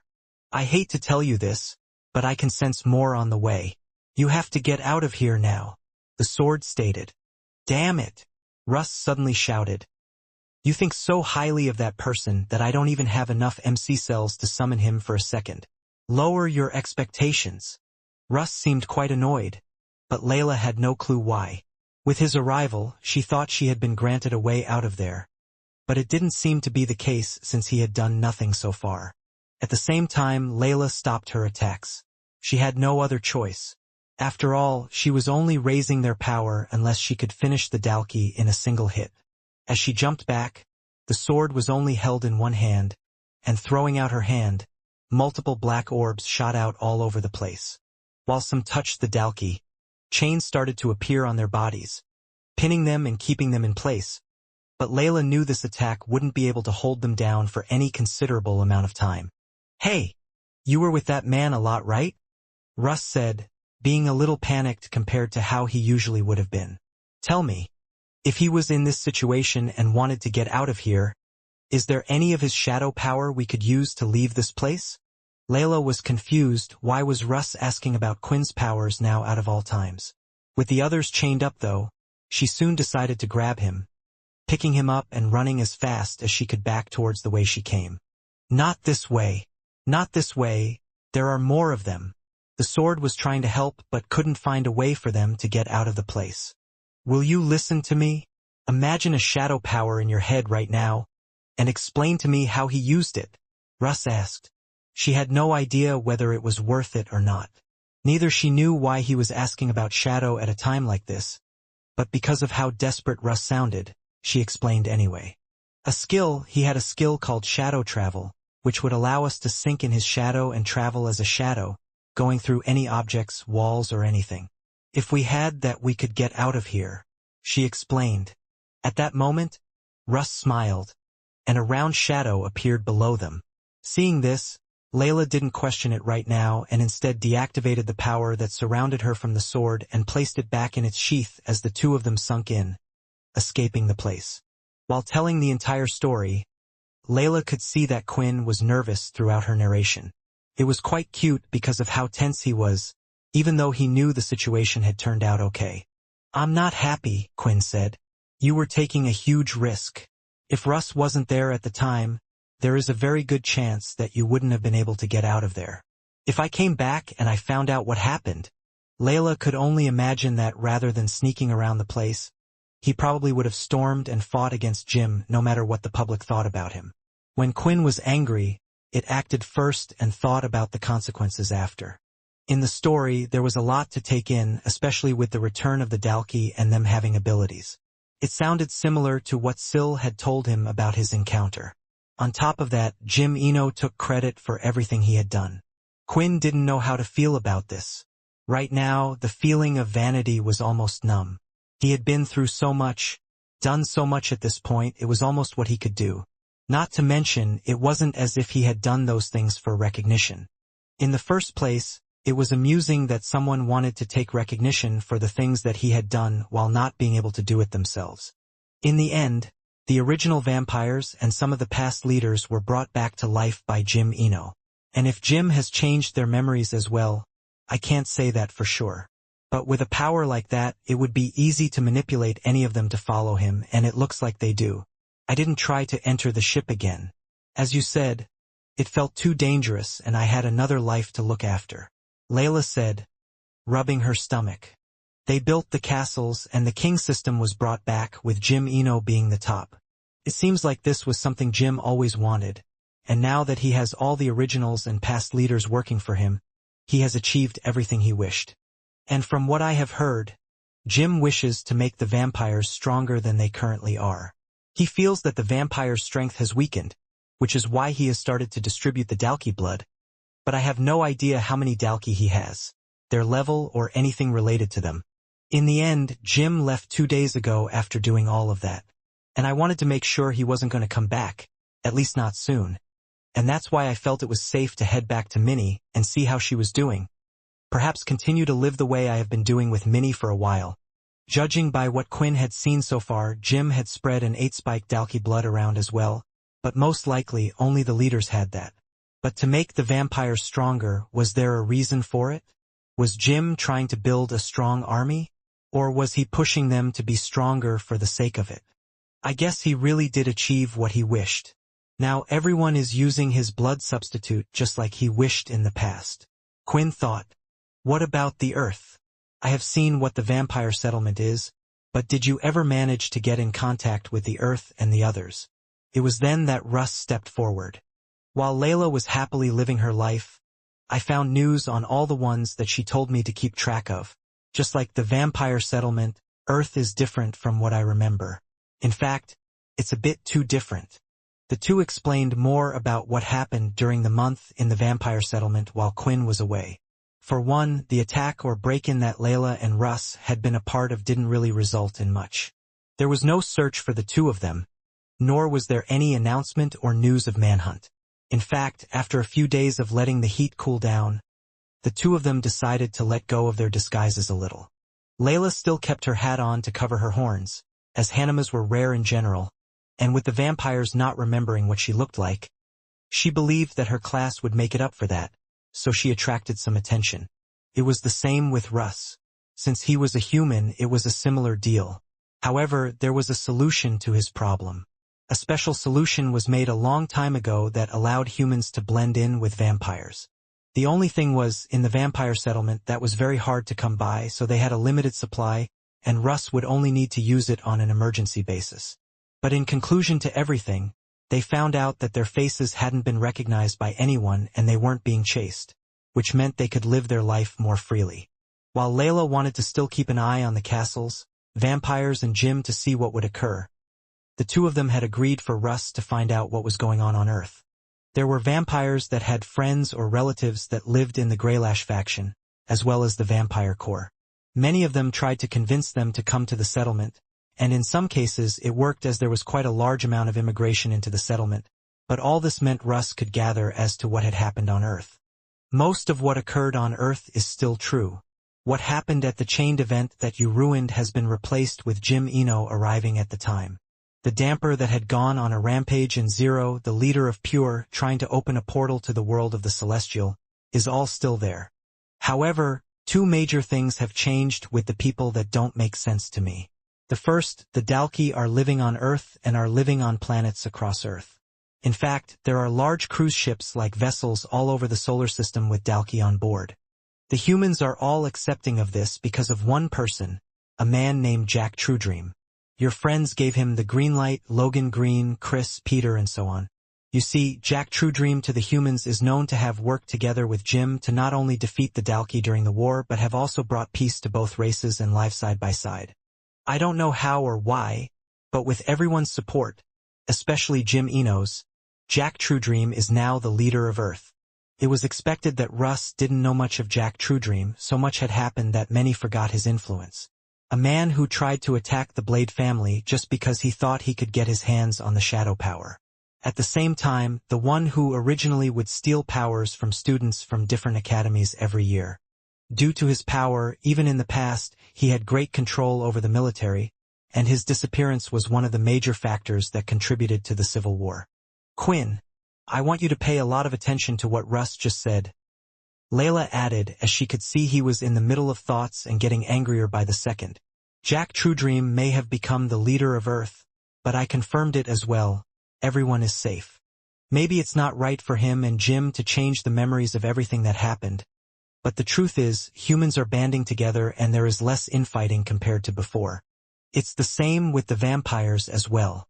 In a way, because they all see Jim as a hero, all of the vampires, including the leaders, listen to what he says, and due to there being one direction, the vampires are happy as well. Thinking about it, both Jim and Truedream wanted to be leaders, and they have managed to become leaders without spilling blood and changing everyone's views. The sad part was, it was after Quinn had cleared all of the troubles, and now everyone had forgotten his name. But, if Quinn were to fight against them now to disrupt the peace and fight against what everyone believed was heroes and take them out just because people didn't know who he was, it would be an incredibly selfish thing to do, or worse, infighting could break out and the lives of others would be in freefall once again. It looks like the Celestials have stuck to their promise as well and haven't gotten involved. If I lay low, then I can just live my life. Quinn thought. There were still others he didn't know were okay. What about Vincent? What about Sam, who was meant to be with Bliss? What about both of them? Vincent had said he had lived a full life a long time ago, but Sam? Well, there is one group, and I'll be honest, I'm not too pleased about this myself. There has been no sign or word about the Blade family. Russ explained. What about the memories of them? Quinn asked. People still remember them, but in the first place, the Blade family had become mercenaries of the galaxy, taking on troubles and tasks by being hired, and one day, they just suddenly vanished. There was no doubt in Quinn's mind that most likely this had something to do with Truedream. He would have the biggest grudge against the Blade family, and if Syl returned, that would be devastating for him as well. For a second, Quinn felt Layla grab one of his hands with both of hers and place it on top of her belly. Quinn, I don't want you to miss the birth of your child. I really mean that. I know you care about your friends, but everything is peaceful right now.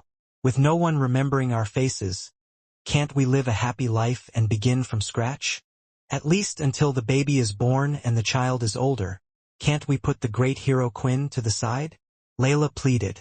The Dalki weren't causing trouble, the vampires weren't causing trouble, the Celestials were minding their own business, and the humans were developing themselves and working with the Dalki of all things. How important was it for the people to know the truth? And for Quinn to get revenge on those that had been hurt? His fist was tightening as he asked himself this question. He wanted to just punch the head off both Truedream and Jim. I know you. I'm not asking you to do this forever, Layla said. I'm sure one day the world will need you to act again.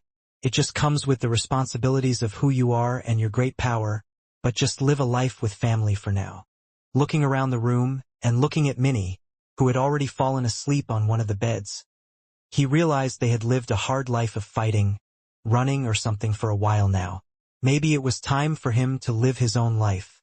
I want to see my baby be born as well. Quinn smiled. It will work out. Layla smiled.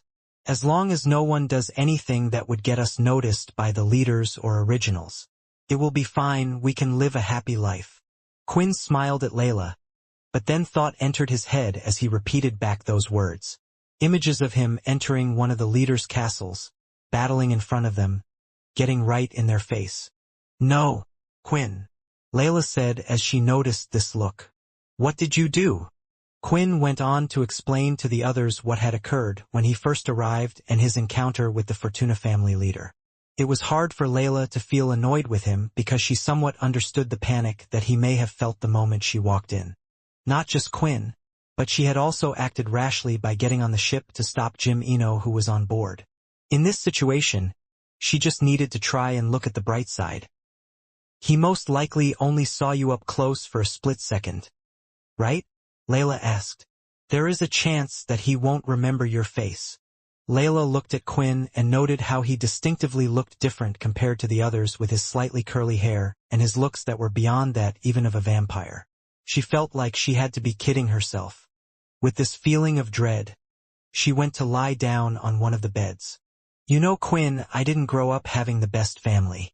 I didn't know who my father was, and as for my mother, she never treated me like a mother till the very end, and I had to watch her die as she saved my life. For our family, I want it to be a happy place, where they are raised by their mother and father. It seems so simple. Layla started to choke up. But at the same time, why does it seem so hard? Quinn soon walked over to her and laid down on the bed next to her. Tilting his head, he looked toward her. I'll try, Quinn said. Just like with everything I have done so far, I will try my best.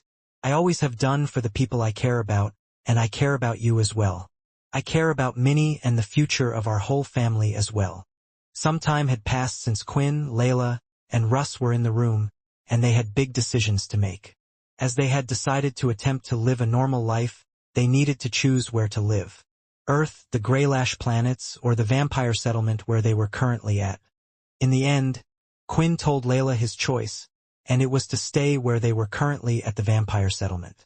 This was why Quinn was currently out on the streets again. Though this time he was alone as he had a goal in mind. He told Layla the reason for picking the place was due to it being the safest area, one that would be away from most trouble, but that wasn't the truth. With time passing, of course, Quinn knew that this nag would grow in the back of his mind. He had the power to do things, to change the way things were, and to fight against those who did him and his friends wrong.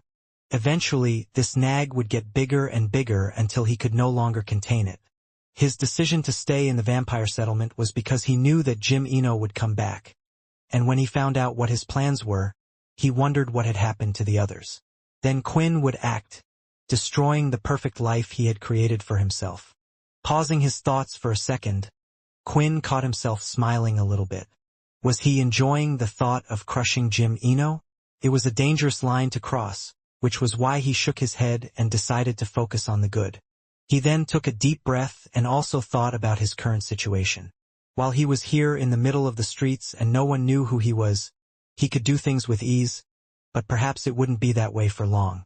After making a decision, Layla brought up a point. If they were to live in the vampire society, then they needed to blend in like everyone else.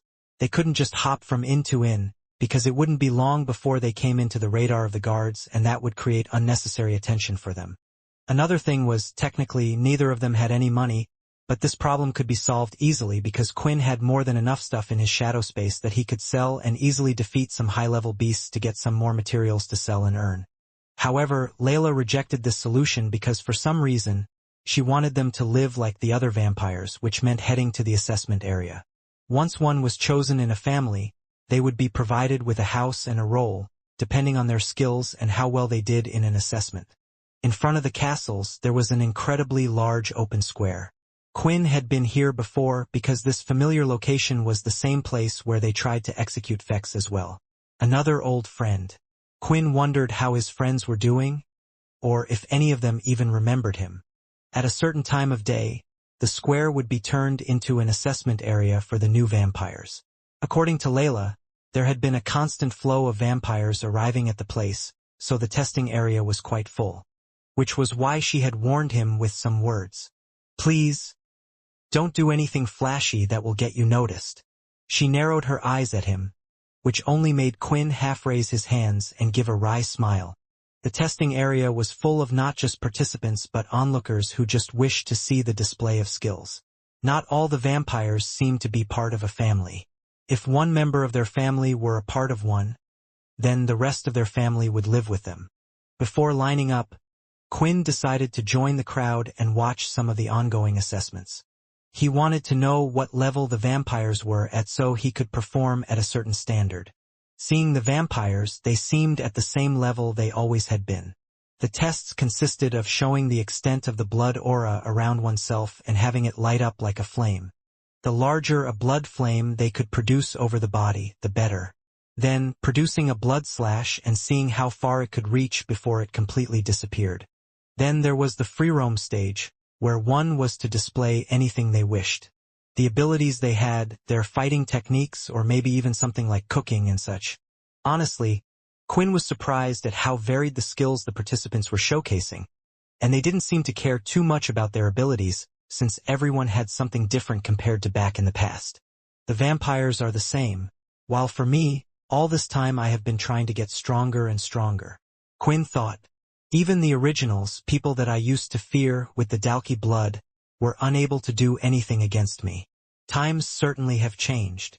After watching enough participants take part, Quinn felt like he had an idea of the strength needed to not get noticed yet be offered a position in a family. What Quinn found interesting about the whole thing was that after the assessment was done, the judges from each family would raise their hands if they were interested in taking the person in. It was then up to the person to decide which family they wanted to join. Quinn didn't particularly care too much and got in line with the other participants. The vampires were called forward one by one. He could tell that some of the other vampires were nervous as they stood there, wanting to make sure they did their best. He even saw one of the vampires before their assessment taking a chug of a certain drink from a canister. Using his inspect skill, Quinn knew it was Dalki blood. As he got up on stage, he was impressed with the display of powers, and most of the judges raised their hands, wanting to hire the vampire. I can't blame one for wanting to do well at something like this. Next, a voice called, and it was Quinn's turn. He stood in the spot at the same place as where the others had before him, and the first test was the blood aura flames. He wasn't worried. He had great control over his aura. In fact, after learning chi and more, he had learnt even to suppress his scent and more. So the other vampires wouldn't get suspicious of what he was. In the first place, he wasn't really sure if he still smelt like a vampire lord or something else. I wonder if it's a boy. What should I name him, Bin? Haha. No, that's silly. And what would I do if it's a girl? Quinn thought. Wait, another voice called out. In the middle of his thoughts, Quinn wondered if he had done anything wrong. But he hadn't activated his aura at all. When he looked at whose voice it was though, he could see a man in an orange top and sunglasses on his head. I will take that vampire into our family, Edvard suggested. I like the look in his eyes. Being an original and being the leader of one of the 9 vampire families, Edvard had spent a lot of his time awake in the castle. At the same time, he had been called to countless meetings between the others. Seeing them really didn't put the nicest smile on his face, as he also never had the fondest memories of them. After learning what had happened to the others though, the originals seemed more inclined to fall in line. However, it had been a strange day for Edvard to say the least. In the last month or so that he had been awake, the most interesting thing had happened to him. Because of it, he felt restless in his castle, and in the end he had decided to leave and walk in the streets. Due to his particular choice in clothing and style, he was easy to spot. In a lot of cases, it was safe to say that Edvard was one of the more well-known originals. So being out for a few seconds would bring a lot of attention to him, but today he just felt like he had to. which was why he had been brought to a particular place, to the vampire assessments. He had come here thinking that there might be a chance to meet a particular person, but he didn't count on it as he imagined the chances were low. Yet here he was. "I guess my luck is going well today." Edvard smiled. "It's Sir Fortuna," the judges said, as they stood up from their seats and started to bow down. The rest of the public that was watching had bowed down, and was ready to get on their knees in front of the original. "Please don't. That's an order," Edvard said in a normal voice, but it carried to everyone relatively easy. "I rarely come out, and this is part of the reason why. I would much rather you all just act normally, as if I'm not here." The rest of the judges sat down, and tried their best to continue the assessment, and that's when they realized that the person from before was still here. "Ah yes." One of the judges cleared his throat. "The Fortuna family wishes to welcome you into their family. Do you accept?" Quinn hadn't even shown any of his skills, and yet this man had wished to still invite him. In his mind it meant one thing, that Edvard definitely remembered his face. Still, Edvard hadn't made the others aware of what happened. Nor was he acting rash now of all times, which made Quinn think the situation still wasn't as bad as it could be. But he wanted options at least. "Are there not any offers from any of the other families?" Quinn asked with a smile. One of the female judges was tempted to put her hand up after seeing Quinn's smile, but how could she go against an original? All the rest of the judges had the same thought. If Edvard wanted him, then they wouldn't get in the way. Their own leaders would understand. It was unlikely that a vampire was so special that they needed to be brought into their own family at all costs. "Excellent," Edvard clapped. "Well, let's welcome you into the family, and get away from here." Edvard started to walk away, and with a sigh, Quinn thought that it was best if he followed him. As he did, there were a number of thoughts running through his head. He had just promised Layla that they would try to live a normal life, and now this had occurred. Will I have to secretly keep the original in my shadow lock? Or keep him in a cell somewhere? I mean, that could work, right? People would get suspicious for a while, but they would soon forget about it, right? Close to the 9th castle, Edvard had entered a shop. When Quinn followed, he was surprised to see that everyone was starting to leave the shop. This included the ones that worked there as well.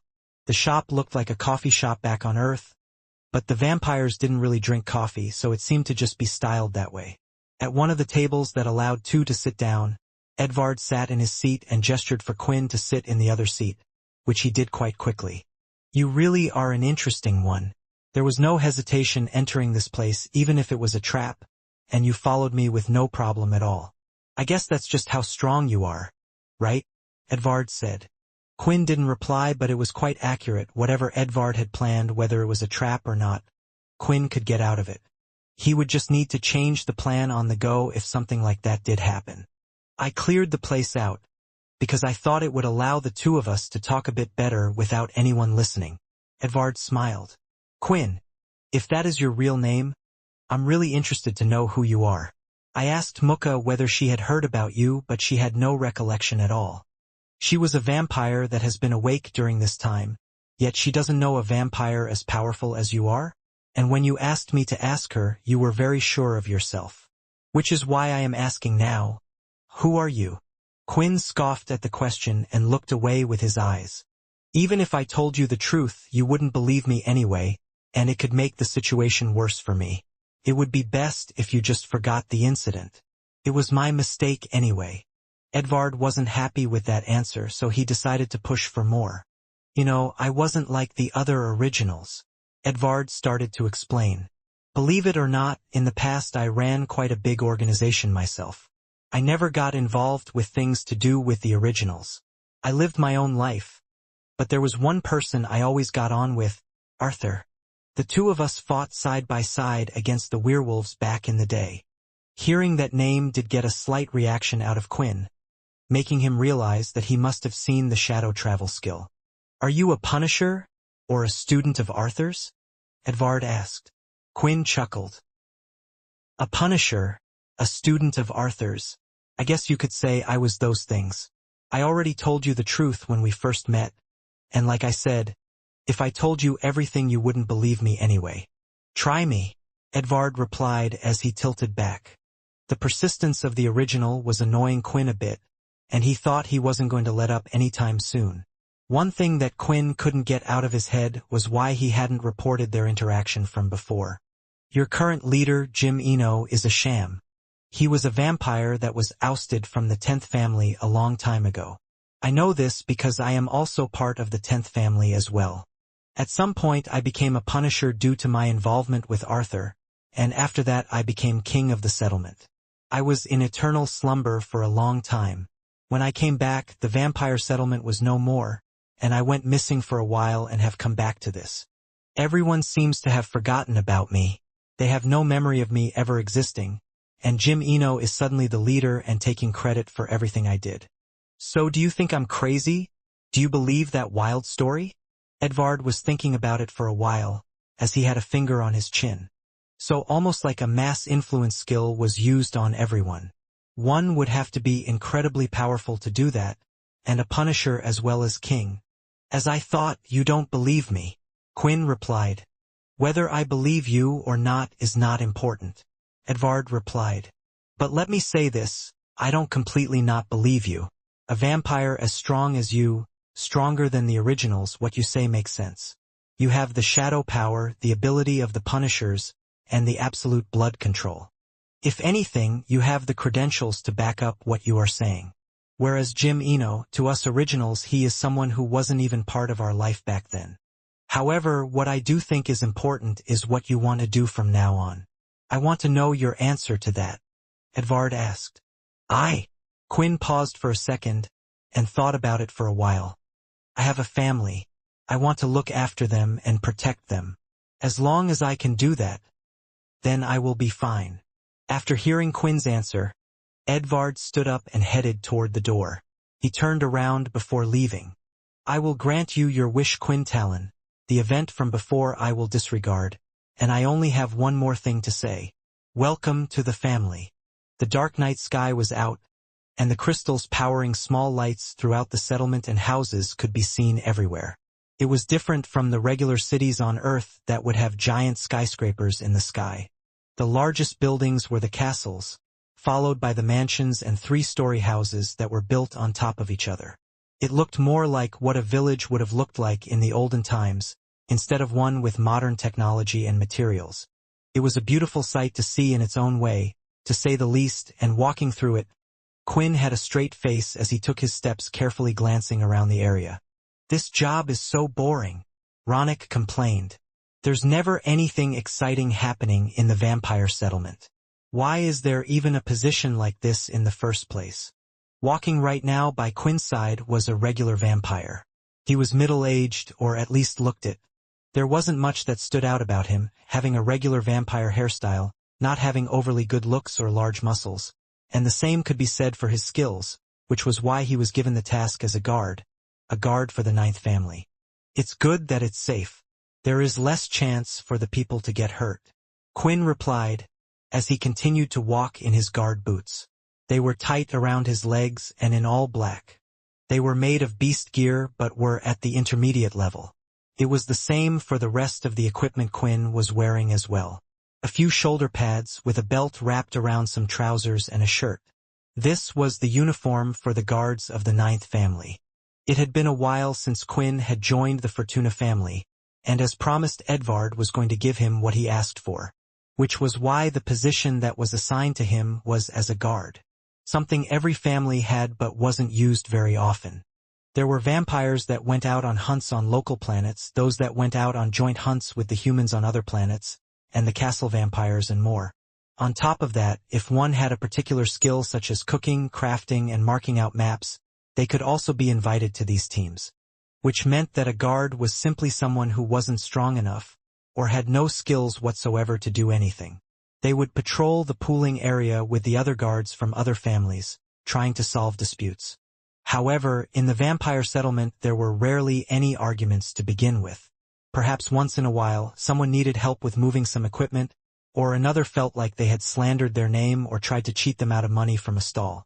Yet, it never got into a confrontation where they needed to use their fists. The most excitement they got was that sometimes the guards from one family would tease the other, and even fight from time to time, but it was all in good fun rather than due to arguments. If only I didn't do so bad on that assessment. Ronak sighed. Maybe I should save up some money, get some Dalki blood and try it the next one. There's a chance I can get promoted then, right? You know what happens to those people, right? Quinn replied. Either they end up dying when fighting beasts because their skills were overvalued, or they get caught before that even happens and end up in the same position as us. There are only a few that are able to learn from using the blood and keep their strength up. Besides, why wouldn't you want to be a guard? I think having an easy job is a good thing. Ronak started to shake his head. Someone like you would never understand the thrill of fighting. Ronak explained. A strong person wishes to display their skills. They are treated with great respect from the other vampires and heroes, because they are the reason why we can live the way we can. They collect the crystals that run our society and make the energy we need to enjoy our life. On top of that, we are vampires, we have all this power because we are meant to fight, and here as a guard, when there is no sense of danger, how am I ever meant to improve? Ronak looked straight into the eyes of Quinn, but soon looked away. As I said, someone like you who doesn't like fighting, and looks far too handsome to have ever fought a day in his life wouldn't understand. Maybe I should hire a teacher from one of the castles instead. Of course, Quinn knew a lot about fighting and a lot about war. It was a feeling that he would never forget. You should be happy that there is no war. People you care about die, and even if you are incredibly strong, sometimes there is nothing you can do. If you want to get stronger and fight for fun, that is up for you to decide. But I warn you, don't go around wishing for conflict to happen, or wishing there is war. War is never good for anyone. Once in a while Ronak noticed that Quinn would get like this, and when he did he found it hard to argue or talk back. It was also the reason why he hadn't delved into the other's life too much, even though the two worked closely with each other. Just then, a bell had sounded, and it continued to let out a noise. The second Ronak turned around, he already knew Quinn would no longer be by his side. Always when his shift ends he leaves on the dot. Ronak smiled. Still, I can't help but like the guy for some reason, even if the two of us are nothing alike. Maybe we can do some training together next time, or I'll teach him a move or two. As the bell rang, Quinn had already rushed off to head home at the end of his shift. The house was in a pooling area, but it was based quite close to the Count's and more that lived in the ninth family. He had always assumed that there was a reason why Edvard did this, maybe so he could keep an eye on him, but outside of meetings and such the two never did meet. Bursting into his house that was relatively small, but detached from any other homes, Quinn had a large smile on his face as he could see Layla sitting down knitting. It was a hobby she had decided to take up, because right now, although it wasn't hard to move, she was increasingly uncomfortable. Her belly was quite a bit larger than before, looking similar to a human that was ready to give birth any day now. However, it had only been a couple of months. I know you like being with me, but you should really spend a bit more time with your friends at work. It's been 2 months and I don't think you have gone out with any of them once, Layla said, as she received a kiss on the cheek from Quinn, and he placed his head on her belly trying to listen to see if he could hear anything inside. I know, but it's an important time. I think the baby could pop out at any moment. Then after I take care of you and the baby for a while, I promise I will go out with the others, and try to socialize like you asked, Quinn said with a smile. In the time that Quinn had been here, Jim Eno still hadn't returned. On top of that, there were no big events, the world was just running as it had been doing. The only slightly strange thing was the competition of gathering crystals for the family. In the past, Quinn understood because factions and other families were competing with each other for better equipment. It also made sense because they were at war, but the basic crystals were enough to power the settlement. Was it just for the sake of getting stronger if a problem occurred? Even the humans used to do that on Earth, so it made some sense. Still, there wasn't much to go on or troubles, and Quinn wouldn't try to find out what happened elsewhere until Layla felt comfortable as well. Just then, Minnie opened the door from her room, rubbing her eyes as if she had just been asleep, but soon ran over to Quinn and jumped up to him. He lifted her up in the air and the big cheeky smile he was used to appeared. So tell me, are you excited about tomorrow? Quinn asked. Of course I am. It's my first day of school, Minnie said. It was a worrying matter for Minnie to be going to school, but it was something that was required from vampires of a certain age, and it was hard to explain that Minnie was far older than them. Still, mentally she was young, so in the end they thought it would be good for her. However, she was a vampire that had perhaps the equivalent strength to a low-level vampire lord. So they just hoped that she wouldn't cause any trouble. Most days at the vampire settlement were quiet as a whole. There would be times when vampires were injured having explored the rest of the planet. Unlike the last vampire planet, this one was full of dangerous beasts. Although it wasn't completely dangerous because as far as Quinn knew there wasn't a demon tier beast here, but he knew beasts could evolve, so there was always the chance that there would be one someday. This was why, at times, vampires who were too confident in themselves would go out and get injured. However, the settlement would never get attacked. It was almost as if the beasts knew how dangerous the place was. Although there was one time, when Quinn was patrolling the outskirts of the area, he had seen a beast and locked eyes with it. Releasing just a little bit of his energy and pressure had made it run away in seconds. Thinking of the dangers out there, while in the kitchen Quinn had used his shadow for a brief second and pulled out a particular crystal. "You still haven't used it after all this time?" Alex said. "Are you perhaps taking my suggestion to heart, since it's that day?" The crystal that was in Quinn's hand was the upgrade crystal, but not just any upgrading crystal. It was one that could turn an item from the demon tier to the godslayer tier. "I don't think your suggestion is a bad one. It's just for one Minnie doesn't have any demon tier items. I would have to either leave the place for a while, or go with one of the scouting teams. Then, if she did get a godslayer tier item, would that make her at the godslayer tier level, or is it just simply an item? What I don't want to do is make the Celestials target her. She is strong already with the energy from when I was a Celestial." Quinn explained. "Daddy, I'm ready." A voice shouted out, and coming around the corner Minnie was seen. She looked up and could see a flicker of a shadow disappearing and a shocked look on Quinn's face. "Dad, did you just use your powers?" Minnie complained, pouting out her big cheeks. "You said that Minnie was never ever to use her powers unless she felt like her life was on the line, and that Minnie shouldn't complain because you were going to do the same." Quinn was struggling with what to say. He didn't want to be a hypocrite, and at the same time he wanted Minnie to grow up with a strong sense of values. If she couldn't trust her father over something like this, then would it mean all of his words would become useless? "You two should hurry up, otherwise you're going to be late for work, and you're going to be late for your first day at school," Layla said, as she stopped by the hallway door, just outside the kitchen. "She's right. Let's hurry up now, Minnie," Quinn said, as he shoved her with his body outside the front door, glad that Layla had given him this chance. The two of them were walking towards the school, which was inside the settlement on the west side. Not close to the border, as there was a worry if there was ever an attack that the children would be hurt. However, the worrying thing was, Quinn's guarding station was more situated toward the east side, as that was where the ninth family was from. As the two happily walked though, Quinn couldn't believe how much his life had changed. How much he was enjoying just sending his little girl to school. When they got closer, Quinn could see many other vampire parents taking their kids to school as well. Currently, Minnie would be attending primary school. It was a school that took kids aged from 5 to 13. After that, the secondary was a lot more varied. It was more based on one skill, so there were even some adults in the secondary school.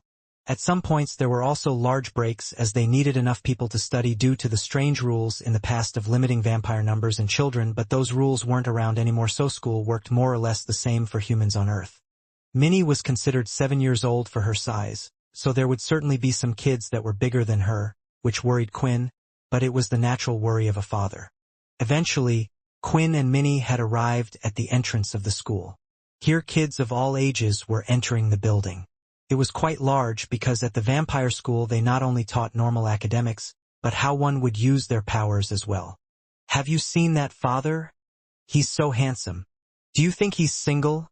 I haven't noticed him before." "He is certainly handsome, but look at his clothes. He's just a guard.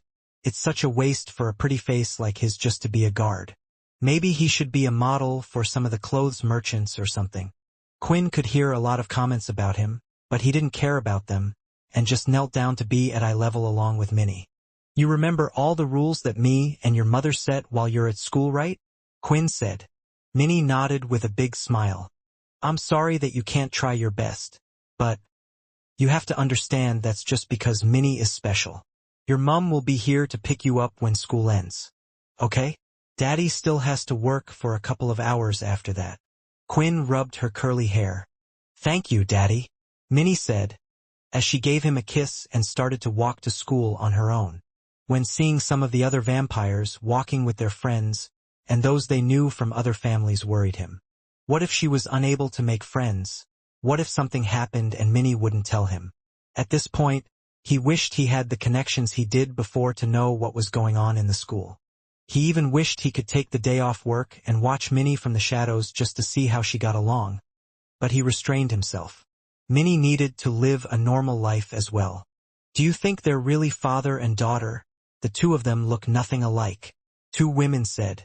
Turning his head, Quinn looked directly at the two mothers. It was an intense stare that was intimidating for them, that caused them to look away. But when one of them looked back, they noticed that the man was gone. What was that? One of them asked. It looked like he was going to hit us. And here I thought with such a face he would be a gentleman. Maybe we shouldn't talk too loudly in the open next time. Standing just outside the ninth castle's area, Ronkin was tapping his feet away as he waited for his partner to appear. He was never late, and although it wasn't time for them to start work yet, he had never seen Quinn appear this late. A gust of wind was felt on his cheek, and when he looked up it startled Ronkin as a vampire had appeared out of nowhere in front of him. Where did you come from? Ronkin asked. Sorry, Quinn replied. I wanted to take my daughter to school since it's her first day and all. It was embarrassing for Quinn to say these words, but in a proud way. He was almost too happy about saying these words he never thought he would hear. Your daughter, 7 years old. Doesn't that mean she's going to Roland Primary School? That's all the way on the other side of the settlement. How did you get here so fast? Ronkin asked. Vampires were fast, but not that fast to get from the opening time of school to here in time. Not unless they had the speed that Quinn had, of course. We went early so I wouldn't be late, and then I ran here. I'm pretty fast, Quinn stated. Oh, I think that's the first time you have ever said you're good at something around here. Ronkin smiled, as the two of them continued to walk, starting their protocol. I mean, it's a good thing if you did go early. I wouldn't want my son to see me with all the other kids, Ronkin said. What do you mean? Quinn replied, confused. Did you forget we are guards? It's one of the lowest jobs. Anyone can get this role even if they don't know how to fight. It's almost a pity job for vampires. Have you ever heard me complain about this? If the other kids see us, there is a good chance that the others will make fun of her. Kids are meaner than you think. They have no filter when they talk to people. Had the simple act of taking her to school ruined her chances to make friends? And what if the other kids teased Minnie to the point she decided to do something? If that was to happen. Anyway, I wanted to ask you a favor, Ronkin said. Would you help me and fight against me? In the time the two had known each other, Ronkin had never asked Quinn for any type of favor. For some reason, Ronkin was obsessed with getting stronger and improving himself through combat, and because of that, he never really thought about asking Quinn for anything. Because for him, Quinn was just a handsome vampire who was content being a guard. It made Quinn wonder why now, of all days, he was asking for something like this. You want me to fight with you? You mean you want to practice some technique or spar against me? Ronkin nodded. I'm sorry, but isn't there someone else you can ask? I mean, you said it yourself a million times that I'm not much of a fighter. So wouldn't asking one of the scout teams or the family members be better? Quinn replied. Ronkin couldn't help but scoff at the suggestion. Unless I pay them, those guys have no reason to help someone like me. Look, I'll be honest, I moved here with my family from the Greylash planets because I couldn't get a good job. I couldn't do anything useful to put food on the table, and I wasn't a good enough traveler either. So I gambled all my luck by coming here hoping to change my life, and that's what I have been focused on. So, well, what I'm trying to say is, besides you and the other guards, I don't really know anyone, and you're the one I spend most of my time with. Quinn still felt like this obsession with climbing to the top was wrong, but he understood that others always wished to better their lives. Maybe through a spar, Quinn could teach him a couple of moves, and it would allow him to get a promotion from being a guard. But then his secret would get out, which was something he could not afford to expose yet. "We can't fight right now," Quinn replied firmly. "We're on guard duty, and why do you need to get stronger anyway? Enjoy your life, and enjoy every peaceful day before you." Right now, the two of them were close to one of the gates that led out of the settlement. Ronkin stood there, opening up both of his hands. "Look, no one needs us right now. If we were to take a whole week off, I don't think anything would change. And there is a reason I'm asking you. I'm not expecting a few sparring sessions with you to instantly make myself good enough to promote myself from this post. But there is an event tonight," Ronkin explained. "Once in a while, the guards from the other families have a get-together, and a tournament is organized. Basically, we fight against each other and test each other's strengths. The guards really have nothing to do, but they say that it will increase our skills as a group, and on top of that, everyone puts their money together, and the winner of the fight gets the total at the end. I know you keep telling me to live my life, but I need that money." Money? Now, Quinn was starting to understand his partner a bit more. It wasn't an obsession with power. The reason why Ronkin wanted to quit being a guard was so he could have more of it. The question was why, but Quinn had no intention of peeking into the former's personal life. After all, everyone had their reasons, and he didn't seem to be a greedy one, as there was a slight shift and down tone in his voice. "All right, as you said, nothing has happened so far in this settlement, so I doubt something will happen today." Quinn someone relented in the end. "We can have a couple of sparring matches together, and I'll teach you a move or two that you can use in this little tournament you have." Ronkin was respectful as he bowed down to Quinn, even though he assumed he was the older one. Right now, he didn't care about age. The stubborn vampire was finally doing something like this. "But I think you're mistaken. I don't think I'm going to learn much from you. I just need to brush up my skills here and there," Ronkin replied as he jumped onto the roof of a building, getting into a fighting stance. He didn't even consider Quinn as his opponent. Rather, he wanted to sharpen himself with his spar and gain some confidence. It was the first day for the students at the school, and it was a strange experience for many of them because the vampire settlement didn't exist before. The whole school was new. Before, they were either being taught at home by their parents, or there were a few vampires here and there that went to mixed schools on the Greylash planets. However, many vampire children didn't experience the best there, which was why most of the vampires with young ones and those who were about to have decided to come to the settlement. A school where they would have no worries about their children. At the time, as Minnie lined up in a row with her new classmates and her teacher standing at the front in the large hall, she noticed that the other kids had been playing and talking to each other. It seemed like they were all familiar with each other and had been friends for a long time.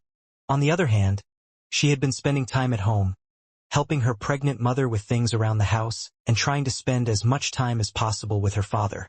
Seeing this, she couldn't help but feel left out and was already missing her parents as well. "No, my parents worry enough about me. I have to stay strong. I can't tell them that I miss them already," Minnie thought as she wiped her face a few times. She repeated the rules in her head. Never was Minnie to transform into her celestial self. She was able to use 10% of her strength in the school tests and assessments so things didn't look suspicious, and she was never to use her shadow powers. However, to all of these conditions Quinn stated that unless she felt her, or another's life was on the line that she cared about was she to use her powers. Still it was made clear that if any of these things did happen, that their regular life would crumble. While sitting in her room rubbing her belly, Layla had a thought. "I know this life can't be kept up forever. To be honest, I'm surprised Quinn has kept it up for this long.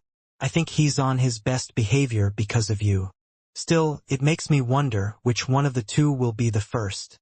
In the assembly hall, the introductions by the staff were eventually over, and the principal gave a speech welcoming all of the students and wishing them good luck with the school. With that, the classmates moved along as they headed to their new classroom. The classroom had around 20 students in total. They all looked around the same age as Minnie, and there was one desk per student in the classroom. It was loaded with technology as the desk itself was a giant tablet that the students could use to write notes and project videos for them to watch that were related to the lesson. The leader had given the school the best upgrades, and with a nice flow of crystal it was easy for them to power everything with them. As the students stepped into the class, they could see their names hovering above the individual desks, and each student could see where their designated seats were. Ah, we are right next to each other. This is great, Tot. Yeah. We're not only in the same class but are next to each other as well. Most of the students were already chatting to those next to them excitedly, apart from Minnie, who was seated in the center of the room in the middle row, neither talking to the one in front, behind, to the left or right. Okay. Everyone, sit in your seat and quiet down, the female teacher said. The teacher had long black hair tied up in a ponytail down to her waist. This person was someone Minnie hadn't seen around before, but she had a friendly smile which made her feel a bit more comfortable. As the class calmed down, the female teacher began to introduce herself. Before we go through their serious stuff and class rules, I thought it would be nice if everyone introduced themselves and stated their name and something they like doing, a hobby of some sort. She turned around and wrote her name on the board. My name is Miss Bedford, and I like to play the piano in my spare time. After that, the rest of the kids clapped as she smiled and gestured towards the next student. One by one, the children stood up from their seats as they said their names and talked about their hobbies, such as playing games, fighting, and other things like cooking, and it was finally Minnie's turn. My name is Minnie Talon, and I like spending time with my dad and mom, she answered. The teacher thought it was a sweet answer, but the other kids started to giggle when they heard this, which caused Minnie to go slightly red and sit down straight away. No laughing, you guys. Family is an essential part of our lives and plays a crucial role in developing our character. Your mom and dad are why you are even here today, so you should treasure them, Miss Bedford said. Minnie was happy that the teacher stuck up for her, and she thought the next student would quickly say their name, so everyone would forget about what she had said, until a boy from before spoke up, one named Toby. Isn't your dad a guard? Toby's words were loud and directed at Minnie. I saw him this morning, and my parents were talking about it as well. Man, if I had a father as weak as yours, I would be embarrassed even to say I have a father. My dad is strong, Minnie shouted immediately in response, banging the table. The group of children next to Toby started to laugh. Come on. I know you're like us, but how can you be that stupid? Your dad is weak because that's why he's a guard. Everyone knows that if you want respect, you have to be strong. Toby, stop it now. The teacher instructed him to stop, afraid things might go out of hand. Come on, miss, it's true. Even to be a teacher, a vampire must have a certain level of strength, and everyone knows a guard is just a job that anyone can have. Miss Bedford narrowed her eyes and stared right at Toby. For not listening to me and being disobedient, someone will have to clean the classroom after school. Toby immediately stopped. He hated cleaning, and it was something his parents didn't even make him do. So he just kissed his teeth and looked at Minnie, who was staring him down with daggers in her eyes. Okay, class, let's continue with the introductions, Miss Bedford said. The lessons continued as normal, and Minnie followed along with the teacher as they studied maths, English and so on. The physical lessons were only on certain days and mainly in the afternoon. For the first day, there won't be any though. After the first 2 lessons, it was time for them to have a break, and one of the other girls came up to Minnie. She had braided hair and was holding a book in her chest. You're Abby, right? Minnie asked when she noticed the young girl. Yeah. Hello. I was wondering if you wanted to spend the break together, Abby asked. You see, I don't know anyone, and I don't like to drink my juice alone. Just like Minnie, Abby knew no one, and Minnie was happy to see that she wasn't alone in all of this. And with that, the two of them felt like they had a connection with each other. Really, I have lots of juice boxes. We can drink lots of juice together, Minnie said. The two headed out together, holding hands to enjoy their break. Toby had a few other boys around him as they were packing some of their things away. Do you guys see the way she stared at me? Toby asked his friends. Yeah, I think she wanted to rip your throat out. Another boy replied. Yeah, staring at me, the strongest in our grade. She did look at me like she was ready to fight. I guess we should see for ourselves if she was actually ready or just faking it. Toby smiled as he got up, ready to follow Minnie. On the rooftop of one of the houses in the settlement, one of the vampires was panting and trying to catch a breath, while the other didn't seem tired at all.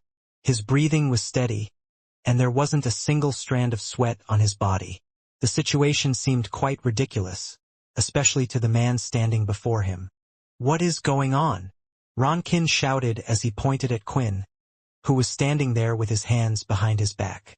"I can't even touch you. This sparring match was supposed to give me some confidence, and now I feel like absolute crap. Have I lost all my ability to fight or something?" Quinn gave out a big sigh as he walked over. "You said you wanted me to help you, right? You want to win this tournament to get money, right?" Quinn asked. "So I shouldn't just let you hit me. Do you think your opponent is just going to stand there or wait for you to attack?" Although this was right, what was annoying Ronkin more was despite him giving his 100%, he hadn't managed to hit Quinn even once. Although it was the same for the latter, he felt it was because Quinn was pulling back and not hitting him on purpose. "The two of us have both been assessed as guards. So that means the judges thought that we were at the same level. Do I really just suck so much?" Ronkin thought while stomping his feet on the roof out of frustration. "Clam down or we will have to pay for the repairs to the house." Quinn shook his head at the former's antics. "You're trying to earn money, not to lose it. Look, let me give you some advice. During our fight just then, not once did I use any vampire aura. I simply looked at the moment of your arms and could see where you were planning to strike. You're too obsessed with making your blood aura and your strikes more powerful and your moves faster. Your power itself is not weak. But the way you utilize its potential is where you lose. It's these skills, and let me remind you, using your vampire aura is not the only way to fight. Attack me again, and this time don't use any aura at all," Quinn suggested. Upon considering what Quinn had just said, Ronkin realized the former was right. He noticed that he was moving before he even released a blood slash. It didn't look like Quinn was moving fast either, at least not any faster than Ronkin could move. Quinn had done and said all of this on purpose, of course, because he thought the best way to teach the fellow vampire guard was to use power equivalent to him. After seeing Ronkin's aura and skills, Quinn had a good grasp of the latter's strength. So he limited himself to move to have the same strength and aura as the other, and use just his skill and experience in fighting. In a sense, the Quinn Ronkin was fighting right now was Ronkin's best version of himself. Running forward, Ronkin did as Quinn said, and instead of using his aura, he simply threw a punch straight at Quinn's face, but it was blocked with the palm moving it to punch the side. Then, showing a flurry of punches, each one of Ronkin's hits was moved to the side, and it felt like he was hitting nothing but air because that was exactly what he was doing. "You need to focus," Quinn said as he went to throw a punch back. But just before it hit Ronkin's head, he pulled back. The force was pushing Ronkin, and out of fear, Ronkin lifted his hands to protect the hit. Then shifting forward with his legs, Quinn pushed him back bit by bit. "You said you were bored, right? You said you wanted to fight out there with the others," Quinn shouted as he continued to shift forward, slightly knocking the arms and legs of Ronkin, stopping any attempt that Ronkin had. "Out there, you fight with your life on the line. Every moment you make should count because any of them could be your last," Quinn said as he went for a thigh kick but stopped just short.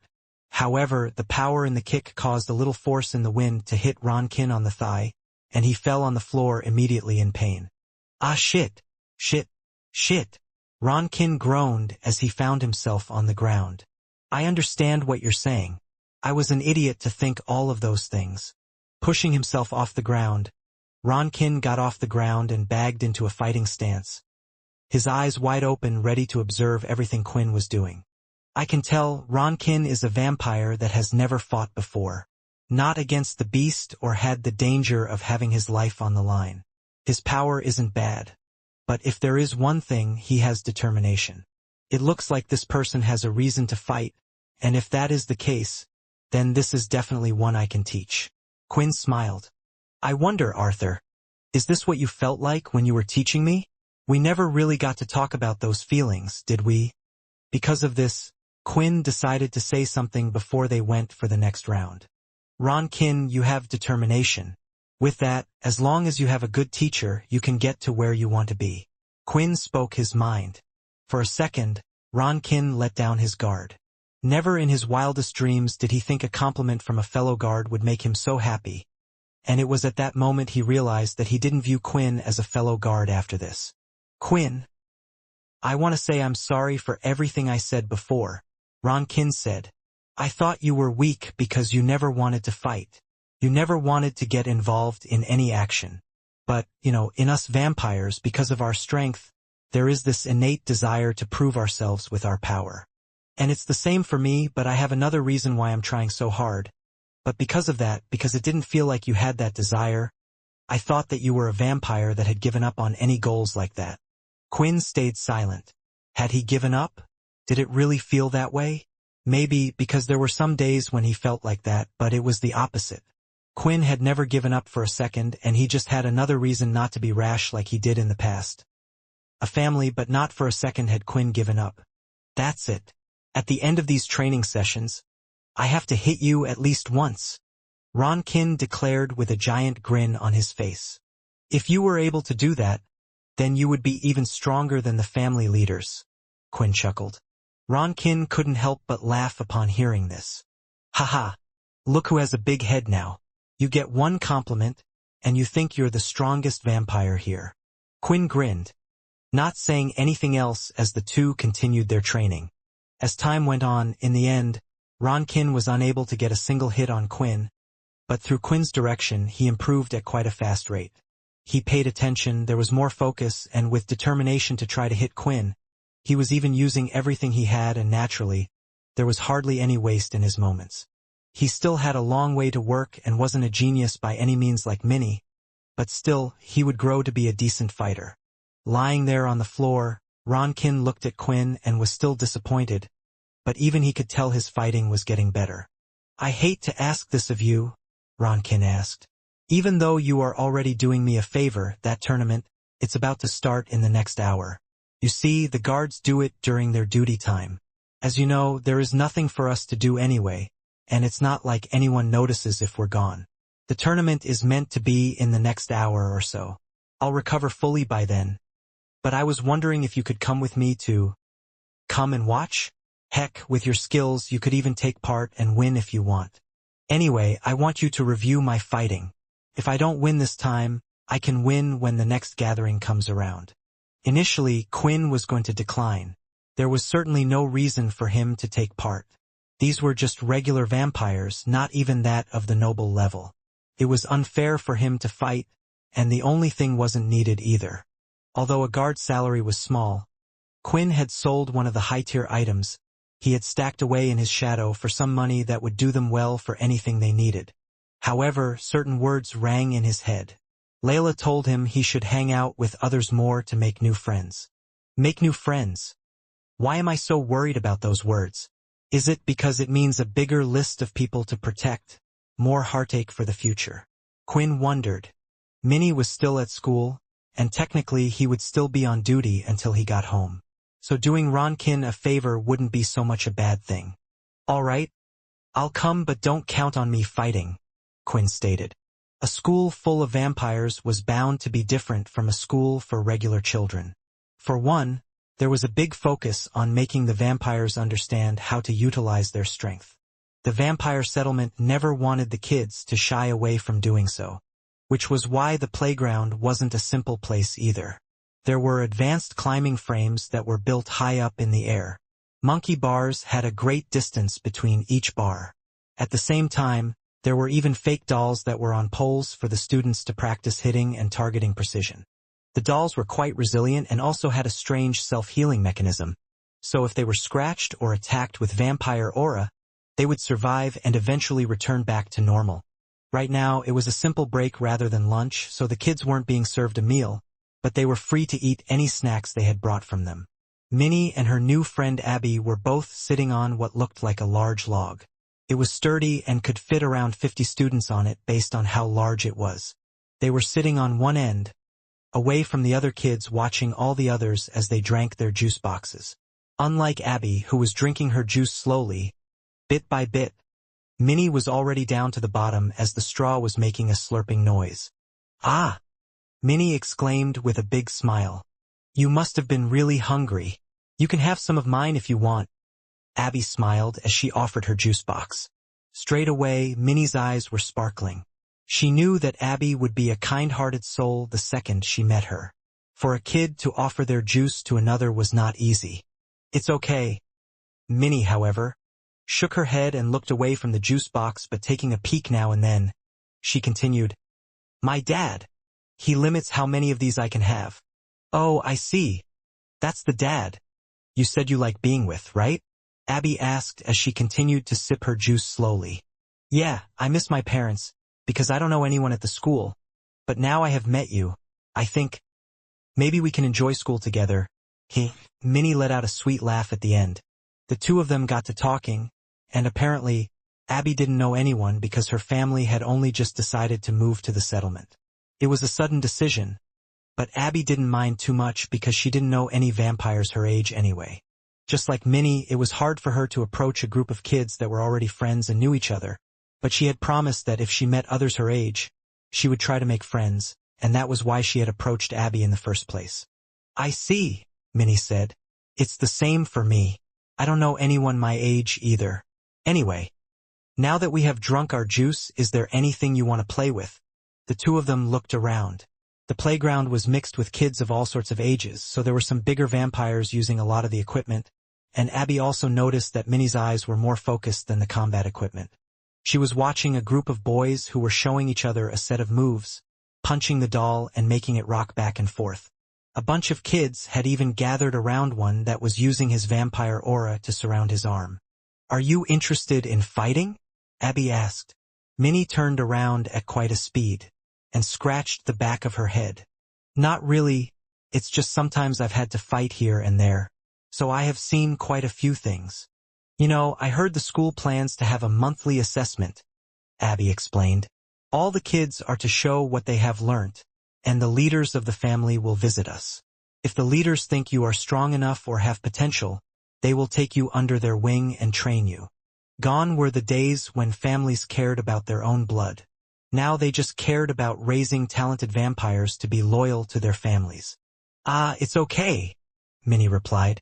I already have a really good teacher if I need to learn to fight. You have a teacher. Who's that? Abby asked. My dad, of course. Minnie pointed to herself. My dad is stronger and a better teacher than any of those leaders. Ha ha ha. The gag of loud laughter suddenly came from behind them, and as they turned around, they could see that it was Toby, the boy who had made the comments earlier about Minnie's father and a few of his friends. There looked to be two other boys and two other vampire girls that were walking around with him. For some reason, Toby looked to be a popular boy. It looks like we really met a delusional one, right guys? Toby asked, and the others couldn't stop laughing. Did you really say that your father, the one that is a guard, is a better teacher and stronger than the leaders? You know, not just me, but if the leaders heard that, they might chop off not just your head but your father's as well. Then we would really see who is stronger and who isn't. Minnie was angry at first, because of course Toby was making fun of her. But then an image appeared in her head. Suppose the leaders did attempt that. She could just imagine her father doing the exact opposite to them. And then a smile appeared on her face. Hey, what do you think is so funny? Toby asked. Do you like the thought of your family dying? Are you some type of sick freak? Hearing these words, it had a set of images in Minnie's head. Because she had a family that had died, her mother, her real mother that she never was able to see again, was dead. And now she had a new family thanks to Quinn, who was looking after her. Who was this person? And who were they to say such mean things to her? Minnie clenched both of her fists behind her, and Abby could hear a slight cracking noise. When she looked at the large wooden log they were on, Minnie's nails were ripping it to shreds. I haven't said anything about your family. So why do you keep saying stuff about mine? Minnie said as she got off the log and looked up at Toby. She was staring him in the eye, and her eyes were starting to glow slightly red, which usually meant a vampire aura was starting to burn from within. You're looking at me with those eyes, Toby shouted back. At this point, the shouting match between the two was catching the attention of the others, in the higher grades and the lower grades. Fights happened on the playground all the time, and kids were always excited to see the outcome and what would come of them. You really want to hit me, don't you? Go on then. Show me what your useless father has taught you. Toby shouted, trying to look strong upon seeing everyone's attention on him, while also feeling somewhat confident about taking on Minnie. An enormous rage was burning inside of Minnie, one that was almost impossible to contain. She knew that she could finish off this vampire in front of her with a single hit. There was no need for her to even transform, but the words of her mother were going through her mind. Minnie, I know Quinn said for you to only use 10% of your strength, but I think that's because he is comparing his strength to yours. Layla said as she was helping Minnie get ready for school, making sure her information was on properly. At your school, I doubt there is a vampire that would even be stronger than you, even at your 10%. So instead, I have a special request. Try your best not to get into any fights, and when you are really angry, just think about how happy you will be when you finally come home. That distinct memory and not wanting to upset her mother had caused Minnie to take a deep breath, and the red glow from her eyes had disappeared. Phew, Abby thought, breathing out as well. She was nervous for Minnie because of who had approached her.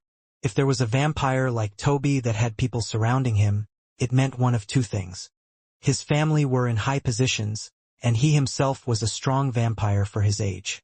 Even at this age, the vampires were taught by their parents to get close to those that were strong, and it would help them out in the future. I'm happy that Minnie managed to calm herself down. I understand why she's angry, but getting into a fight with these guys would just bring more trouble to her family. And from the sounds of it, Minnie loves her family. What's this? Toby said. I was giving you a free hit and what? You still won't touch me. Toby looked away for a second and smiled in the air. If I let little brats like you badmouth the leaders and look down on me, that's what starts rebellions. So I should teach them a lesson before things get out of hand. Turning his head, immediately using all his speed, Toby went to grab Minnie's hair, but as he clenched his fist, he grabbed nothing but the air. Minnie had bent down, and his move had completely missed. Did she expect me to do that? Toby thought. Come on, Toby. You said you would teach her a lesson. She just made you look like a fool. One of the friends shouted. Toby chuckled a bit. Don't worry. I'll get her. Toby moved his hand, attempting to grab her again. But Minnie had moved out of the way once more, now to the side. His arm constantly tried to catch her, but she kept moving out of the way. Frustrated, Toby started to use both hands, attempting to grab Minnie, but each time, she avoided the hits. The idle kids were watching, and the others were quite impressed. Minnie's movements were small, and Toby wasn't slow by any means yet.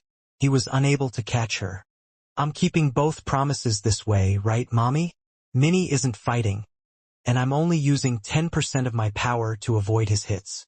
Minnie thought she was quite proud of herself. For Minnie, one of the most impressive aspects of her genius self had always been her speed, and she was untouchable to Toby, who soon turned his grabs into punches, but was still hitting nothing but the air. Over by the door section, there was a group of older boys. One of them, a pretty short-haired boy, couldn't help but be mesmerized by what he was seeing. He was one of the vampires that were using a vampire aura surrounding his arm as a group gathered around him. Are you seeing this, Jared?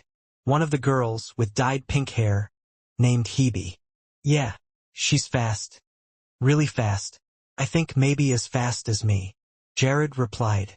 It looks like a talented student has arrived in this place after all. Eventually, Toby slowed down. He was running out of energy just trying to catch her, and the friends he had arrived with had decided to take a step away. There were some giggles from other students, and even they thought it was embracing his confidence and bragging, which was why they didn't want to be seen with Toby right now. Arg, you bitch!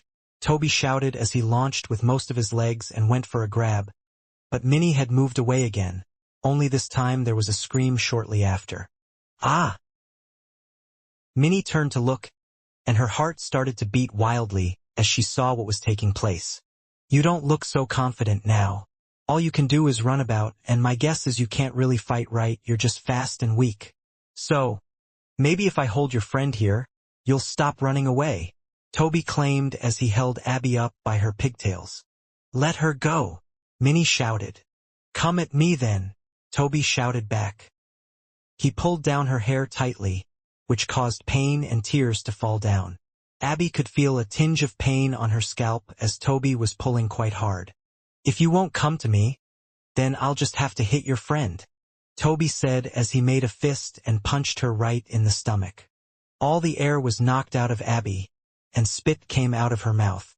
Her eyes felt like they were trying to bulge out of her head. Abby was trying to cry. She was so scared, but she was unable to due to the pain and shock. Minnie was shaking her head, holding her fists so hard that blood was dripping from her hands. Why? Abby is now hurt just because she wanted to become my friend. Why is there someone so mean in the world like this? Minnie thought. What did us two do? We were just talking to each other. All I want to do is keep my promise to Daddy and Mommy. Minnie wants to be a good girl. Since Minnie was doing nothing, Toby felt like he was on the mark. This little vampire wasn't much of a vampire, and he lifted his fist again and punched Abby right in the stomach. She screamed in pain, and in doing so, Toby pulled her head back by her hair, having it in the air. At this moment, Hebe, who was with Jared and the other older students, went to step forward. That damned kid. He's so cruel he needs a beating or two, Hebe said as she stepped forward. But Jared put out his hand. I don't think you have to worry. That little vampire isn't just going to stand there, Jared stated. Minnie slowly started to walk towards her friend and Toby, stopping just short of arm's distance. Abby, I'm sorry. You hurt me before. I want to help you. So please, just say yes to what I'm about to ask you. Abby could hear the words from Minnie. She was frightened for her life at the moment and didn't want to be hit anymore. But still, for some reason, she was clinging to the words of Minnie. Do you feel like your life is in danger right now? Minnie asked. Listening to Minnie's words from before, she was shocked for a moment but immediately gave an answer the next moment. Yes. Her scream resounded through the hall. Just as Ronkin had said, it seemed like no one had reported the fact that the guards were missing, at least the patrolling guards. There were permanent vampires that were always stationed at the gates and entrance to the family areas. These were higher positions and were given to those quite skillful. If Quinn were to compare it to the Earth of the past, they would be like patrolling policemen with no crimes to stop and only disputes to solve. While in the present situation, guards were more like the military of the vampires that the civilians respected. This also meant that the two could walk wherever they wished without being questioned because no one would bother them. As Quinn followed Ronkin, he noticed they were no longer close to the central market of the square of the polling area for vampires. They had gone to the west side behind some houses and were in a sort of play arena. There was a large energy cage. Using the power of the crystal, barriers would be put up and allow the children who lived in the area to play sports. The barriers themselves were, of course, powered by the beast crystals. Only this time it looked like it was being used by the other guards as well. Every one of them was standing next to a console that could change the energy barrier to whatever they wished. The guards all had similar clothing styles. The only difference was a slight variation in color. A slight black here or there, or maybe the shoulder pads were slightly different, being a little spiked. Since there were only 9 families, the vampires quickly knew which guards belonged to which area. However, when it came to solving disputes, which family did so, even if the problem was related to other families, didn't really matter, which was how all the guards, or lowly guards as they called themselves, came together.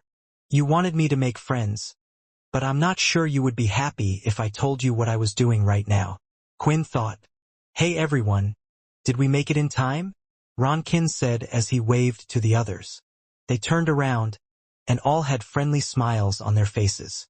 There looked to be 2 guards from each family, which meant including the 2, there were 19 of them in total. Even if all put in a small amount of money, the winner of this thing would make quite a bit. Looks like you brought someone with you this time. A man walked over towards them with large biceps and a sleeveless shirt. His shoulder pads and armor were dark, almost black-green. It was hard to tell with the Sky Knight always being there. but this indicated that he was from the 13th family. The same family that Fex was part of before creating the vampire core. The man and Ronkin had a friendly handshake with each other, after which the two of them walked over to Quinn. "This is my partner from the 9th family. The two of us patrol around all the time. Usually, he always says no to these types of things, so I didn't bother inviting him before because of it. But this time he's decided to come along," Ronkin explained. The man, with a big smile on his face, put his hand forward. Now close to each other, Quinn noticed that he had a bit of a square head, which reminded him of a certain someone, a good friend he had in the past. "My name is Nell." The man had a cherry-deep voice, and the smile looked to never go away, making his eyes quite small. "It's always good to have a fellow guard come to one of these events. The more, the merrier. Besides, it makes the pot bigger as well." The man started to laugh, but that's when Ronkin started to look a bit nervous. "Actually, Nell, Quinn isn't taking part. He's just here to watch." "It's okay," Quinn said. "As thanks for letting me watch, I am happy to put in the same amount of money as you guys. I just won't be taking part." Quinn couldn't believe it, but it looked like the smile on Nell's face had gotten even bigger, and the next second he wrapped his hand around Quinn's neck, bringing him close. "I like people like you. You know how to show respect without even needing to. For a young one, you certainly have manners. Come on. Let me introduce you to the rest and explain the rules," Nell said. If only Nell knew, Quinn was much older than all of them here. Still, that was only in terms of numbers and not mentally, of course, which was why those sorts of things never bothered him. Nearly all the guards seemed friendly and around the same age as Nell and Ronkin. They were family men. Nearly all of them were fathers trying to look after their families. After the introductions were over, Nell went on to explain the rules. It was a simple knockout tournament that was set up in the machine. After he put everyone's names in, the machine would come up with two names. Those two contestants would fight, and the loser would be knocked out. After that, the winner had time to recover, and as it got closer to the finale, the winners of the fights were also able to drink a bit of blood to replenish themselves and heal up before they were to go into the next battle. Alright, so everyone who is spectating for the match must watch from behind the barrier.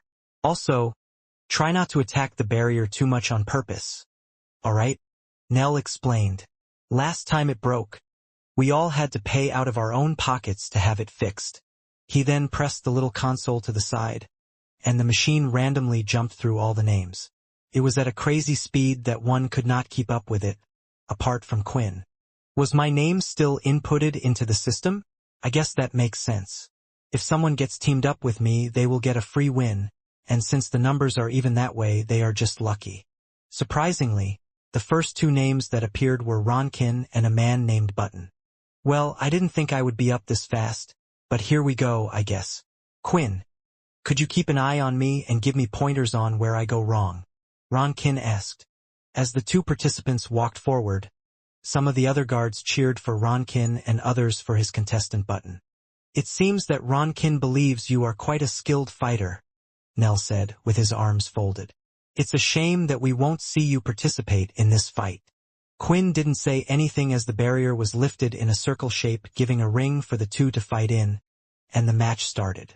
As soon as it had done, Button charged in, and in the past, Ronkin would have done the same, but this time he stayed still. He could see the aura gathering on the other hand as he unleashed a blood slash. Ronkin moved to the side and gathered his own aura, throwing out an attack of his own. Button moved out of the way, but when he did, Ronkin had already grabbed him by his shoulder and pulled him forward, kneeing him right in the stomach. Oh, what's this? Usually, Ronkin would charge in headfirst against his opponent. In fact, nearly all of these guys just try to clash their aura together.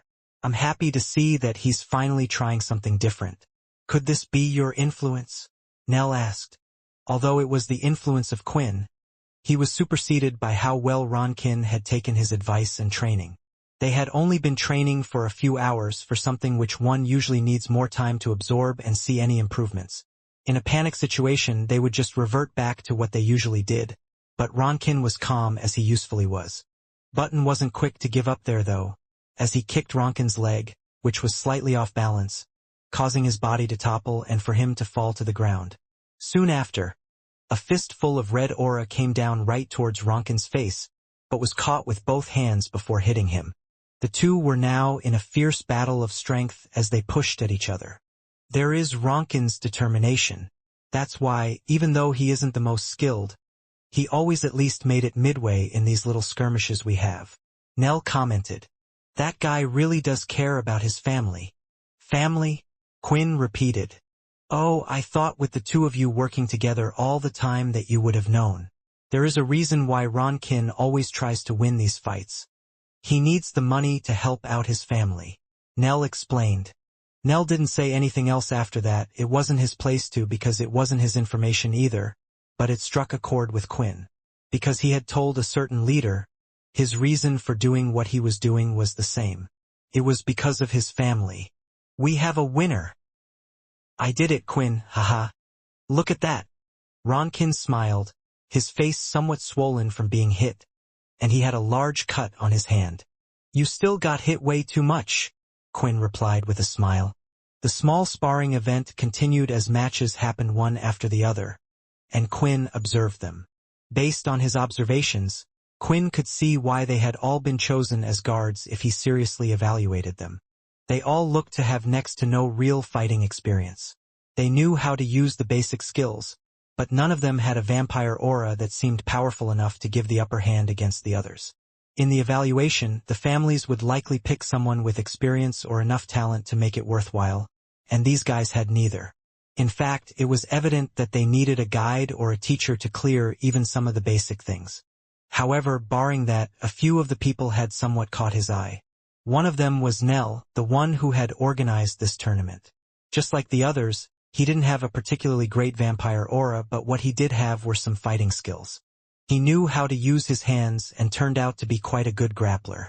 If the others would get close and throw a few missed punches here or there, or even take a hit or two, the match was over because he would lock them up in specific ways so they were unable to use their fists or legs, then push and pull at certain joints until one heard them pop.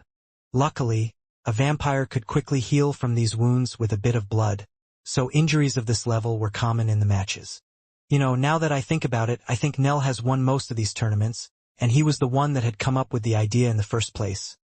Ronkin commented, standing next to Quinn, watching the match. Is he scamming us? Haha. Quinn couldn't help but laugh. I'm sure that's not the case. The amount of money is small, but when put together is quite large. On top of that, any of you could have stopped coming to these matches after seeing his skills. If it were a scam after winning the first tournament, he would have stopped and not invited you guys. Quinn looked at Ronkin, who had his eyes glued to the match, and eventually he said something. Is there a way I can beat him? I am sure you must have a way. So if I may, I want to ask, what would you do if you were in there? Ronkin was talking so loud that the others watching could hear. They found it weird that he was putting so much hope into the newcomer, who was also a guard like them.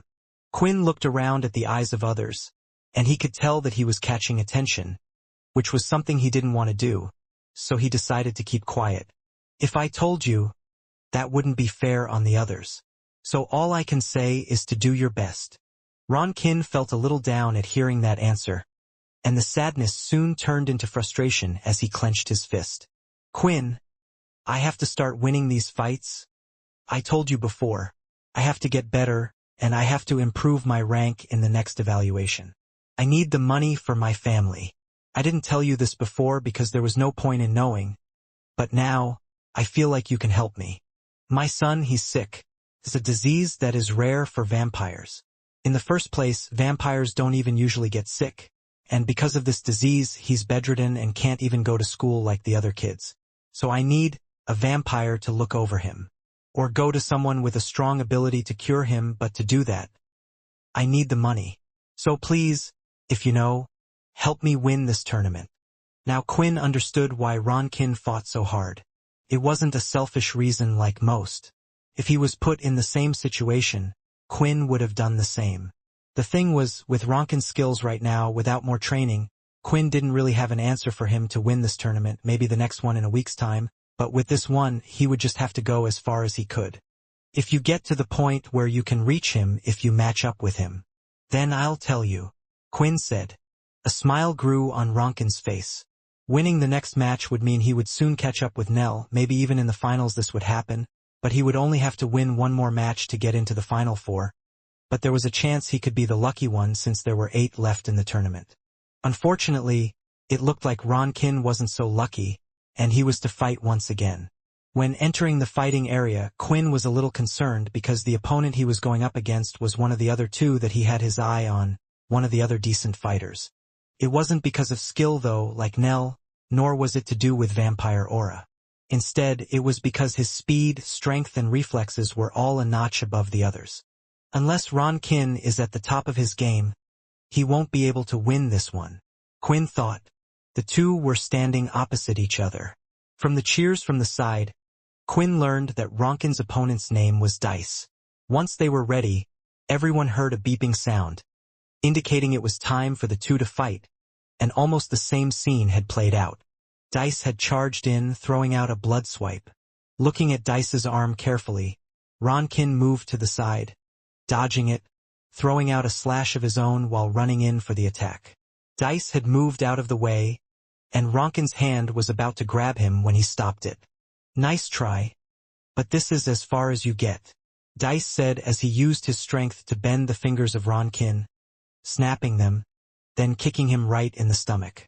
Bearing through the pain, Ron Kin wasn't going to let being unable to breathe slow him down, and he swung both hands, throwing out 2 lines of aura. It was unexpected, and both of them had hit slash right across the chest. A light mark was made, but it wasn't deep enough. Seeing this, Dice charged in again, and when he did, he suddenly disappeared from Ronkin's view and grabbed him right behind the head. "That hurt," Dice said as he slammed Ronkin's face right into the ground. He then lifted him and ran right into the end barrier, smelling his face into the energy barrier. "Stop!" Nell shouted. "There is a clear winner, even if Ron Kin is still concussed and can't say it himself. This is a friendly fight, and there is no need to go to the death." Once he let down the energy barrier, and with a weak walk, Ron Kin made his way to where Quinn was. He had just made it before collapsing, but Quinn had caught him midair before he did. "I'm such an idiot," Ron Kin said. "I really thought I could win this time. I didn't even think about the others in this tournament and only thought about Nell when I wasn't ready to reach him yet. I'm so embarrassed." Watching the fight go on, there was something strange, Quinn thought. He wasn't good at comforting others, so he didn't say much to Ron Kin. But he was also an adult, so it was best for him to let his emotions out for the time being. Instead, he was still thinking about the fight and was looking toward Dice. He still had been hurt from the wound Ron Kin inflicted in a desperate moment. "Inspect." "It's as I thought. He was drinking Dalki blood in a place like this, where the guards are just trying to have a bit of fun. Well, I guess I should give him a taste of his own medicine. Nell, is it okay if I change my mind slightly? Would it be okay to join the tournament?"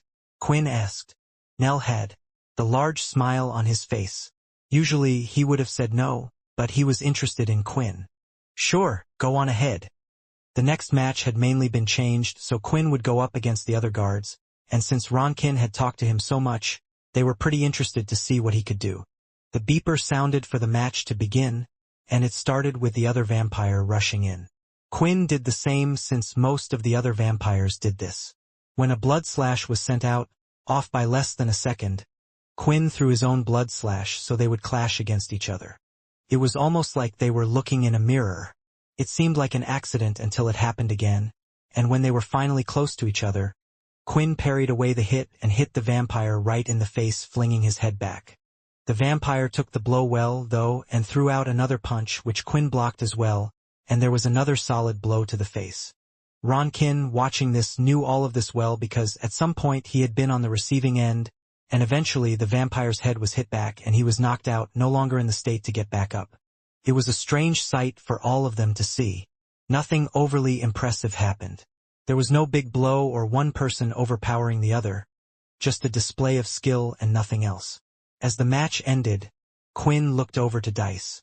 He wanted to teach the latter a lesson in this match, and he was sure, with the Dalki blood powering him, that Dice wouldn't fall so early, allowing him to get a few more hits in as well.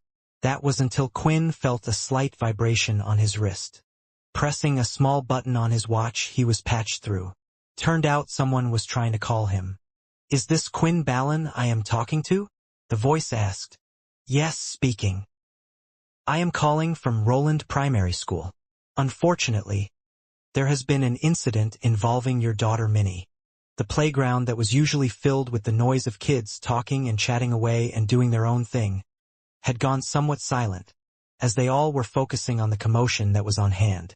They didn't try to make it too obvious by crowding around the scene, but all heads were turned in a certain direction. They had seen what a certain male boy had done, and in their minds even they had thought he had gone too far. However, their reason for joining was because they were just children. What were they meant to do? If they got involved, they would get hurt as well and they would be punished.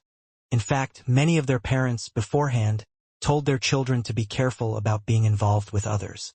Unlike the past, there was no longer a different school for talented students. Everyone was in one place, which meant one didn't know who they were to go up against. At the end of the day, a lot of them thought there was nothing to worry about. Vampires were very resilient compared to humans. They could take a fair bit of punishment more and still come out alive. They could also live a long life that humans could only dream of. There was, though, something that vampires felt on an equal level to that of humans, and that was pain. The pain that Abby was going through was real. She was unable to breathe, her innards felt like they had been partly ruptured from the hit, and the hair was being pulled out from her scalp, some of it slightly bleeding. All she wanted was the pain to stop. She just wanted it all to stop hurting. Which was why she had easily listened to Minnie's words a few moments ago. "Yes," she screamed. After hearing those words, Minnie started to walk over to where Toby was. She didn't run, she wasn't sprinting, but was carefully taking one step at a time. Her head faced down toward the ground. Seeing how this worked, Toby had a smile on her face. "Haha, what an idiot. If she tries to hit me, then I'll just pull her friend in front of me. Then when she's startled, she can get the beating of a lifetime," Toby thought. The thing was, Minnie was already in striking distance, yet she still hadn't thrown a hit out yet. Toby was watching her carefully, but she had yet to move. What is she doing? Does she think, "I can't hit her even this close"? Toby swung out a punch with all his strength and hit her right across the face. It was a solid hit, he could feel it, and her whole face swung to the side. However, Minnie just stood there in place, her body hadn't moved, and eventually she spat out a bit of blood from her mouth onto the floor. Lifting her head up, her eyes were glowing red, and a deep frown could be seen on her face as her eyebrows were furrowed. Seeing this, Toby nearly took a step back due to the intense heat. He had tried to, until he had heard a cracking noise. His legs suddenly collapsed and he fell to his knees, or more correctly he had fallen on his legs. What happened? Why am I suddenly at eye level with her? There was no pain, so Toby didn't even realize it.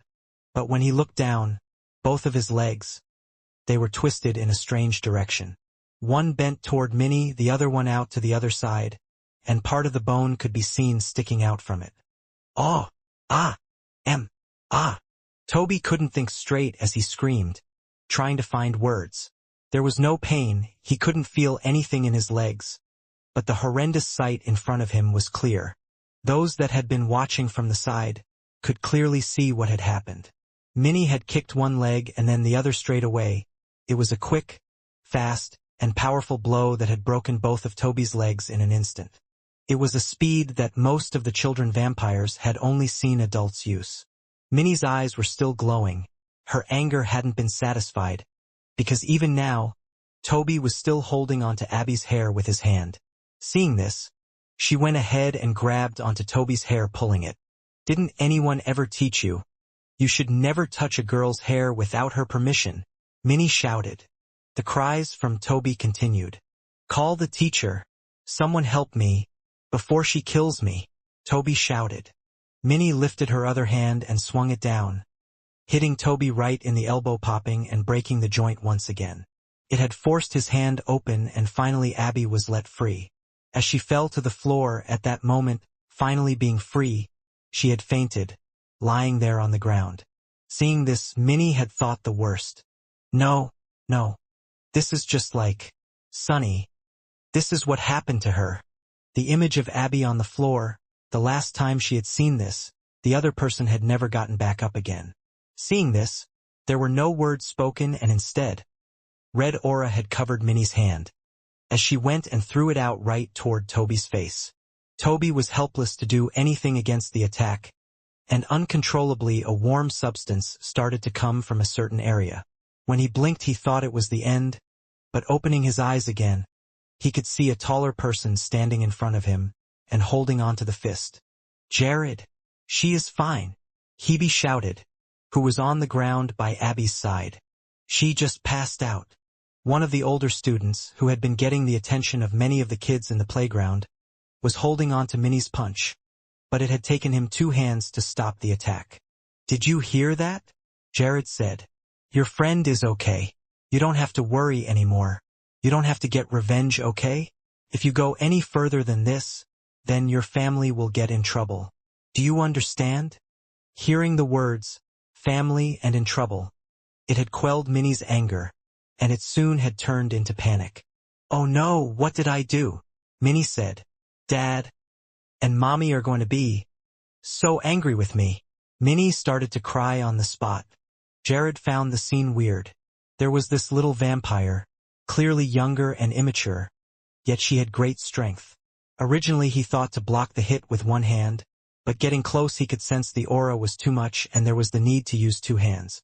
Little did Jared know, Minnie was still sticking to the rules that her father had set out for her, of using a maximum of 10% of her strength. A few moments later it looked like 3 of the teachers had come running out onto the playground looking at the scene in front of them. Jared had asked one of the older students in his class to call the teacher, just in case things got out of hand. When the teachers arrived though, they were a bit perplexed at what they could see. One of the boys looked to have gotten seriously injured, beyond what would be expected of a playground scuffle. One of the teachers, a male who went by the name Mr. Kripe, was in charge of the older students and was head of the teachers, one of the higher positions in the school. He had gray hair which was colored, but he seemed to like the older look, even though his facial appearance put him in his late 30s. For something like this to happen on the first day, the parents aren't going to be pleased about this, Mr. Kripe mumbled. Quickly, take the student to the infirmary. Also, all students that are involved in this will be taken out of lessons and are to report what happened immediately. We will get to the bottom of this, and for those of you who think this is a small matter and are thinking of doing the same, we will be informing your families. Minnie had stopped crying, and instead gulped because she was more afraid of what her parents would do than the school. The students that had been declared involved in the event were Abby, Minnie, Toby, Hebe, and lastly Jared as well. They had all been brought to the head teacher's office. It was stationed in a section of the school where only teachers were meant to be. It was where their offices were located, and where they planned lessons and so on. The word had spread around quite fast since it was the first day. At the same time there was quite a panic, because before an investigation had even begun, the teachers were background checking the students, trying to figure out who belonged to which family and who their parents were. While this was being done, all of the students that had been called were sitting in seats in silence outside of the office. It was soundproof so none of them could hear what was being said, even with their enhanced hearing. The only one that was involved in the incident and wasn't waiting outside was Toby, and this was because he was being interviewed at the infirmary. It was safe to say that Minnie was nervous, and the fact that she was unable to talk to Abby or the others had made it worse. Then the door had finally opened and Mr. Kripe had come out, with a disappointed look on his face. Okay, I will call forward everyone one by one to tell me the events of what has occurred, so we can make a report, and you all better tell the honest truth. Mr. Kripe sighed. Just as he said, they were all brought in one by one. Strangely, Mr. Kripe let them have their say and he asked questions that were only related to the incident. Everyone had told what they had seen. Jared and Hebe were honest as well, stating that it looked like the kid called Toby had started it first, and how hurt Abby was in all of this. For Abby, she was unable to recall a lot of events, so she didn't mention anything that Minnie had done because she had only seen the aftermath and told the story like so. Then, when it was finally Minnie's turn, she had explained the reason for her actions and what she had done. Thank you, Minnie. Please stay behind. And wait while we decide how to sort things out, Mr. Kripe asked. After waiting a while, Mr. Kripe had gathered all of the reports including from Toby, but at the same time he had received their background reports as well. On the first day of all things, the best thing to do is to involve as few people as possible. Abby, Hebe, and Jared shouldn't be involved in this. Although Abby was hurt, her wounds will heal with a bit of blood before she is sent home. We can inform her parents she was involved in a playground accident, but nothing too much to worry her or get her involved. The problem is Minnie and Toby. One of the parents is a simple guard, while the others are viscounts of a family. They will likely not take too kindly to someone hurting their son, even if I try to explain to them the situation that had occurred. If only she hadn't gone so far. In the end, the head teacher had no choice. He was going to have to call her parents. Because when it was an incident involving those this young, parents always seemed to get involved. On the contact form, Quinn's number had been put down rather than Layla's. Quinn had stated that he would solve anything that was to come their way, because he didn't want Layla to stress about things while she was pregnant. At the same time, when the baby was born, she would have to fulfill the duties of looking after a young child. In the first place, Quinn's job wasn't exactly stressful, but he never expected to get a call. And when he heard that Minnie was in trouble, he immediately left what he was doing and started to run straight toward the school. All sorts of thoughts were running through his head. Is Minnie hurt? Is what Ron Kinn said true, where people were making fun of her because they found out I'm a guard? Or did someone hit her? Maybe she used her powers? No, Minnie is a good girl. She would keep her promises no matter what. Something had to have happened to her. Nitro Accelerate activated. Changing his armor, Quinn ran through the settlement in quest areas, and even if a vampire was to see him, he was traveling far too fast for them to even notice anything other than a breeze. When he was finally close, he switched out in the alleyway and made his way toward the school. Not wasting any time, Quinn had arrived at the classroom that Minnie was part of and swung the door open. He didn't even look at the teacher and looked at all of the children that were there. Minnie, she's not here.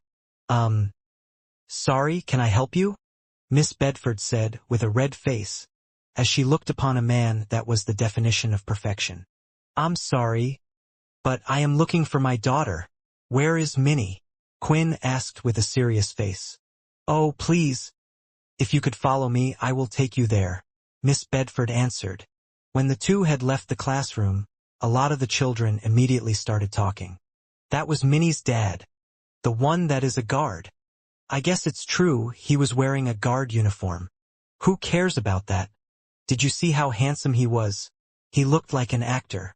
Miss Bedford had only led the way a little, but she soon saw Quinn rushing off ahead, and eventually he turned a corner and could see Minnie sitting on her own in the hallway. Minnie, Quinn said, as he rushed over and hugged her tightly. Daddy, Minnie said, as she started to tear up and choke up. I'm so sorry, Daddy. Minnie is so sorry. It's okay, Minnie, you don't have to cry, Quinn said, as he pushed her away and checked to see if she was hurt anywhere. There was a slight mark on her face, but it looked to be healing up already. He was thankful that it wasn't anything worse.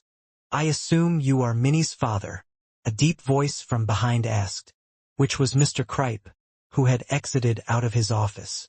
Please, sir, come in. We have something to talk about. When the two had entered, Minnie sat in one chair and Quinn on the other. They sat across a desk in front of Mr. Kripe as he explained what had occurred. Mr. Kripe was quite honest about what had occurred, stating that Minnie had acted to try and help her friend, but the problem was the extent of the damage that she had done to the other boy. I guess she really does take after me, Quinn thought. He wanted to smile as he looked at her, for protecting and sticking up for her friends, but he could tell it wasn't the situation to be in. The air hanging over Mr. Kripe looked tense. I see. I can see now why you decided to call me. What is the next course of action? Quinn asked. I assume that there will be a punishment for both of the children. In Quinn's mind, the boy Toby was to be punished and Minnie for taking it too far. Mr. Kripe looked nervous before he answered. You see, we think the best thing to do is for Toby to apologize to Abby for hurting her, and at the same it would be for Minnie to apologize to Toby for her actions. But if I am honest, I don't think that will be enough. You see, it seems that Toby's parents have already gotten word of what had occurred, and they are out for blood. They wish for Minnie to not just be let off with an apology, but for her to be hurt in the same way their son was. Quinn took a deep breath, because he was a second away from destroying everything in the room. If it wasn't for the fact that Minnie had quickly grabbed his hand to calm him down, perhaps he would have done so. Are they mad? Quinn asked. This is a children's problem. A problem within the school. For just saying words like that, they should be locked up. I understand your frustration, Mr. Kripe replied. However, both of their parents are viscounts. I think the best thing would be for your family to directly apologize to theirs. If you were to give them a gift, I can imagine it would quell their anger. In Quinn's mind, not in a million years would he give people who said such words to his daughter a gift. If I don't do that, what would the punishment be for Minnie? Quinn asked. There would be no punishment from our end. As long as Minnie shows regret and this doesn't happen again, Mr. Kripe said. That isn't my worry though. To be honest, I am looking out for you and your family. I can protect Minnie in the school, but whatever is to happen to you outside of here, there is nothing I can do. Quinn then stood up and grabbed Minnie by the hand. He walked towards the door before turning to the head teacher with red glowing eyes. Then let them come. After being called into the office, it was close to being the end of the school day anyway. So Quinn had decided that it was best if he took Minnie home. He was sure the school wouldn't mind, and although technically he should have still been working, he was also sure that Ronkin, even if anything did come up, would come up with a good excuse for him. The entire walk back, Minnie and Quinn had spoken no words. Minnie had said sorry once again, but didn't mention anything else, and Quinn didn't reply either. When they had arrived home, Layla was more than surprised that the two of them had returned. You're back. Layla had a puzzled face. I was just about to leave to pick Minnie up. Didn't we agree that you would take her to school, and I would bring her back just for the first day? I know it's harder for me to do things while pregnant, but I'm not completely useless. There was an issue, Quinn said, as he pulled a chair for Minnie, indicating that it was quite a serious thing. Layla sat down as well because she feared the worst. I heard what the head teacher said, but I want you to tell us everything that happened in your own words to your mother. Quinn explained. Minnie told both of them everything, what she had done and why she had done it, and after the story was told, she made sure to go over some points. My friend said her life was in danger and I only used 10% of my strength like I promised. Minnie is not a bad girl. I didn't want to fight. I didn't. Minnie started to cry. Out of instinct. Layla couldn't help but rub the top of her head. Minnie, you were put in a tough situation on the first day. Although I do think you went a bit far on your fellow student, you are not the only one to blame. Where were the teachers during this situation? Layla said, annoyed. And why did none of the other kids step in to stop what they were seeing? Right. Quinn agreed. I feel like we raised Minnie well. She also followed the rules. Maybe it's our fault for not setting out stricter rules, but are the other vampires really that weak? I thought 10% was enough. Layla was now staring daggers at Quinn instead, and eventually told Minnie to go to her room for the time being, while she talked to her father alone. I will take Minnie to school tomorrow again, Quinn stated. The head teacher seemed to give a warning that the other parents might kick up a fuss. At a time like now, there is no need for you to get stressed over things.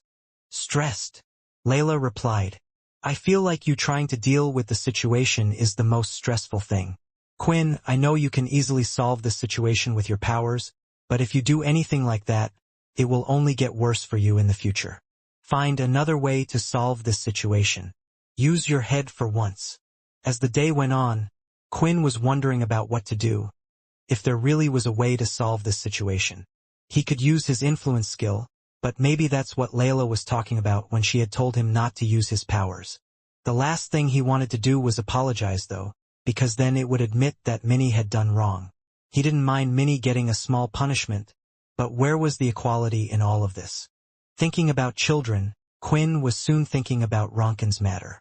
He wondered how the tournament had gone. Did Nell end up winning again, or had the cheat been caught?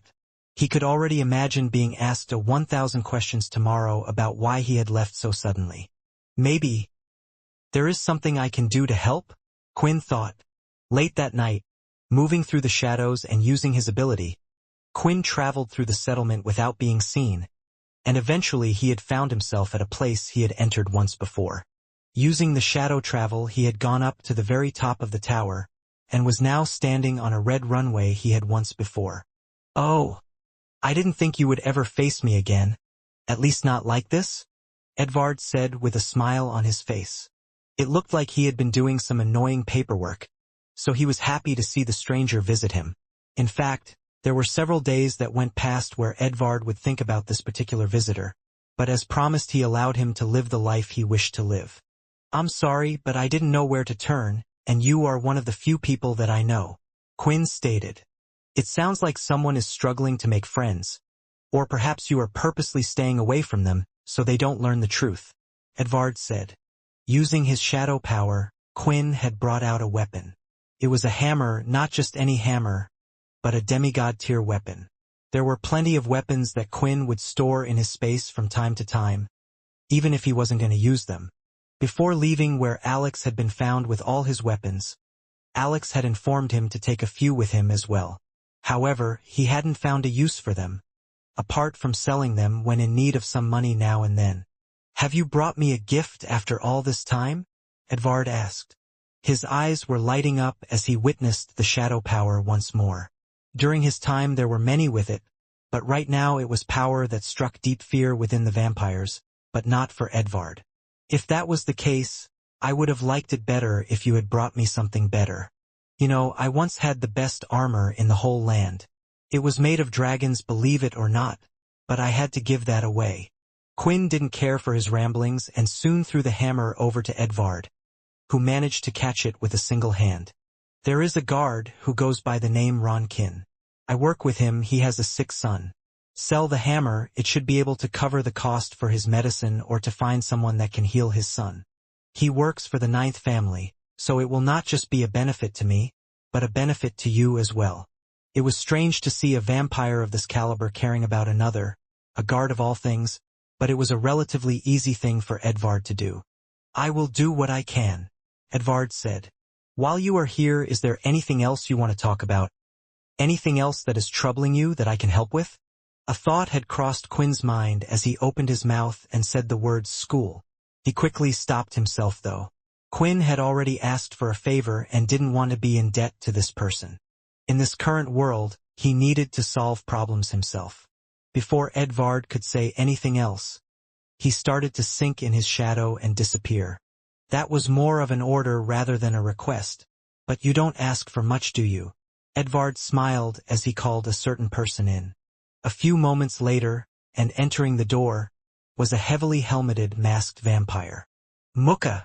Edvard shouted with joy. Another person I get to enjoy and see. Have you been doing as I asked? Yes, Muka bowed. I have been gathering information about Quinn Talon and about his day-to-day life. Has there been any recent incidents? He seems to be troubled by something.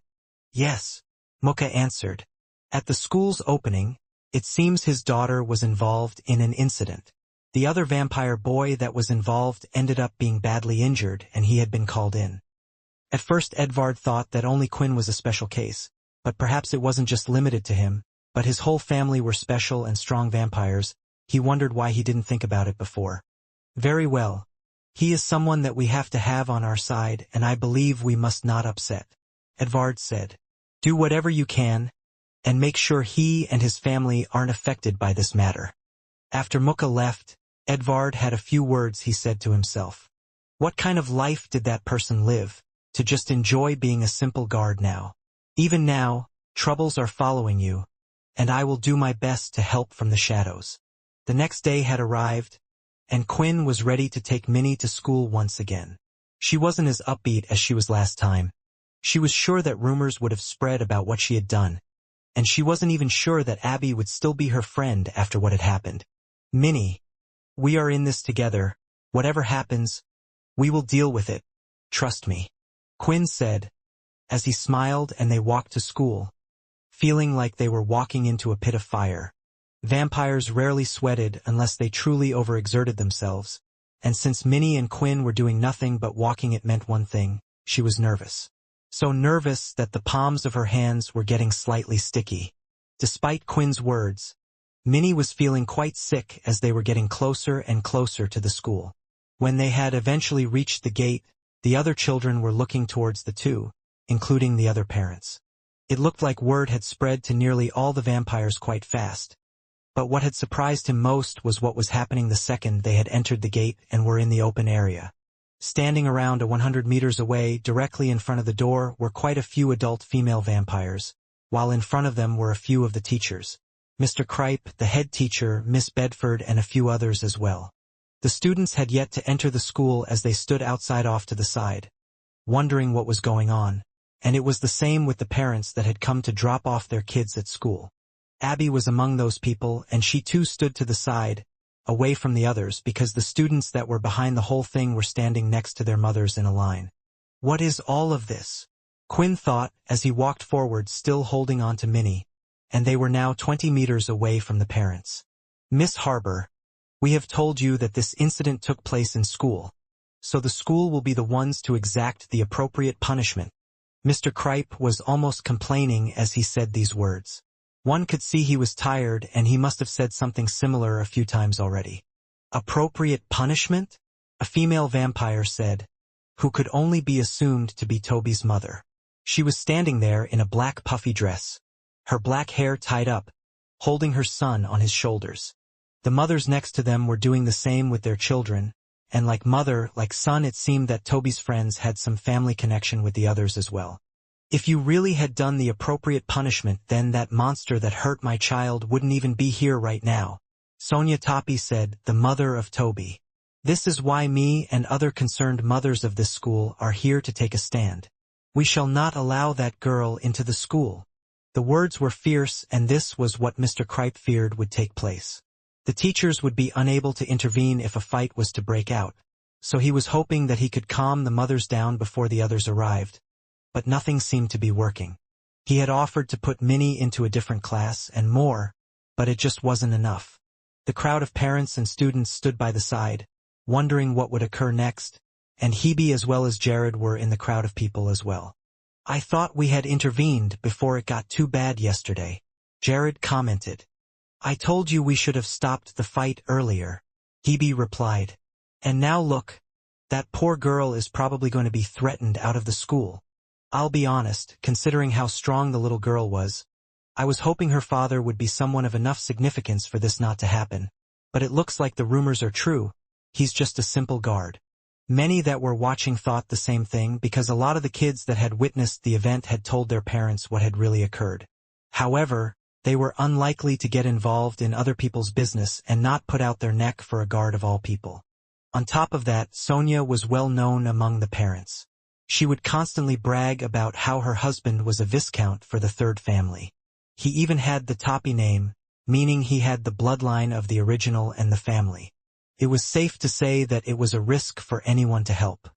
Holding on to Minnie's hand, he could feel she was getting upset. Her heart rate was beating faster, and she was holding back the tears in front of all of these people. For such a young girl, she sure could hold herself back when it mattered. It's a shame. I can't say the same for me, Quinn thought. Mr. Kripe, Quinn shouted. Am I correct in thinking that the school does not wish the same for Minnie? She has not been expelled from the school. Quinn shouted the words loud and clear, making everyone in the area hear him well. But the words Mr. Kripe was hearing didn't give him confidence. After meeting Minnie's father the other day, he also feared this was how he would act. Still, this was his job, so he would answer. Correct, Mr. Kripe said. The school board has already come to a decision. Minnie Ballin will not be expelled. The mothers behind the teacher had faces of shock. You see this? Sonia shouted. This is exactly why we have to take matters into our own hands. Then, that means that Minnie is allowed to go to school. And the only ones that are here to stop her are those that are in front of me, correct? Quinn asked. Correct. But Mr. Kripe didn't know what to say. At this point, was Quinn going to try to force his way through? Perhaps he thought that the teachers would help him if they were to be attacked by these parents. But the teachers wouldn't do that either. They too were part of the settlement. They didn't have higher positions than some of the parents that took their kids to school. They would have to go through the proper procedures and ask the family's leaders to punish them. Only if the circumstances were severe would they step in. It was too late though, as Quinn decided to walk, holding Minnie by his hand, toward them all. So, the school has decided not expel her, and have decided that a monster that harms our children is allowed inside. For the sake of the children, and for the school to be a better place, we will take matters into our own hands. Sonia let go of her son, and so did the other mothers, letting their children run off to the other side. Seeing what was about to occur, Toby had a smile on his face as he looked toward Minnie. She deserves everything that is coming to her. You said your father was stronger than the leaders, right? Then let's see it. Toby thought. Some mothers were guards in their family, part of the scouting team and more, but in the case of Sonia and the others, they had decided to take a more political role in their families. However, even though they weren't part of the everyday action, their husbands, who were in high positions, wouldn't just take anyone to be their wives. They too would attempt to take the best they could in hopes that they could create the strongest son and daughters their family had ever seen. Which was why Sonia and the other mothers had great confidence, seeing that they were to only take on a guard. Stop where you are, or we will use force, Sonia shouted, baring her fangs at Quinn. Continuing to walk forward, some of the bystanders were finding it hard to watch what was about to happen next, because Quinn didn't slow down. When they were 5 meters away, the women acted. Some of the teachers stood in the way of the other mothers, but Sonia was skillful, being able to get past Mr. Kripe and went straight for Quinn, swinging her clawed hand right towards his face. Lifting his hand, Quinn grabbed onto her wrist, stopping it in its tracks, and suddenly Sonia felt like all of the power and her aura had diminished on the spot. Lifting his head, he looked right into her eyes, with his eyes shining bright red. Minnie is going to school, Quinn said in a soft voice, but suddenly he tightened his grip around her wrist, applying pressure. A guard stopped my attack. And why can't I use any of my aura? Is this a type of ability? Sonia thought. A warning to you and your friends, Quinn said carefully, making sure she heard each word as he stared deep into her eyes. If you call my daughter a monster one more time, then I shall show you a real monster. They were simple words that were said by what should have been a simple guard, yet it shook Sonia to her very core. Her whole body was weak and her legs felt like they were about to buckle any second. When Quinn did let go of her wrist, that was exactly what had occurred. Sonia fell to the floor there and then, with her head held down. The other mothers who had seen this had stopped causing a fuss. The teachers had managed to hold them back quite well, but seeing Sonia in the state she was in, they were more concerned for her, which allowed Quinn and Minnie to walk directly to the entrance door of the school. He then pushed the door with one hand, and finally let go, allowing her to walk into school on her own 2 feet. Turning to the others, Quinn had one more thing to say. From today onwards, I will always be here to open the door for my daughter. It was clear he was telling everyone there that he would protect her, and although many still didn't see him as a strong vampire, since he was wearing the guard uniform, they felt the pride of a father, someone who would do anything, even risk his life, for his daughter. Miss Bedford quickly rushed to the door and held it open in place for Quinn. Now that she was next to his daughter, he looked at her before heading off. Once again, he walked past Sonia on the ground and headed out of the school gates. He soon quickly ran off as he had work to do, but left the others wondering what they had just seen. What happened? Why is Sonia on the floor? One of the parents asked. He just stopped her attack, but there was no attack back. Was she possibly afraid? That would make sense why she fell on the floor like that. She probably thought a guard would be easy work, but I guess for her it wasn't. All of the gossip from the parents, the eyes of them and the children, all of it could be heard and seen by Sonia as she was still sitting there on the ground. She clenched her fists, breaking part of the hard floor and crumbling it in her hands. That damned vampire! He embarrassed me. In front of everyone. Does he really think he can just do something like this and walk free? Sonia eventually stood up from the ground and walked off without saying anything to the others. The mothers quickly had decided to follow her, as the kids began to enter the school. The morning event would soon become the gossip of the entire pooling area. That was for sure. "What an exciting morning," Hebe commented, as they walked through the school halls. "You're right," Jared replied. "And who would have thought she would have a father like that? Now I guess we see where she gets her guts from." Sonia had headed straight home, to the third family castle area where her family lived. Her head was filled with rage, and the more she thought about what had happened, the angrier it was making her. Worst of all, she herself couldn't make sense of what had happened. But either way, that wasn't important. "I will get my revenge on you, and I know the perfect way." Looking at her wrist, there was still a strong visible mark. She had never been held so hard before by another vampire, but it was what she needed. Bursting into her house, she started to yell a particular name. "Tynet! Tynet! Come down here right now!" Sonia shouted. Out from his office located on the second floor, one of the viscounts of the third family had come out from his office. A dashing vampire dressed to impress. He and his wife were the same, as they had quite an interest in the clothes and fashion of vampires that were similar to the Victorian style back on Earth. At first he thought his wife was going to just brag him about what she had done today.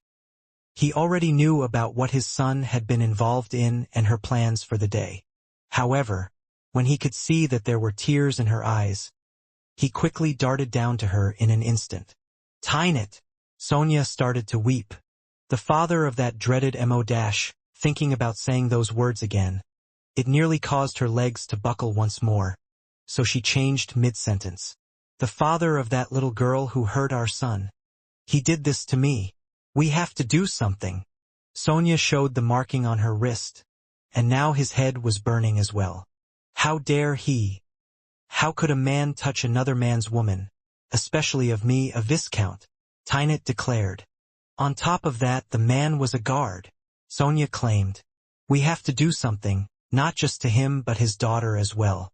We need Toby to be raised in a good environment. That is why we came here in the first place, is it not?" Tynet stroked the cheek of his wife. "Don't worry, I have the perfect plan. I am close friends with the Earl, and he is quite close with the other Earls as well. It will be simple for us to ruin his life." After a quick kiss on his wife's cheek, he headed outside and started to walk toward the castle where the Earl currently lived. Tynet wasn't going to waste a second. After arriving at the castle, Tynet managed to meet the Earl, an older gentleman with a well-combed beard. "Earl Carlson," Tynet called out and quickly went to his side. "You know, I have completed many tasks for you, and at times you have stated that I am your favorite. Well, I wish for you to do me a small favor." Carlson stopped and turned around, but quickly smiled at his nephew. "Well, certainly," Carlson said, "as long as it is a small favor like you say. You see, there is someone from the 9th family, a guard who goes by the name Quinballen. His daughter harmed my son, and he himself harmed my wife. So I think an appropriate punishment would be for him to lose his position. We shouldn't have someone like that working as a guard for our settlement." The Earl paused for a second. "You are right. This is quite urgent. Come to my office and we shall give a call to the 9th family immediately." Following the Earl, everything was going well, and now in the office, on a particular device it had connected to the Earl of the 9th family. This time a woman could be seen on the screen. "I have information that a guard has been deemed dangerous, and I recommend that he be removed from his post immediately." "Ah, Earl Carlson," the other replied in a cheery voice. Of course. Thank you kindly for your report. We owe quite a bit to you and your work. If there is a problem with one of our guards, we will deal with it immediately." Carlson and Tynet both had big grins on their faces. "Please do so. The name of the guard is Quinballen," Carlson stated. After that, the two of them said their goodbyes and the video call had ended. The large smirk on Tynet's face couldn't be hidden. It was as simple as that. This is what one could do with a high-status position, and it wasn't the end for what he had planned for the guard. Since his nephew had come to visit him, Carlson and Tynet had decided to catch up on a few things. and it was then that they had received a call back relatively quickly. When answering it this time, on the screen was not the Earl, but instead was a black armor knight with a large helmet covering its head. Immediately, Carlson knew who this was. It was Mukka, the second in command at the 9th castle. "Your request has been denied," Mukka immediately said. "There is also a message from the 9th leader. There shall be no further involvement into Quinballen's life. All matters to do with Quinballen are to be forgotten about. If the third family does not follow this order, then it will be a matter that the leaders will have to deal with.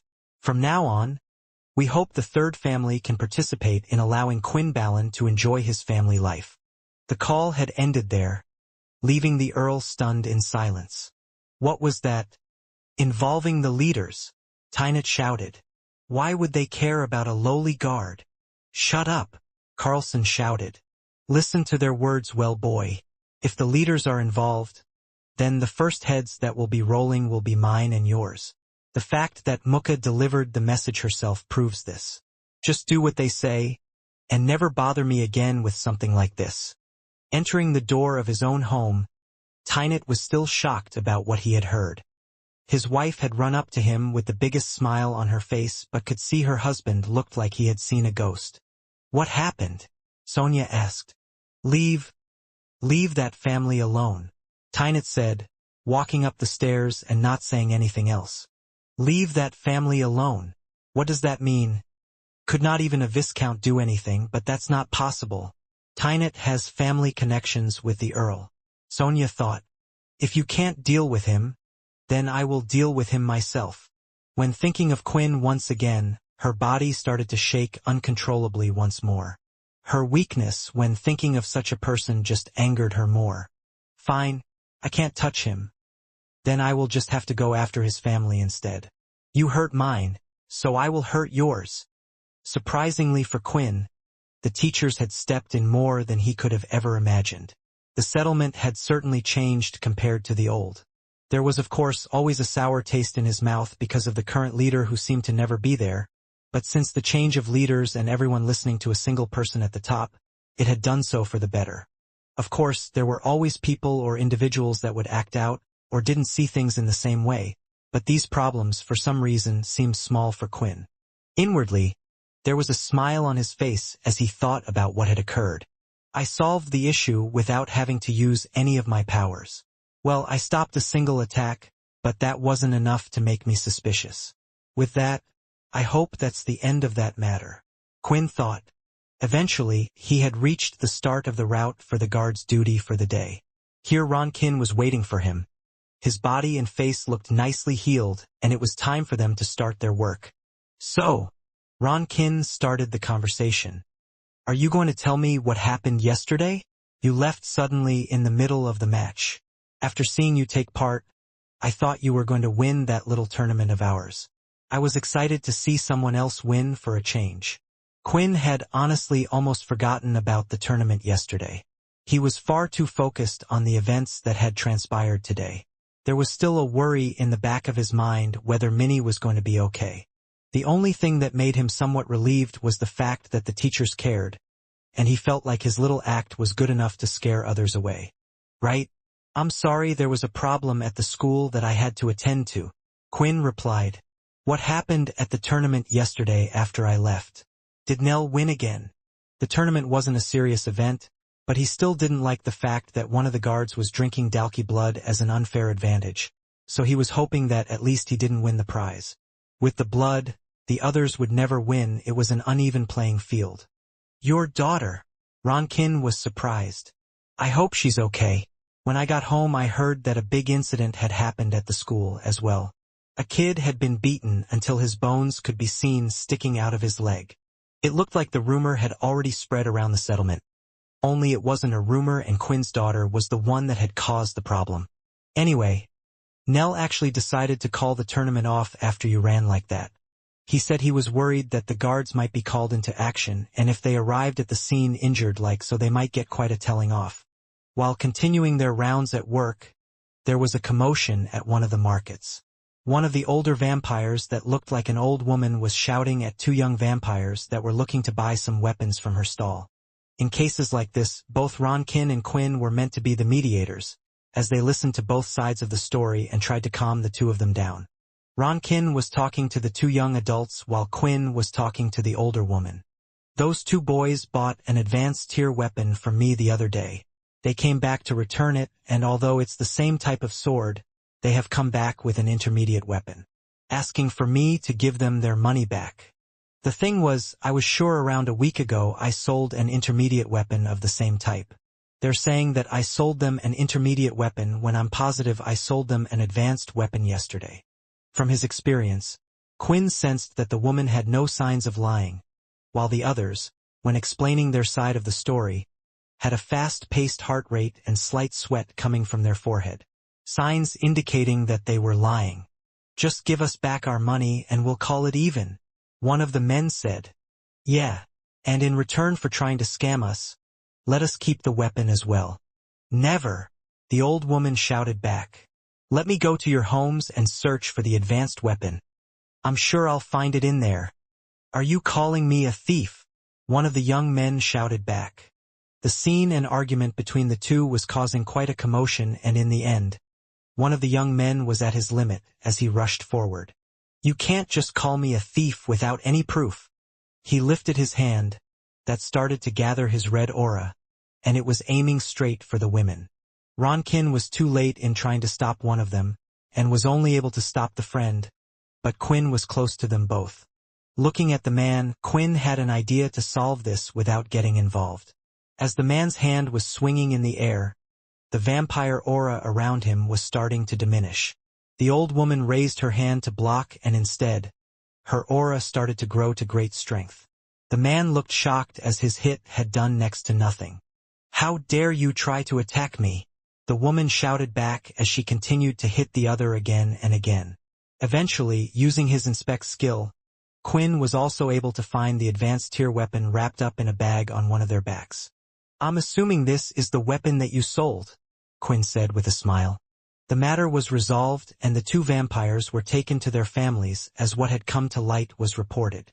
As for how severe the punishment would be or what it would be, it was up to the families to decide. As they continued their route around the place, Quinn was thinking back to what he had done. The aura, from a certain distance, he was able to control it. When he woke up 1,000 years later, Quinn was able to do this. He thought it was due to one of his titles or maybe the fact that he had become a celestial, yet it was a skill he was still able to do. It was unable to work well against stronger vampires such as the original Edvard, but for certain situations it was handy. Quinn had used it on Sonia when she went to attack him, and he had diminished it just now in a scuffle while also raising the weaker vampire as well. This power, it was a strong power, something that no vampire could do apart from him. In a way, Quinn was glad he had the power because if one was to lead a vampire army, one could make them stronger or the other side weaker if there was a civil war to take place. Eventually the shift had come to an end, and it was time for the two of them to say goodbye to each other. As Ronkin was making his way home, he was thinking about the dispute today. Quinn always seems to solve them quite easily compared to the stories I have heard. There was that time when one of the angry customers just backed down for no reason. When that kid fell out of the building, he landed perfectly fine on the floor, and even then, he was able to tell what weapon was advanced and intermediate. I couldn't tell the difference at all between the two. It was because of all of their work and the problems that had been resolved that the 9th family guards had a good image, and the handsome guard had become quite a popular vampire among the whole settlement. On top of all that, he's a good fighter. Why am I only noticing these things now? Is it after I realized he's good at fighting? Are all those coincidences that take place actually not coincidences? There was even that time that a beast ran away. No. It couldn't be. I must just be overthinking things. Those that actually carried the Fortuna name and ability always had a level of luck, so Ronkin would just leave it to that at the end. Unfortunately for him, though, he was wondering just when his luck would start. Opening the door to his house, though, he quickly heard the sound of crying. It was a familiar sound. It was Ronkin's wife. Immediately he rushed to the room she was in, and could see her crying next to a strange person in a robe, and that's when he noticed that they were in their son's room. "This is Ronkin," his wife shouted. The ninth family, they sent a great healer to help out our son. They say they can heal him. They say they can make him better, back to the way he was. That's when Ronkin realized. The tears were tears of joy. I can't believe it. Why after all this time, would the ninth family send a healer? To Ronkin's knowledge, the ninth family didn't even have such a healer that could perform such things. There was a human, however, that worked for the Greylash family that had the power, but the amount to pay a healer to get to their family or to heal a vampire was too large for them. It was one of the options that Ronkin was saving up for, and what he didn't know was this was the very healer. Only they were using a special spray to cover up their scent, and there were quite a few vampires that were close to the home sent to escort the individual. Outside of the home, far away from the eyes of the escort, Quinn had a happy smile on his face. Edvard, thank you for this, Quinn said to himself. I'm happy that I can still help out people even from the shadows. Inside the ninth castle, Muka had just arrived with some urgent news. Jim Eno sends a message to all. A new supply of blood is being sent. They have been improved upon compared to the last. He hopes all leaders will continue to distribute the blood supply to those they feel are worthy. The vampire settlement must continue to grow. Edvard couldn't help but smile at the message that had been sent. We must continue to grow? I guess he will soon ask for some of us to join his expeditions. Before then, it would be great if I could figure it out. Whose story is real? Are you really a fake, Jim Eno? We will have to see when you return to the settlement. The second day of school had started for Minnie, and it was safe to say all eyes were on her, and nearly everything the kids talked about was her father. However, she didn't mind hearing these words about her father because they weren't talked about in a bad light, and instead only good words could be heard. In the middle of the lessons, every time she heard someone talk about her father, about how cool he was, even repeating a few of his lines, she had to force herself to put her head down and smile. Does anyone know the answer to this question? Miss Bedford asked. One of the boys was waving his hands in the air, and as his name was picked, he stood up from his seat and cleared his throat. Miss Bedford, from today on I will always open the door. The others in the classroom laughed, as it was clear that he was putting on a voice and imitating what Quinn had said, about always opening the door for Minnie. Miss Bedford couldn't help but shake her head as she was concerned. Toby was still in the classroom. He didn't seem to be bothering Minnie or the others anymore and was actually quiet during the lesson for a change. The thing was, he was only a child. Such a large event may have affected his life from now on. Miss Bedford wanted the kids to enjoy their life, but now maybe he was too scared to act like himself. When break began once again, Minnie was looking around the room. She wondered if she should just stay in the class. If she went out, she was afraid that others would make fun of her. But that was when she felt a presence by her side. Minnie, do you want to go out on break again today? Abby shyly asked. Really? Minnie asked back over the moon. After what had occurred, she wouldn't have been surprised if Abby never talked to her again. Not only did she get hurt because of Minnie, but she had also seen quite a cruel side to this little vampire. You helped me. My family says to always stick to those that help you, and you should stick to them when they need you as well. That's what makes good friends. Abby replied. Minnie couldn't help but give Abby a big hug. She felt like, outside of all of the adults that she would constantly meet, that for the first time she had truly made a real friend. It looked like school would go pretty well for her and her new friends in the playground, and without noticing it, Minnie had made quite a few fans. Jared and Hebe looked to always be watching in their direction. Are you worried? Hebe asked. No, of course not. Jared replied. All the leaders are present at the event, which means there are a total of 9 direct positions. Do you really think none of them will take someone like me up? Oh, so that's your only aim? Hebe replied. Because I thought you would have liked to get first place at that little event. But it seems after taking just one punch of hers you have given up. You took the hit, you shouldn't give up so easily.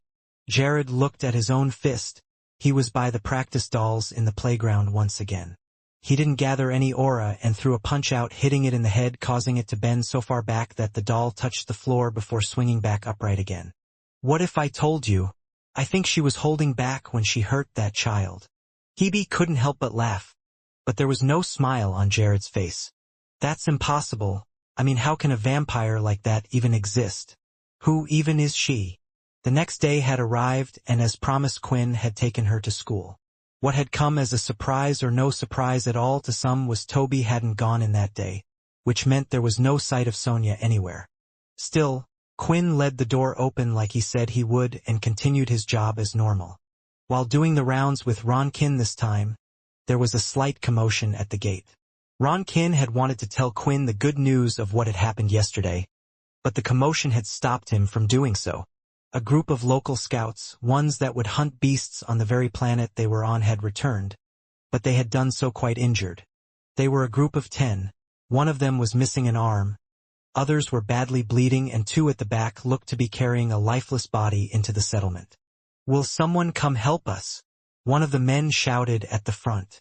Quinn, Ronkin, as well as other guards quickly came to their side to give them a shoulder. Quinn had even gone to the man at the very back that looked lifeless, giving the other 2 a break from carrying the man. Unfortunately, Quinn could tell after touching him, there was no presence of life at all. They must have run into a few high-tier beasts. As time continues to pass on each planet, the level of beasts and higher-tier beasts will just continue to increase. Unless there are those that are strong enough to get rid of them.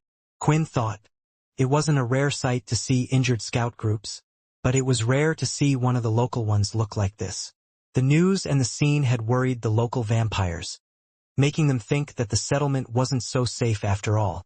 Yet, they still had yet to suffer a single attack or a wave of beast attacks like the other planets received. The theory was the beasts could sense the strong power radiation off of the settlement. After all, there were beasts with some level of intelligence. A short while after one of the scout teams had returned, all of the guards had been called in for a meeting to head in front of the 9th castle.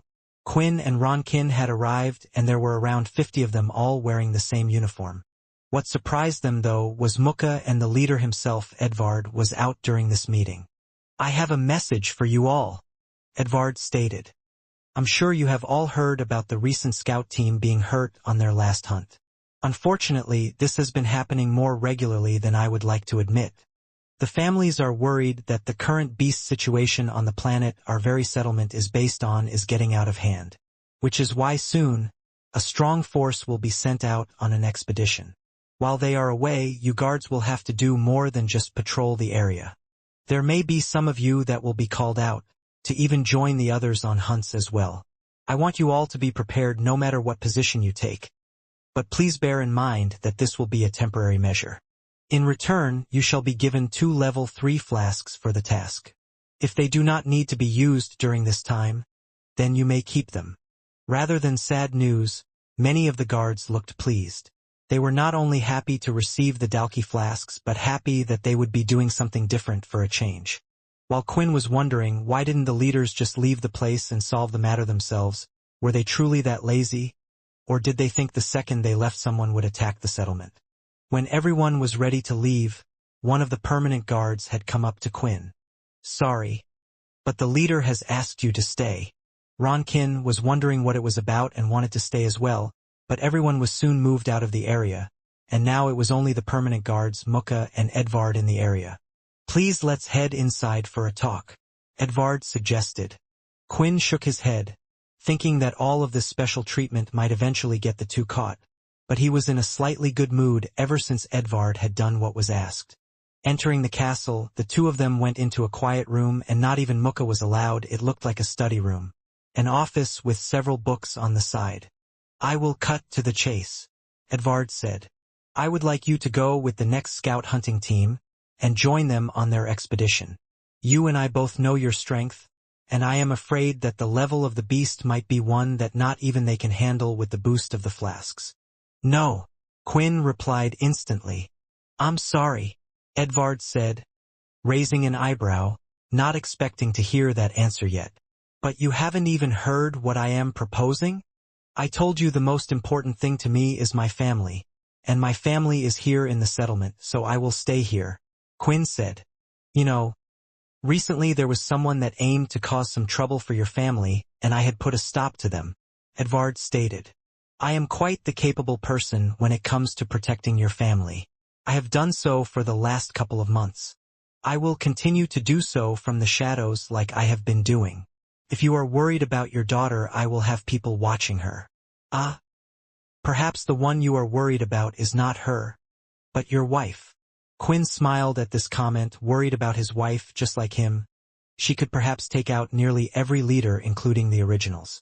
As long as they didn't take any Dalki blood to make themselves stronger.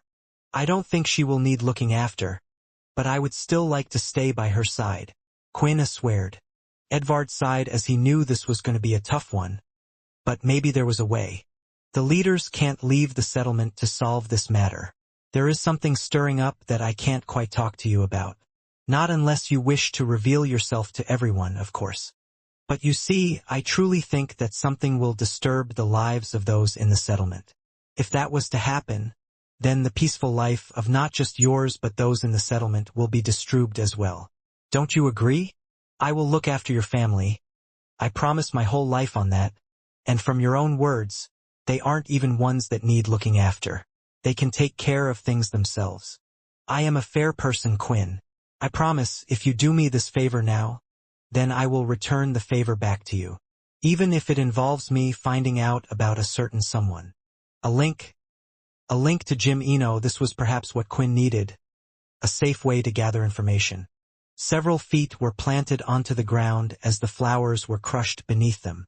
A large group of vampires, around 10 in total, were trekking across the planet.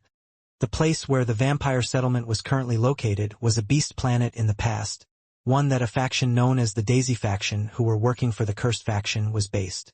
Although their time on the planet wasn't long, a lot of the planet had been changed. Many of those in the Daisy faction had abilities related to plants, and even if they didn't, their love for different plants was unreal. Despite the lack of sunlight, it seemed like life on the planet hadn't faded at all. There were giant swirling and intertwining trees, colorful petals that gave off a faint glow, and prickly vines all over the place. The difficult terrain was actually one of the reasons why the vampires found it slightly difficult to hunt on their own planet, or at least get rid of the more dangerous beasts.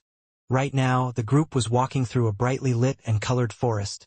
All of the plants were giving off a strange glow, and there were even giant plants with thick bottoms that loomed over them, blocking the sky with their big leaves. In some ways it was like a jungle, in others it was more like a forest. As for the group of vampires, they weren't just any vampires, they were talented ones. Fighters that were a mix of strong vampires, and some were even at the noble evolution level. Since the last few scout teams had suffered a few losses, a strong team had been sent out this time, heading to the same location as they had done last. Remember, everyone, we are to save our energy.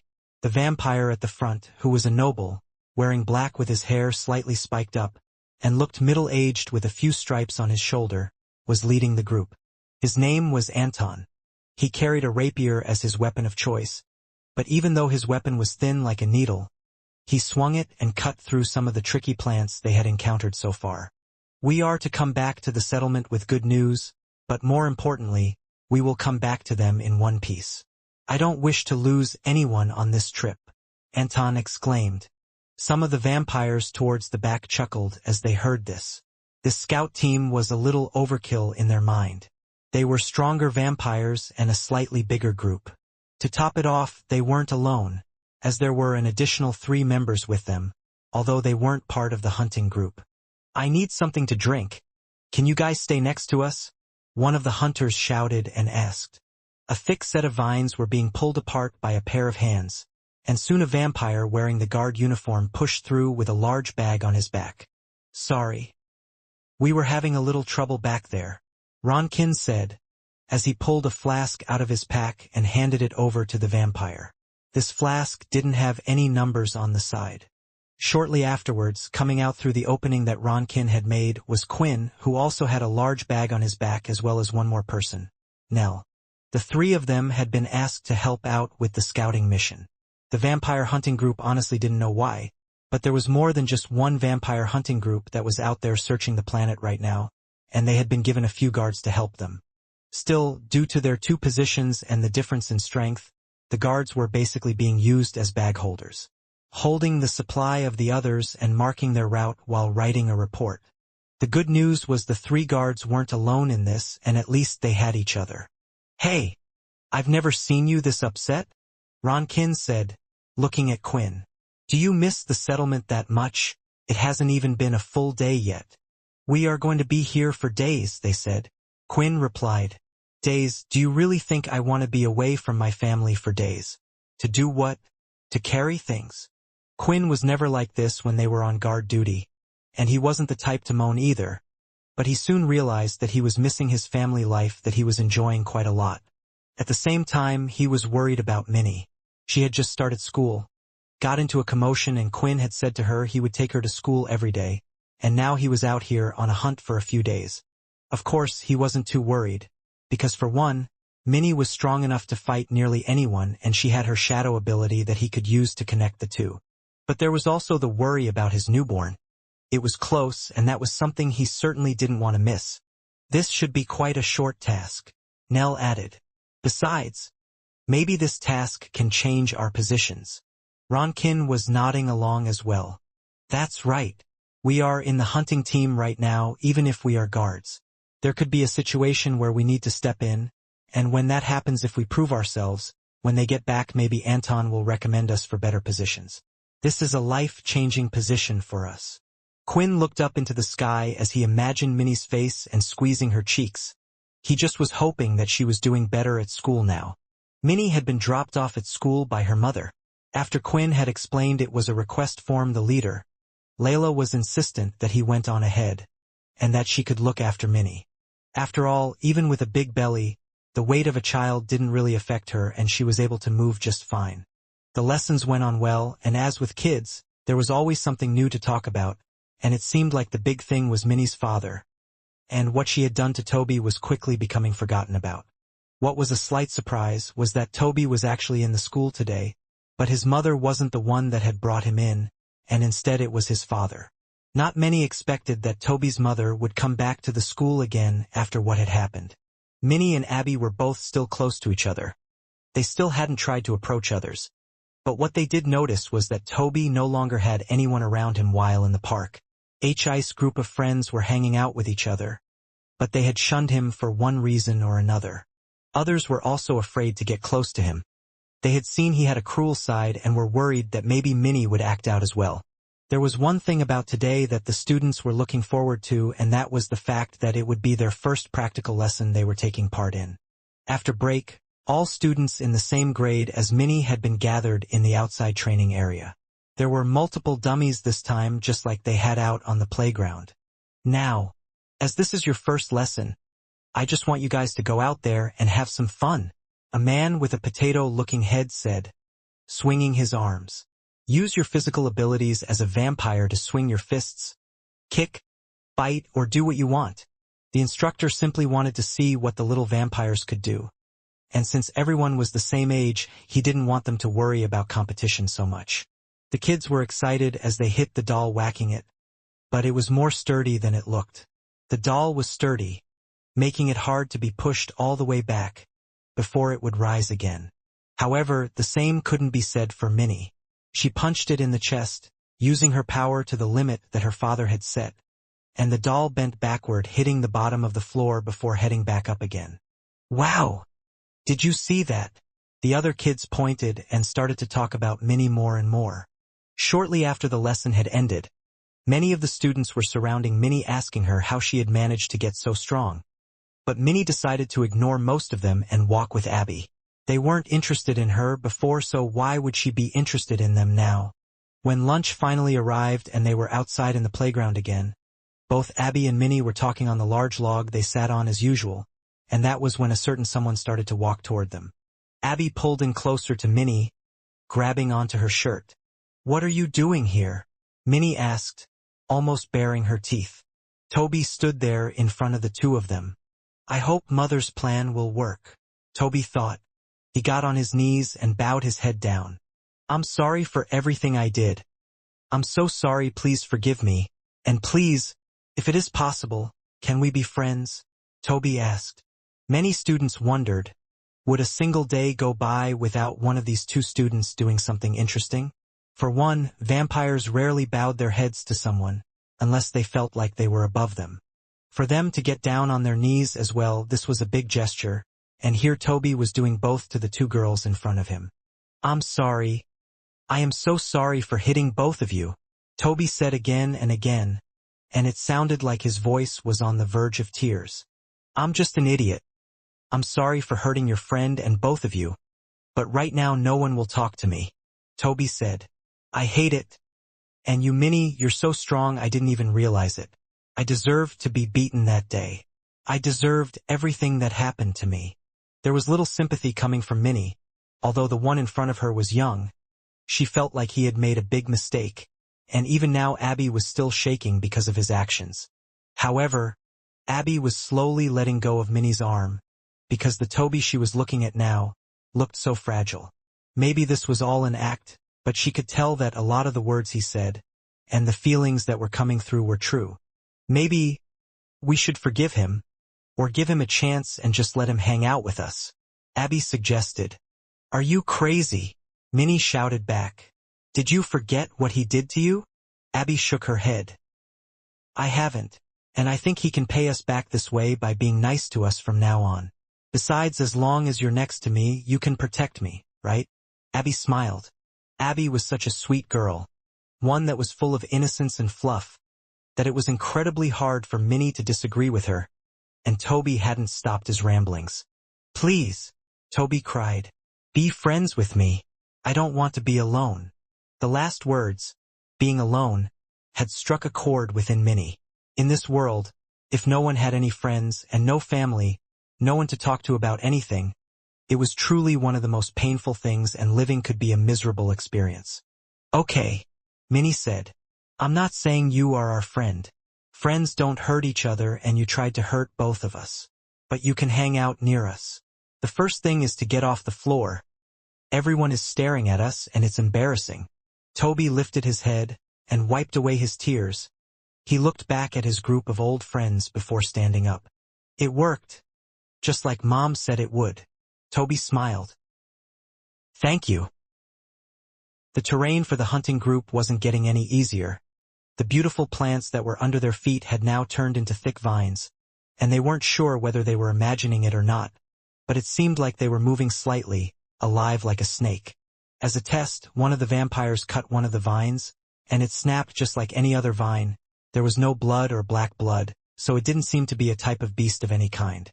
The good thing was that the area had opened up more and wasn't so condensed with trees, so there was free movement. "Everyone be careful." According to the last report, the other hunters had chased a beast into an area where the terrain changed and the ground was made of vines. "If I was to take a guess, we are close to where we need to be." There was a nervous chuckle from Ronkin, and he was sweating visibly from his face. "You should relax," Nell stated. "Look at you, a vampire sweating buckets from a simple hike. Your nerves are making your body act before you are even in the heat of battle. You should take more from Quinn. Look at him, he is as calm as a needle." "A needle?" Ronkin replied, but when looking at Quinn, it did seem like he was acting just the same as he would have done if they were walking around the city, as if it was a simple scouting job. "Beep beep." "Everyone ready," Anton shouted. One of the beast scanners he was using had picked up on beasts in the area, but when looking around all they could see was plants, trees, and the vines on the ground. The strange trees started to bulge up from the bottom. They were bulging up like they were about to give birth, when they suddenly exploded, shooting out strange bark and a purple substance. The beasts that came out were human size, but looked nothing like a human. They had 4 legs on each side, similar to that of a spider, that were red in color. Then there were 2 smaller appendages that could only be described as hands that were on the sides of the beast's head. Their body was covered in a strange white fur, which was patchy in areas, and as usual with beasts, they had their razor-sharp teeth. There were multiples of them bursting from the trees. One tree seemed to have at least 3 of the beasts burst from it, and they immediately began to attack the vampires, leaping towards them. The hunting team used their vampire aura to try to slash through the beasts, and it had hit the beasts, clearly hurting them, but they weren't able to kill them in one hit. Emperor tier beast. At this level, the hunting team should be fine. Just as Quinn said that, he saw Anton thrust forward, His rapier had energy condensed to the tip of his weapon, and it stabbed right through the head of one. The ones I'm concerned about are the others, Quinn thought. Don't use your flasks. We are strong enough to deal with this. Save them, Anton shouted. Each member had been given a flask with Dalki blood, but Anton knew that these creatures weren't enough to take down the powerful vampires. Still, there were more of the beasts than there were vampires, and naturally as more creatures burst out of the trees, they started to run towards the guards. Quinn was standing ahead of the other two, but that's when he noticed something. When running on their long legs, they were avoiding eye contact with Quinn. That's when all three of the beasts had run right past Quinn, as if he wasn't even there. What is this? Have even the beasts forgotten about who I am? Quinn thought, a little annoyed. Hey, should we take the flasks? Ronkin asked. The order from Anton wasn't for us as well, right? Nell had his hands held out wide, and when the beast leapt up to him, he moved and avoided the attack, and managed to climb on top of the beast and was punching away. For someone who didn't have much aura or strength as a vampire, he certainly was skillful, but the same couldn't be said for Ronkin, who had panicked. The beast leapt up and jumped, landing on top of Ronkin and pinning him to the ground. The two small hands by the side of its mouth held onto his shoulders. When it opened its mouth wide, Ronkin had no choice but to shove his hands into the beast's mouth. The teeth had sunk into his hands, but he had no choice as he was using his strength to pull its mouth apart. From the corner of his eye, Ronkin could see another creature was heading towards him. As for Nell, after gathering his vampire aura and forming it as a type of blade in his hand, he hit the back of the beast's head and neck, stabbing right through it and killing it in one go. Now he could see that Ronkin was in trouble. That idiot! You can't die here, you have a family, Nell shouted. The creature continued to scurry across the floor, until, stop! A voice was heard, and the beast had done just that, not only the one running towards Ronkin, but the one on top of him as well. Ronkin wasn't sure, but it almost felt like the beast on top of him was shaking. It slowly turned its head towards the voice that had spoken earlier. Get off him, Quinn said. Both of the beasts quickly obeyed, running deep into the strange forest, no longer taking part in the fight. Ronkin finally got up on his feet, and could see that the other vampires were still dealing with the creatures, but more were coming, yet none of them were coming towards the three guards anymore. Nell, who was a little to the side, was watching it all, and seeing it, he remembered a tale that Ronkin once told. After the little tournament battles they would face, Ronkin would often talk about his partner that he had, and there was one story that Nell believed he had exaggerated. Come on. That couldn't have happened. You're saying that a large beast had run up to the gates of the settlement, but when your partner stared at it, it decided to just run back away. It's a mere coincidence, my friend. The beast most likely could sense the leader's power and the power of all the vampires in here, knowing that if it attacked it would meet its end. Beasts have quite good instincts. Nell remembered his own words while he looked at Quinn. All of the nearby trees in the area had already exploded, and the beasts that had come out from them had been dealt with as well. Lying in the grass and other areas were the beast bodies. Some of them were starting to pile up on each other. As the fight went on, the vampires were learning of better ways to deal with the beasts, and thanks to Anton reorganizing the group, they were able to create somewhat of a circle where they could cover each other's backs. What was strange, though, was it seemed almost as if the beasts were endless, because they were coming from far off in the distance and heading straight toward the group. Their only guesses were that the beasts were coming from further away, further than their eyes could see. However, there were three people that seemed completely unaffected by all of this, and that was the guards. Look at this. I told you that Quinn would be our good luck charm. Ronkin smiled and patted his friend on his back. The beasts are completely ignoring us and just going ahead to attack the others. It certainly was strange, but after what Nell had seen before, it was starting to make sense. Is it an ability, perhaps? One that allows one to communicate with animals? The fifth family has that type of ability, but to be able to control it to this degree, it would have to be as strong as the leader's power itself. Haha! What luck is this? Ronkin kept smiling as he saw another beast run completely past them. Are you a Fortuna? This luck is amazing? In the end, the number of beasts were starting to dwindle, and soon they were no more. The vampires were victorious over what could only be described as a wave of beasts. They were tired, worn out, and had used a lot of their aura, and many of them had cuts and broken bones. The good news was that none of them had perished in the end. Good work, everyone. We shall rest for the rest of the day. You all did well, and you should take the experience and use that for the next battle ahead of us. The vampires continued to trek through the vine-like area looking for some type of cover. A cave or something where they could rest and not get attacked. That's when the group had come across a gigantic tree. It was so large that looking up, one was unable to see the top, due to the other leaves that were covering it. The trunk was incredibly thick, and going around the whole tree would take a good while to walk around. What was most surprising was that there was an opening in the trunk, almost like an entrance or a tunnel similar to a cave. The vampires had scouted the planet before, and they knew that there was no civilization or other life other than that of the beasts, insects, and so on. Still, there were humanoid beasts and nest crystals which had high levels of intelligence. A trap, a setup, and getting beasts to work together were a trait of these things. Which was why Anton had sent the fastest vampire in the group to go through the tree opening and see if there was anything.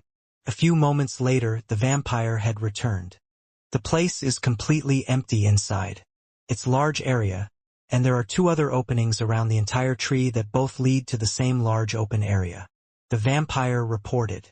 Anton thought about it for a while, and for now it was the most ideal location since they could place 3 guards at the opening of each entrance, taking turns while the group rested. Worst case, if it was some type of trap, the vampires would use their flasks to power themselves up and defeat the main cause of the problem in one go. The vampires entered the large empty tree, and they were able to set up sleeping beds, get some normal blood and other supplies that the guards had carried with them. Everyone was treating their wounds or focusing on their recovery, but one of the vampires named Stin, who had teased the guards before, had noticed something. "You 3 look awfully well," Stin commented. "Did the 3 of you just run off and hide until the fighting was over? Useless vampires." "What?" Ronkin shouted. "I was almost killed." "Killed?" "Yes, the few markings on all of your bodies show how much danger you were in," Stin stated, and the other vampires laughed. But from the look on their faces one could see that they were annoyed. Gritting his teeth, Ronkin wanted to say something, but Nell had stepped forward instead. "I can assure you, the 3 of us were by your side at all times. We didn't fight as many beasts as your group, and we were lucky in that regard. Shouldn't we just be happy that no one else was injured in this case?" "The man is right," Anton said. "Although the guards are not originally part of the hunting group, they are standing by our side during these dangerous times. So it's best that we all see this as one group rather than splitting it into them and us. Who knows, you might be relying on one of these to help you out in the future." Despite all of this, the guards could tell that they weren't welcome, so they had set up a base for themselves, a little away from all the others. "They treat us like crap even though we're carrying all their stuff. I should throw it all in the woods," Ronkin complained. Nell was trying his best to calm Ronkin down, while Quinn laid on the floor relaxing peacefully. That was until he suddenly lifted his body up from the ground. His ears had heard something off in the distance. "It's not my place to get involved." Quinn thought for a second. "Ah!" The sound of a scream for a brief second was heard from outside. Ronkin and the others were quickly on alert as they turned to where the sound was coming from, and they could see through the entrance they had come in from that a giant owl-like head had fitted through. Its eyes were completely black, and something looking like some type of blood was dripping down onto its white ghost-like fur. "Why have you come here?" the owl beast stated. "Inspect." Demon tier beast. A demon tier beast. In a place like this, the vampires, they won't be able to deal with this, Quinn thought. The good thing was, Anton hadn't told the others to attack yet. "We made sure never to attack where you have lived. So why have you come out here?" Under the owl's head, every time it spoke, part of its neck would slightly move up and down. "Our vampires," Anton replied. "They were hurt by beasts. We are here to find out what hurt them, and to stop the attacks close to our settlement." Since the beast had a level of intelligence, Anton was hoping they could come to a resolution, because he could tell immediately that this was a high-level beast. One that their group was unable to deal with. They would at least have to gather with the others or ask for help from the castles. Is this why Edvard told me to come here? Because he knew there was a demon-tier beast here. But if I help out, then everyone will know what I'm capable of. I thought we had a deal, Quinn thought. The owl kept turning its head a few times, and eventually spoke again. Why don't you answer me? Why have you come here? What have we done to anger you? The owl asked. Anton was beyond confused. He had just answered the owl. Did it not hear him? Was it you who attacked the scout group? Anton shouted. Is there maybe a deal that we can come to? Of course Anton didn't have any power to make any type of deal with the beast, and a vampire submitting to these creatures would never happen, but he just needed to buy time or get the owl to leave somehow. There has been no answer. In advance, I apologize for ignoring you. The owl started to move its head, and soon it was completely out of the large tree. The vampires had collapsed, their legs buckled under the pressure. There was an immense amount of power that was coming off the beast that could be felt by them all. Thankfully, they had survived, and needed to know what they would do next. The group decided to still stay in the tree, but not for long, and while they were sitting down Nell had something on his mind, and he just had to ask. That owl, I feel like it wasn't talking to us. Was it talking to you? Nell asked, looking at Quinn. The question seemed somewhat out of the blue for Quinn, because he hadn't realized how strange everything was himself until that moment. He thought at first that maybe the beast just was like a parrot, repeating the words that it had heard before, or a message that was sent by another beast. In the past, he had seen beasts working together and even helping humans if the circumstance was right. Whatever answer they ended up giving the creature, it just wouldn't reply, and if the owl had stayed longer or tried to attack the others, Quinn had decided he would just have to try to act in a way where the others were unable to see him. With his shadow powers, he could sneak outside, and, possibly with the gun, kill the demon-tier beast with a few shots, where things wouldn't look so suspicious. The annoying thing was that Quinn had no way to fully gauge his strength. Since his shadow upgraded and he had become a god slayer, there were no extremely dangerous enemies for him to use the full extent of his powers on. Not that it was a bad thing. Yet, now that Nell had asked this question, he was putting things together a little bit in his mind. The beasts were certainly acting strange. The beasts, they weren't attacking me at the time. I didn't tell them not to attack me. I only told them to go away when they were harming Ronkin. Quinn thought. Then what did that owl mean if it was speaking to me? Why did I come here? Does that even matter? In the end, Quinn couldn't quite figure it out, and the best way to resolve it, knowing what had happened, was to speak to the beasts themselves. The most likely case is that the mission is aborted. Maybe I should come back and visit the beasts myself afterwards. Quinn thought. Nell had been waiting for an answer, and since Quinn hadn't answered in a while, Ronkin was now looking at him as well, putting the same things together as Nell was. Please, Quinn replied. Do you really think a vampire like me would have the attention of beasts? I'm just a guard like you guys. The answer had satisfied Ronkin. After all, he had known Quinn for a while, and he had just been a guard and nothing else. There were a few strange things now and then, but that could all easily be put down to luck. Nell wasn't so convinced, though, the skills he had seen Quinn display at the time of the fighting tournament. It was most likely because was much more than a simple guard, but the question was what and why. Whatever situation Nell could think of, nothing seemed to fit. If Quinn was a powerful vampire, the leaders or someone would have recognized him. Okay. Everyone, I have an important message for you all, Anton declared to the vampires. Their nervous energy from meeting the beast had disappeared, and they were nearly back in the top shape they were in before. I have decided that we will head back to the settlement, Anton stated. Immediately there were a few groans here and there. Vampires were quite prideful, and not being able to complete this would be a knock on their record, and to them as a person. The beast, the reader indicated that it was at the demon tier level. Anton went to explain. In the report, the last group had never ran into such a beast, not one at that level. Which means there might be even bigger dangers than the owl that we met. I have already passed on the message, and the settlement has asked for the other groups to return as well. This was the expected result, And Quinn didn't mind too much because now it meant he could be with Minnie and his family, although there was one strange thing. Did the leaders really not know about the situation? Edvard stated that there was a danger to the whole vampire settlement, and if there were a few demon-tier beasts, that certainly would be a danger. It would make sense why Quinn of all people was sent along. An entire day had already passed since the group had rested in the large tree and waited for a decision from the others. One of the vampires that were on guard duty had also been killed, bringing the group down to 9+3, including the guards. Exiting from the tree, Anton walked out in front, following the way they had arrived from, and at the same time there was another vampire by his side with a type of reader hovering over the scenery to check if there were any beasts in the area. However, it became quite apparent that something was wrong. "Are we going the right way?" Stin asked. It was the question on everyone's mind, including Anton.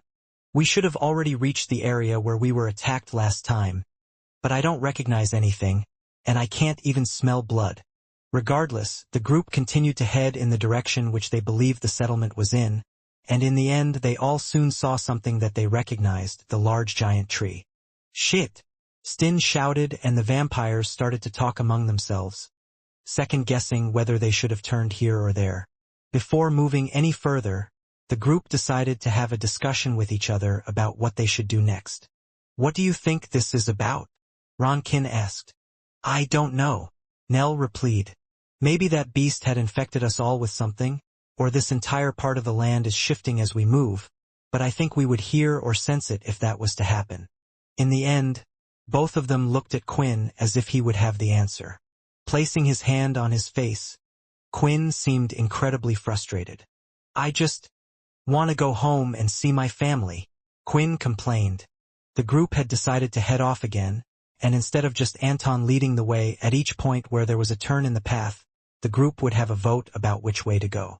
What was worrying was the fact that the vampires were finding it hard to decide as a group which way was the correct way, and in the end they had to go with the majority vote as they chose their left and right turns. Once again, though, they had ended up back at the big tree again. "I told you guys, you should have agreed with me to turn left at the strange vine place," Stin shouted. "You think your opinion is more important than the rest of the group or something? Why don't you lead the way? I bet we will still end up at this damn tree. It's obvious that something is going on," another vampire yelled. Anton could see the infighting continuing between the vampires, but they needed a solution. Otherwise, before hunger or any of the other sort kicked in, the vampires were going to end up killing themselves. "Hey, Quinn, I have an idea. Why don't you lead us?" Ronkin asked. "I mean, you're a pretty lucky guy, right? I bet if you chose the path we would end up out of here." "You think the hunting group would allow such a thing?" Nell stated. "Maybe after we have stayed here a few days, then they will be open to more options, but for now if Quinn says he can get us out of here and he fails, then they would be after his head." Shaking his head, Quinn was honestly considering it. If this group of vampires didn't figure out a way out of this forest soon, his patience would run thin and he would have to do something himself. The only thing was, if Nell was right and the beasts wanted to talk to Quinn, that was probably exactly what they wanted. The two girls had agreed to let Toby hang out with them, and that was pretty much what they were doing out at the moment. Minnie was practically ordering him around, asking him to get their food for them at lunch, and when they were on the playground, she would ask for him to draw the hopscotch on the ground for them. Minnie did also let Toby play with them, which he did and found it quite fun due to the rules that Minnie had implemented. Regular hopscotch would have been far too easy, so numbers were called out quite quickly in succession and the vampires had to move quite fast over the numbers. They also played it twice as long, allowing them to go over the numbers at an incredibly fast speed. While playing, Toby was having more fun than he would have liked to admit, and in some way he felt like it was training his skills as he heard Minnie call out numbers. 1, 5, 12, 9, 6, 2, fail, Minnie said, as Toby's foot had landed in between the 2 and 3. "Ah man," Toby said, lying on the floor.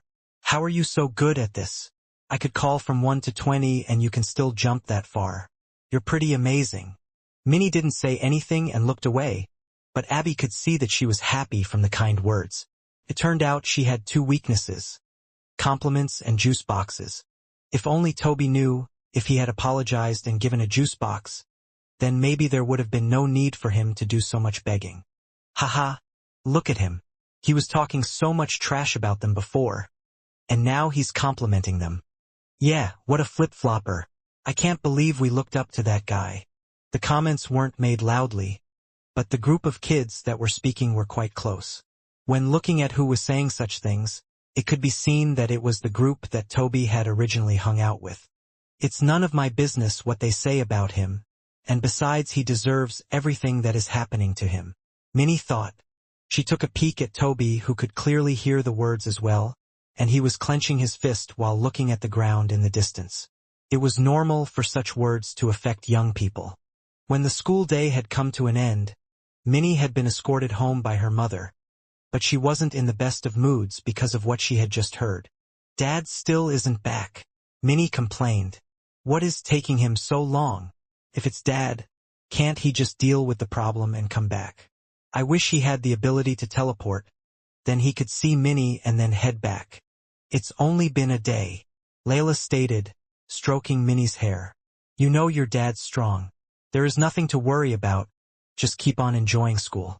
As long as there are no problems for him to come back to, I'm sure he will be over the moon.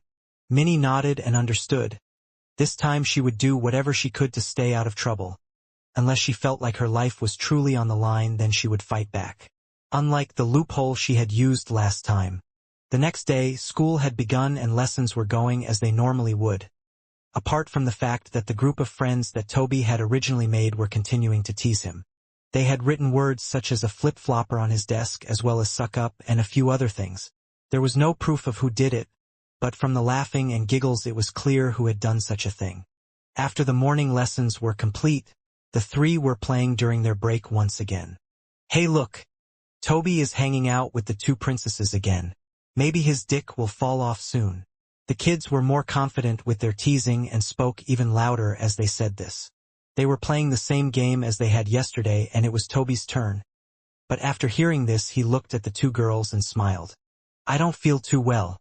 I think I'm going to sit this out this time, Toby said, as he started to walk away.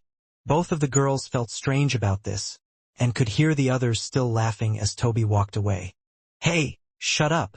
Minnie shouted at the group, and it made them flinch slightly, as Minnie the Monster had become quite the nickname that had been spread around since that day.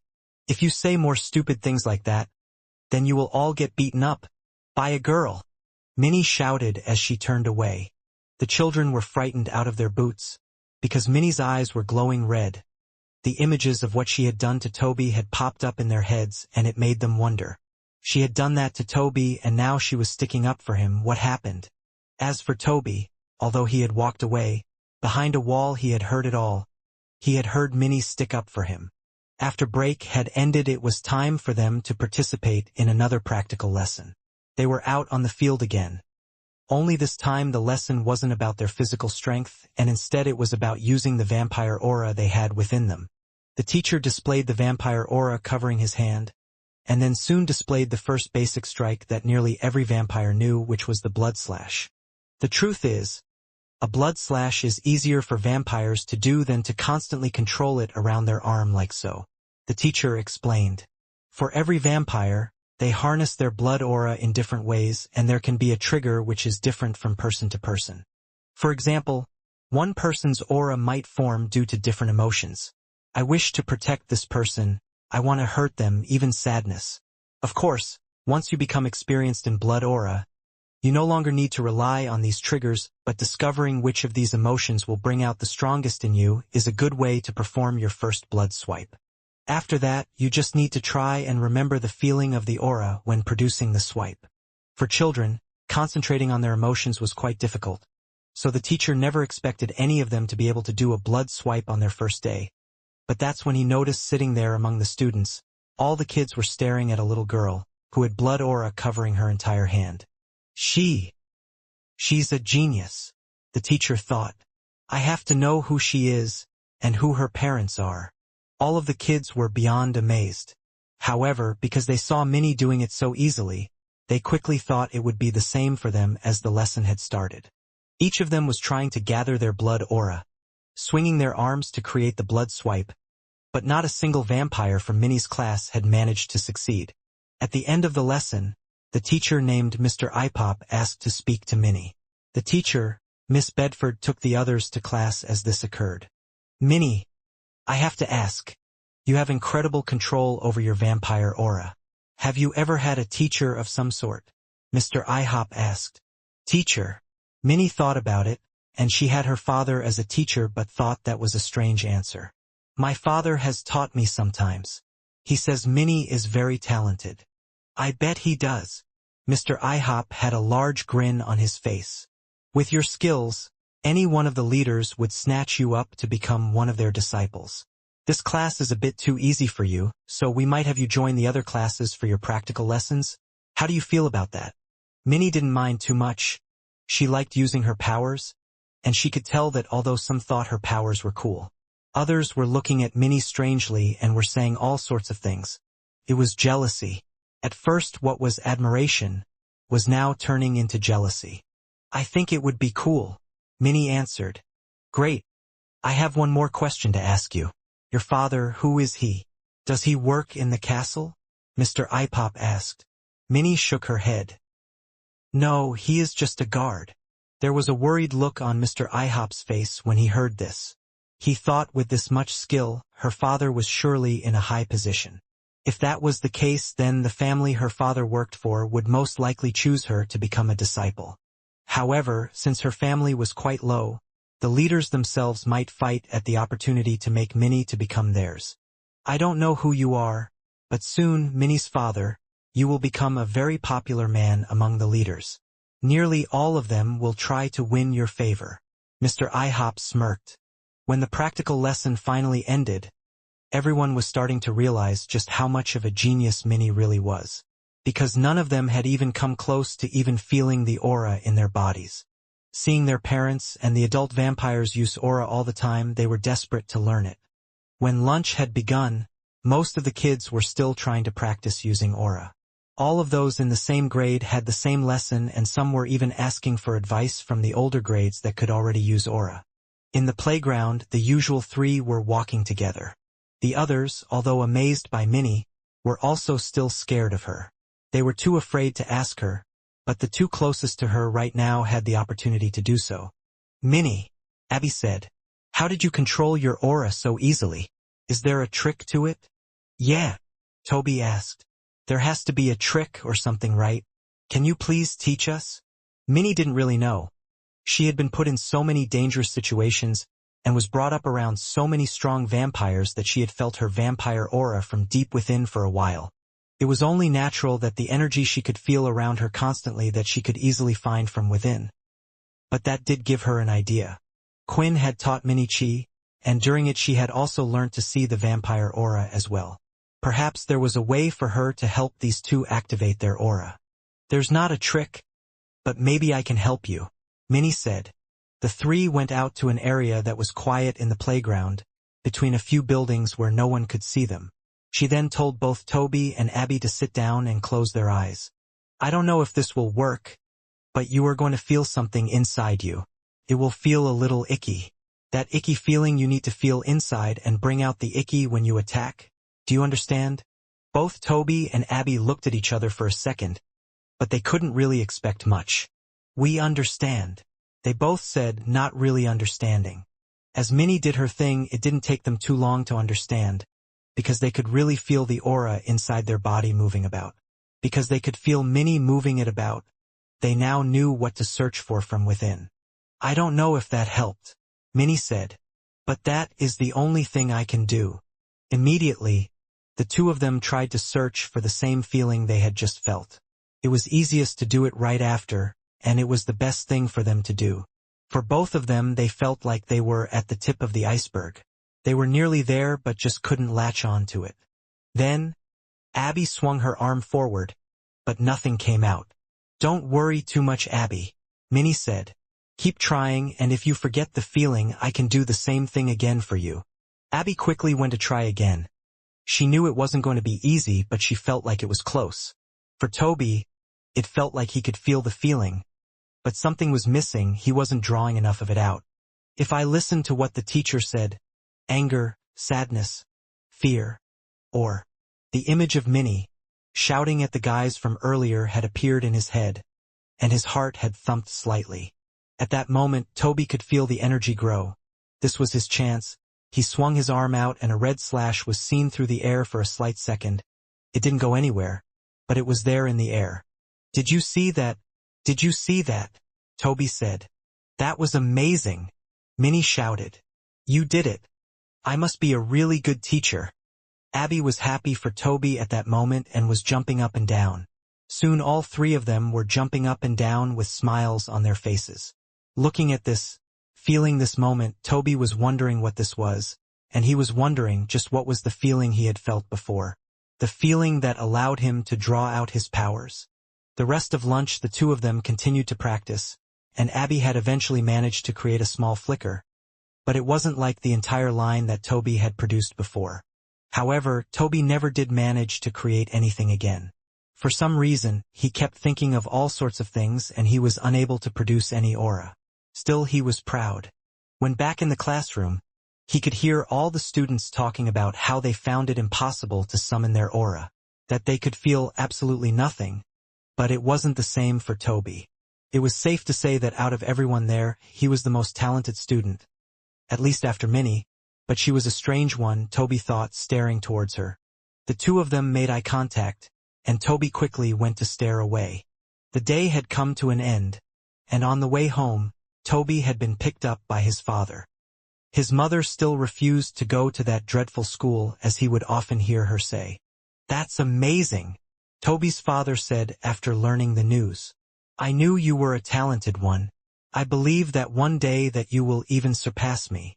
Toby was happy with the praise he had received from his father, and he couldn't wait to get home to hear more praises from his mother. When they finally arrived home, his father went to his office quickly. He needed to because there was always a lot of work for him to do. Meanwhile, Toby entered the living room, where his mother was sitting there waiting, and she quickly sat up when she saw her son. "Toby," Sonia said. "So how was it?" "It was amazing, Mom," Toby said excitedly as he jumped up on the sofa. "Today we were practicing how to use vampire aura, and I managed to create a strike in the air. I was the only one that was able to do it." "Not that," Sonia replied. "I mean, how is it going with our plan? Have you gotten close with her?" The excitement had completely left Toby's face. This wasn't what he wanted to hear. He wanted to hear his mother praise him. "Yes, Mother. I am getting closer with her," Toby answered. "That's it, that's my boy," Sonia said as she lifted to her feet. "Just a little longer now. Just gain her trust a little more, and then everything will work out." Hearing this, there was a lump in Toby's throat and a large pain around his chest, but he had no clue why. An unusual situation was occurring at the vampire settlement, so much so that there had been a meeting called between the 9 leaders. Just like before, they were meeting in the large garden that was placed behind the castles and linked all of the castles together. "I believe we all know why we are here," Hickel, the 4th family original and current leader of the 4th family, stated. "This planet is not like the one that we were originally on, and it seems the beasts have grown not just stronger since our time, but also more intelligent." "Is that a roundabout way of saying that the multiple hunting teams we sent out still haven't returned?" Edvard stated. The original leaders were all looking at each other with concerned looks because it was true. They had all received similar reports, and after that there seemed to be next to no communication from them. "Which is why we are here to make a suggestion. I don't believe the matter is important enough to involve Jim, nor to worry the people just yet," Hickel continued to explain. "At the same time, which is what I am here for, we need suggestions as to what to do next." Vampires being unable to hunt on the own planet that they lived on seemed a ridiculous idea, even for the originals. They were a group that was to be feared, and they couldn't even handle the situation. Some of them thought that they should keep sending out vampires until a team succeeded, that way it would weed out the weaker vampires, but not all of the original vampires cared about strength as much as others. The last report I received, it stated that they had encountered a demon-tier beast. Edvard finally spoke up among all of the leaders that were talking to each other. Send out a weak team and they will be eliminated. Based on the conversation they had, it is also probable that there is more than one demon tier beast. A demon tier beast. Some of them gulped. The vampires, even the originals, although they were strong, knew the strength of the beasts because it was a single demon tier beast, the two-headed dragon, that I took all of their strength to take on. At the time, some of the originals had even been woken up to take on such a thing. The strength of a demon tier could vary. In some cases perhaps one original would be enough, in other cases it would take a few of them. I have sent important men out, Edvard stated. If you don't mind, I wish to go out there myself and attempt to deal with the problem. You know my luck. If it is a serious matter I am unlikely to die and I can give an accurate report.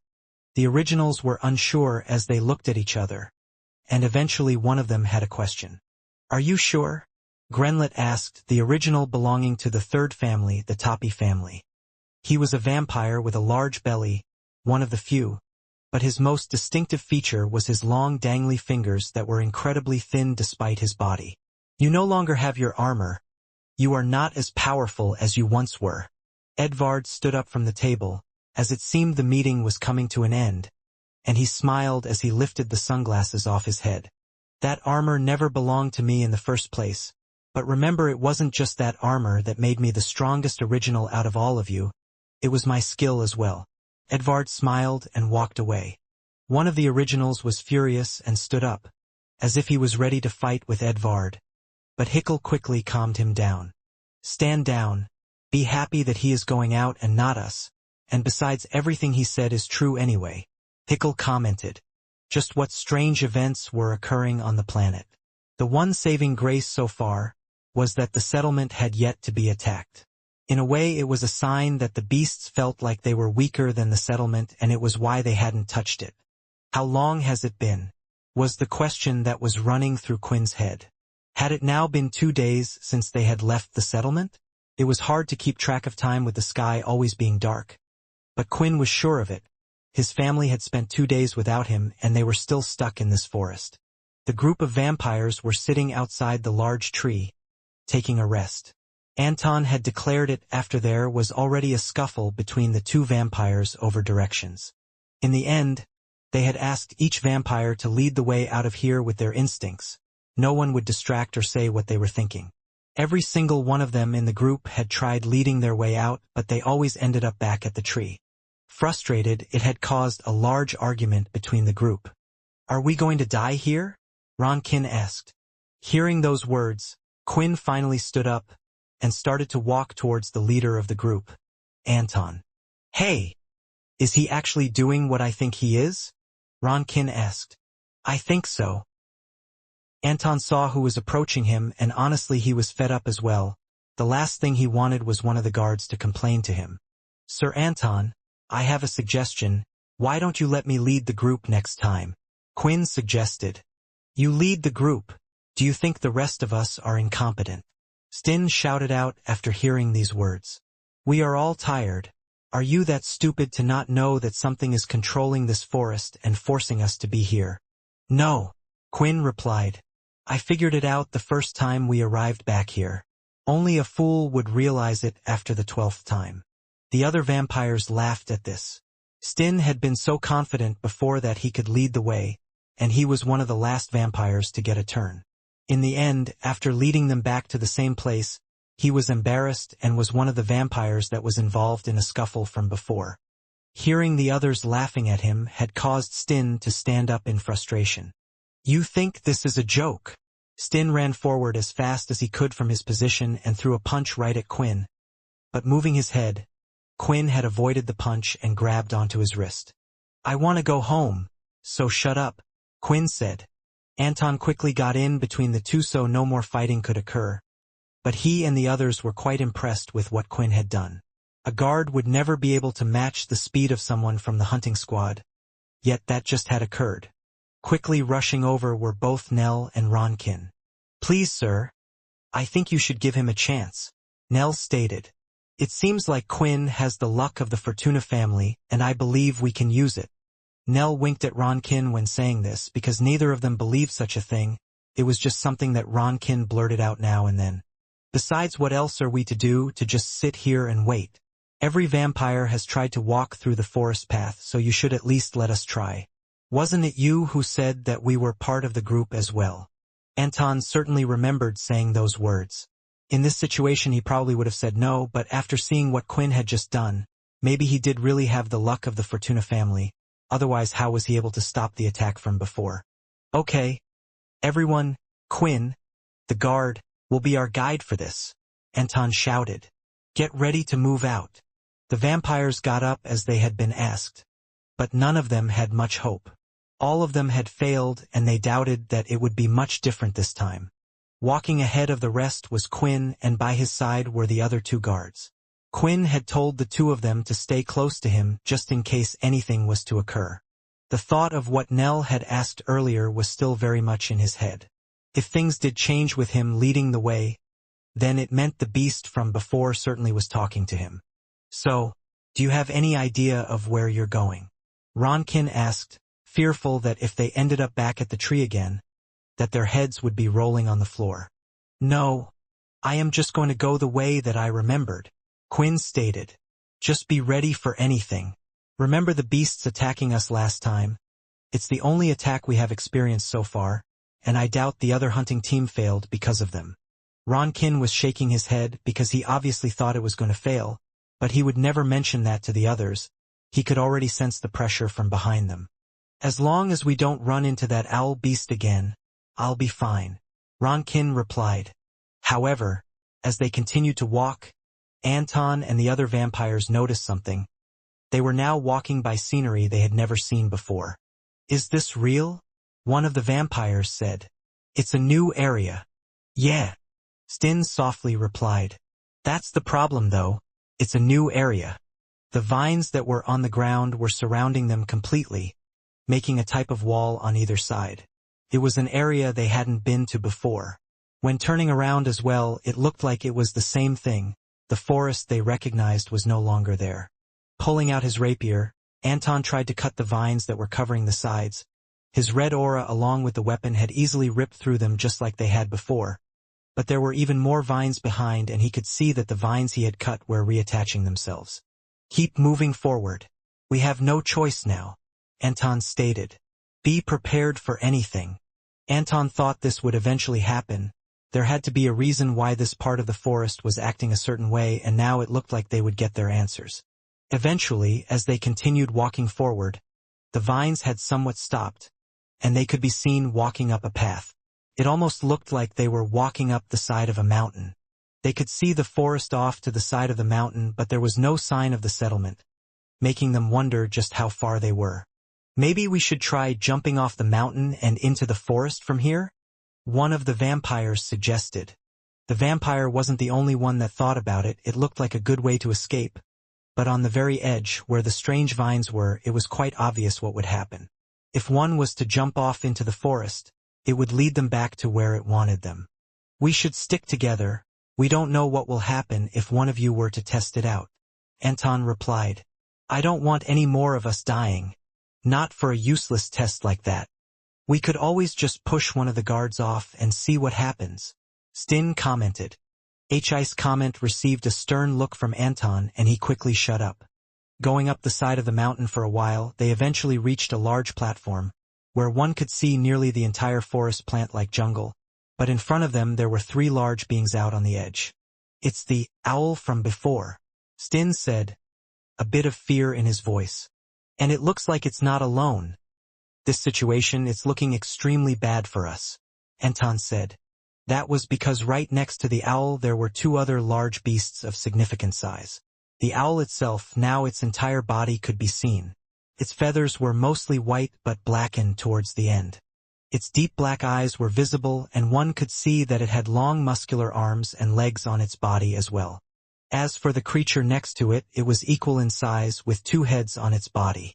Sticking out from the top of its heads were large antlers that curved and pointed out towards the direction of the vampires. Then finally, in the center, was a beast that had a human-shaped body and stood up on its two legs. It had a green-colored body, and even now its body was constantly moving, shifting about all over. That's when they noticed that its body looked similar to the vines itself. As for its head, there was a single horn sticking out from where its nose was. It had razor-sharp teeth, and its eyes were mystic, almost a blend of colors swirling around in its place. It became apparent to all of them that this beast was the one that had been controlling where they were going this entire time. The vines could even be seen wrapping around behind him. It was clear that this beast had great power. "They're all beasts, right?" Ronkin said as he gulped, never witnessing such frightening beasts in his life. The strange thing was, these beasts weren't even the same type, yet they were working together for some reason.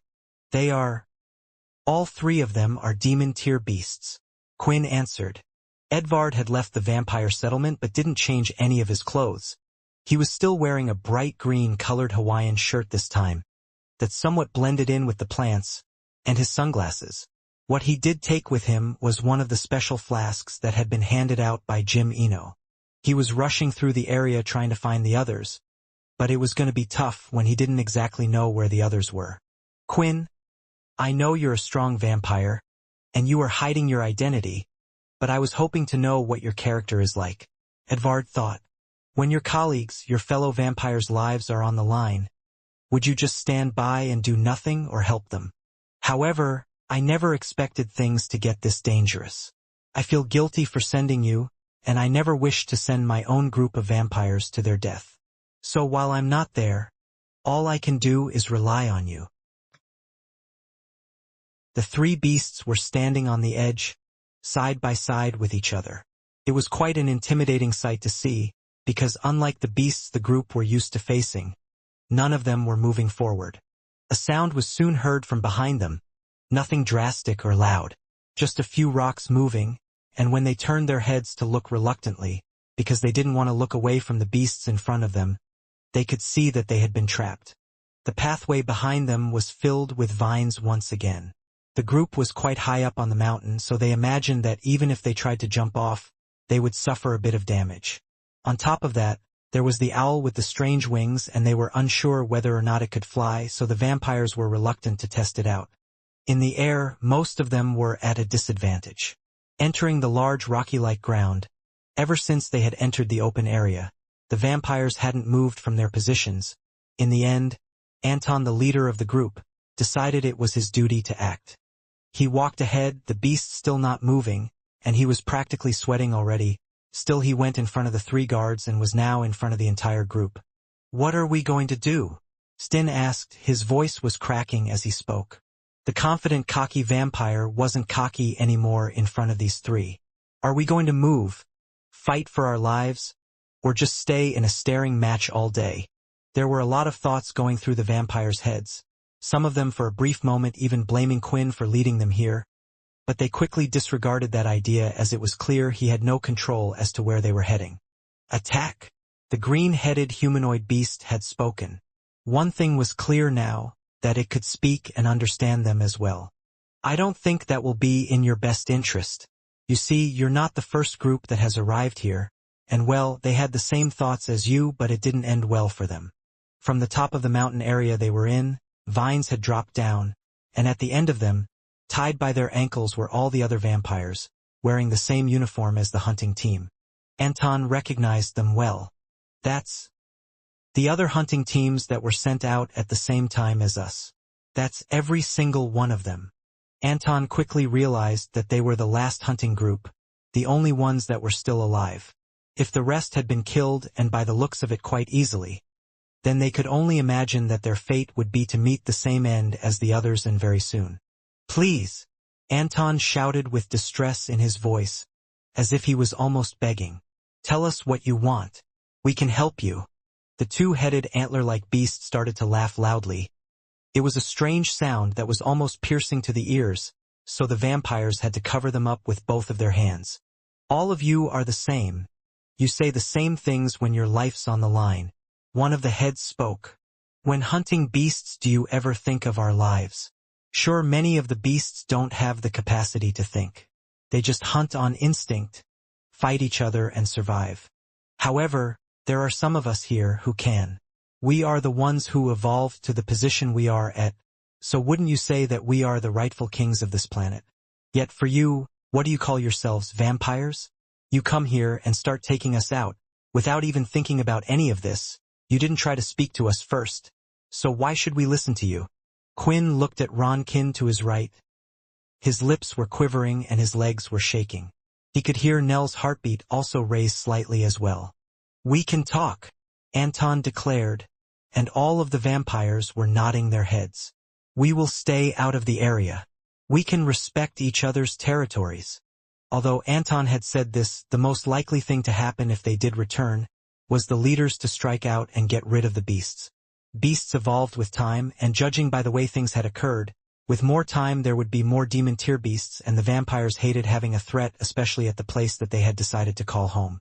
That's why we have brought you here to talk, the green beast stated. Anton saw that there was a glimmer of a chance. If you let us back, if you let us go back to our settlement, then we can pass on your message to our leaders or talk. Your leaders? The green beast replied. So there is nothing you can do yourselves? I guess your lives are meaningless then. Turning his head again, Quinn could see that Ronkin was praying under his breath. I'm sorry, Lewin, that I won't be there to see you grow up. I'm sorry that this happened right after you just got better. Please, Betty, look after him well. Please, Anton shouted. If you kill us, then there will be no chance for us to talk. Our leaders will be angry and come here to try to battle. I know you're strong, but our leaders are strong as well.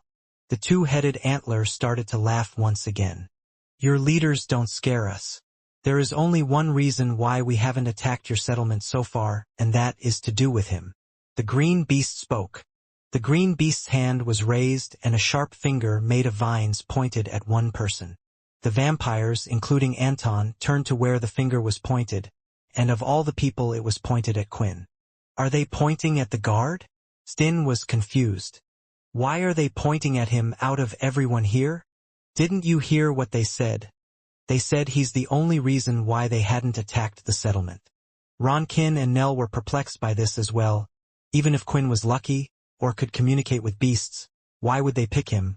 Why would they not attack such a place because of an unknown vampire? At that moment, Quinn decided to drop the bag of supplies that was on his back on the floor. Before he walked over, he went to Ronkin of all the people that were there. Don't worry, Ronkin. I will make sure you get to see your family, Quinn said. They were confident words, they weren't shaky at all. And it was those words that made Ronkin realize, out of everyone there, Quinn wasn't afraid at all. With the supplies off his back and him wearing the guard-like uniform, he confidently walked past Nell. Finally he walked past Anton as well and stood in front of the vampires. You wanted to speak to me, I'm guessing? Quinn said with his hands raised. So speak, and I warn you, I'm not in the best of moods right now. With everything that had happened, how was he going to explain himself out of this one? It would basically be impossible. Why the hell is that guard talking to demon tier beasts like that? Stin said in a shaky voice, after everything that Anton had done to calm them down. He thought this guard was going to blow it all. Why did you leave? The owl asked in the same dreaded voice it had before. Why did you come here? Nell realized that he was right. The questions the owl was asking before was directed at Quinn. For some reason, these beasts had great interest in him. I am a simple guard that works for the leaders of the vampire families. Due to the recent killings of several groups that have gone hunting for beasts, these scout teams were sent here, and I am sent here to carry their bags. Quinn answered while pointing at his back. You seem to have a sense of humor, the green beast stated. I am able to sense energy on this entire planet, and there is no energy that is greater than what is at that settlement. We never attacked the settlement, we stayed away because we knew you were there. An energy that is so large that it engulfed the entirety of that settlement. But then the energy moved away. You left the settlement for some reason. You say you are a simple guard. That is ridiculous. Have the beasts made some type of mistake? Anton thought. The energy from the settlement has to be coming from the vampire leaders. Do they think it is coming from this guard for some reason? Maybe the guard has realized this. The beasts aren't attacking because they can sense great power and they think it's coming from the guard. If all things fall right, he can bluff his way out of this. Anton saw a ray of hope. While Quinn was thinking about what the beasts had said, they had sensed his energy. Maybe this beast was just more sensitive than others because he was sure he was keeping it in, but it did explain one thing, why waves of beasts hadn't attacked the settlement like they had done on the other planets. I gave you my answer, Quinn said. If you didn't attack the settlement because of me, then that's fine. So let us go, and we will go back to the settlement. Just like that man said over there. Maybe we can strike a deal, as to where the vampires can hunt, and a place for you guys to stay. The three beasts turned their heads at that moment, and when they looked at each other there was a big smile on their faces. A deal. You don't seem to understand the situation. The green beast replied. Your power is strong, but there are also strong powers at the settlement. The truth is we never thought that you would leave this place, and because of it we never thought of attacking it either. Now that you are here, there is no one to protect the settlement. We will keep you here, you will be trapped and killed, and we will take over and become rulers of what should have been ours to begin with. The negotiations seemed to have failed, and Anton could see this. Everyone get ready to fight for your lives. Hearing these words, one of the vampires tried to run back, and began to throw his red aura at the vines. They broke, but there were just more vines underneath. He swung his hands, firing out blood swipe after blood swipe, but the vines kept regenerating and there was no sign of them being able to break free. An attack on the settlement? Quinn smirked. You are greatly underestimating the vampires that live there. I assume the three of you are the strongest this forest has to offer. If that's the case, I'll tell you now, your beasts won't even be able to make it in the settlement. The two-headed, antler beast laughed once more. You are awfully cocky for someone who can't even get out of this place. The vampires were all trapped, and the three demon-tier beasts looked as if they were ready to pounce on them at any second. The vampires' lives were flashing before their eyes as they thought about their loved ones, the mistakes they had made in their life. On top of that, Ronkin started to pray once more. Hey! Quinn called out as he lifted his hand in the air. Red aura was gathering in the palm of his hand. It was condensed and a large amount of it was all going to one place. Soon the shape of the blood was forming and turning into something large.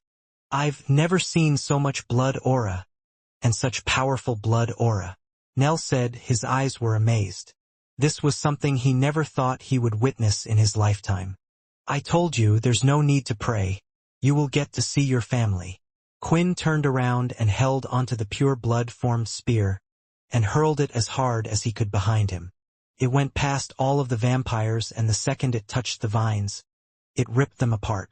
Unlike the blood attack from the vampires, Quinn's spear continued to break through all the vines, ripping them apart and burning all of the vines even though the spear wasn't touching them. The spear continued until it eventually reached the bottom of the path they were on and crashed into the ground, shaking the entire mountain. The pathway back was now clear and the vampires could escape. But for Quinn, he had no intention of escaping as he turned his head around to look at the beasts. You should have listened to your instincts to not mess with me. The new vampire settlement was practically a baby. It hadn't been long since it was fully formed, and that included the vampires living their lives under the families. However, due to how vampires were, as if it was in their nature, they found it relatively easy to follow the originals. The vampires that had created them, and of course those that were much more powerful than them. The final nail in the coffin was the fact that the originals were working under Jim Eno, the vampire hero that had saved them all. For many of them, in their eyes, there was nothing he could do bad, so they would trust his judgment, and so far, life had been good for them. After all, there hadn't been a single attack, or a threat had yet to make it into the settlement. Which was why, when vampires around the school, walking around the marketplace, in the shops, and in their houses, found it strange when they heard a large alarm. It was one long loud beep that would pause for a second or so, and then beep again. In the school, the teacher Miss Bedford was in the middle of class when she could hear the strange alarm going off. As a teacher, she was more informed of particular drills compared to the rest of the settlement. Everyone, please listen to my instructions and remain calm, Miss Bedford said to them all as she stopped dead with what she was doing. No one is to leave this room until the alarm stops. Everyone is to stay clear of the windows and the doors and be on alert. The alarm, along with Miss Bedford explaining things, was making them nervous. They hadn't gone through any drills yet. They hadn't had any time to go through practice drills. But Miss Bedford knew that the sound of the alarm was a warning, stating that the settlement was under attack.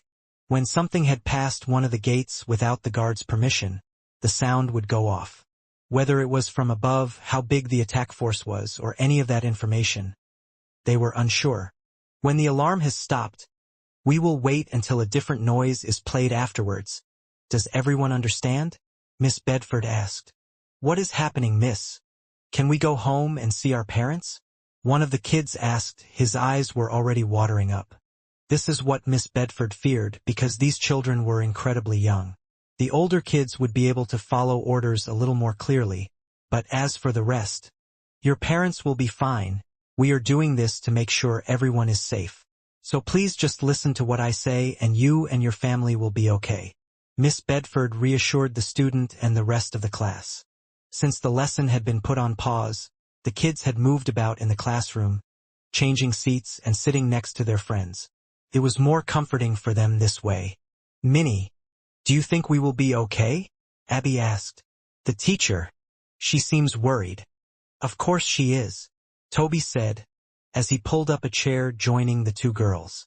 That sound, we were told about it when we first arrived. It's the alarm that the settlement is under attack, but I don't think we have to worry about anything. This is just a school. Whoever or whatever is attacking us, there's no reason for them to attack the school. The only thing that we would have to worry about is if a wild beast entered the place. At the front gate where the alarm was triggered, there were a couple of vampire deaths from the guards. There weren't many, but there were plenty of beast bodies that had appeared by the gate. The guards were in a panic, as they had never had an attack of this large of a scale from beasts at the settlement before. In fact, whenever the guards did see beasts as they ran towards the settlement, they would usually run away before entering. Have you informed the leaders? One of the permanent outside guards shouted. Yes, they said they should be here any moment. Just as the other vampire replied, all 8 of the leaders, the original vampires that had originally created the families, were seen walking towards the gate. It looked like they had arrived at the exact same time, and that was because they had. Moments ago they were in the middle of a meeting, discussing what was the best thing to do. From the information we received, this is a beast horde? A wave or something? Grenlet asked. Yes, Hickle replied. It seems like beasts come in waves of a particular level, and the waves get larger and larger attacking the place. I fear that this is not merely a coincidence after we had sent out Edvard. You believe Edvard failed? Another leader asked. No, Hickle replied. He hasn't been gone long enough, but maybe this is a reaction to our actions. The original leaders could see the dead beasts the permanent guards had managed to slay. They then walked ahead in front of the gate and stood a few meters apart from each other. Did everyone bring their flasks? Hickle asked. Yes, they replied. But do you really think we will need it, just against beasts? You're right, Hickle said as he could hear running, growling and grunting coming from over the meadows in the distance. Another wave was coming their way. He lifted his hand and bit his thumb, soon forming it into a ball. This will be our first battle together after returning. The first battle of the original vampires to defend their new home. Hickle threw the ball of red aura high up in the air. It went far in the distance, over the hill where they couldn't see, and a second later, a large explosion rocked the entire settlement. A dust cloud appeared and beasts were seen flying in the air. This was the power of the 4th original Hickle Talon. The shock wave that had been created from Hickle's blood could be felt through the ground of the whole settlement. And rather than making the vampires worry less, instead they were more afraid than before. Many of them thought that the battle was so intense that the leaders had no choice but to use this level of power. Yet they were unaware of the truth, now staying in their homes and more until they received the order. At the gate itself, the second wave of beasts were easy to deal with due to Hickle's little display before. The beasts that had survived had come in half injured, and not even all of the leaders had to get involved to take out the second wave of beasts that were mostly at the king tier level. This is a wave of beasts? One of the larger vampires that towered over the others yelled. He was nearly double in size compared to the rest of them and was named Wallace Dawn, the creator of the seventh family, and the vampire that was known to have the strongest defense in existence. Why do they come out a wave at a time? Why not just come at us all at once? Wallace declared, as he banged his chest much like an oversized gorilla. I'm sure they have their reasons, Hickle stated. We should prepare ourselves, we have no idea how many waves there will be. Perhaps they are trying to tire us out before the real enemy arrives. The sound of more beasts coming their way was heard, but before they had arrived, each one of them telepathically had received a report. Although the Snacker family no longer existed, there were still vampires that knew the ability. Regardless of this, there was no intention of bringing their family back. The rules were made quite clear when Jim Eno had awakened them, that he wished to create the strongest vampire group.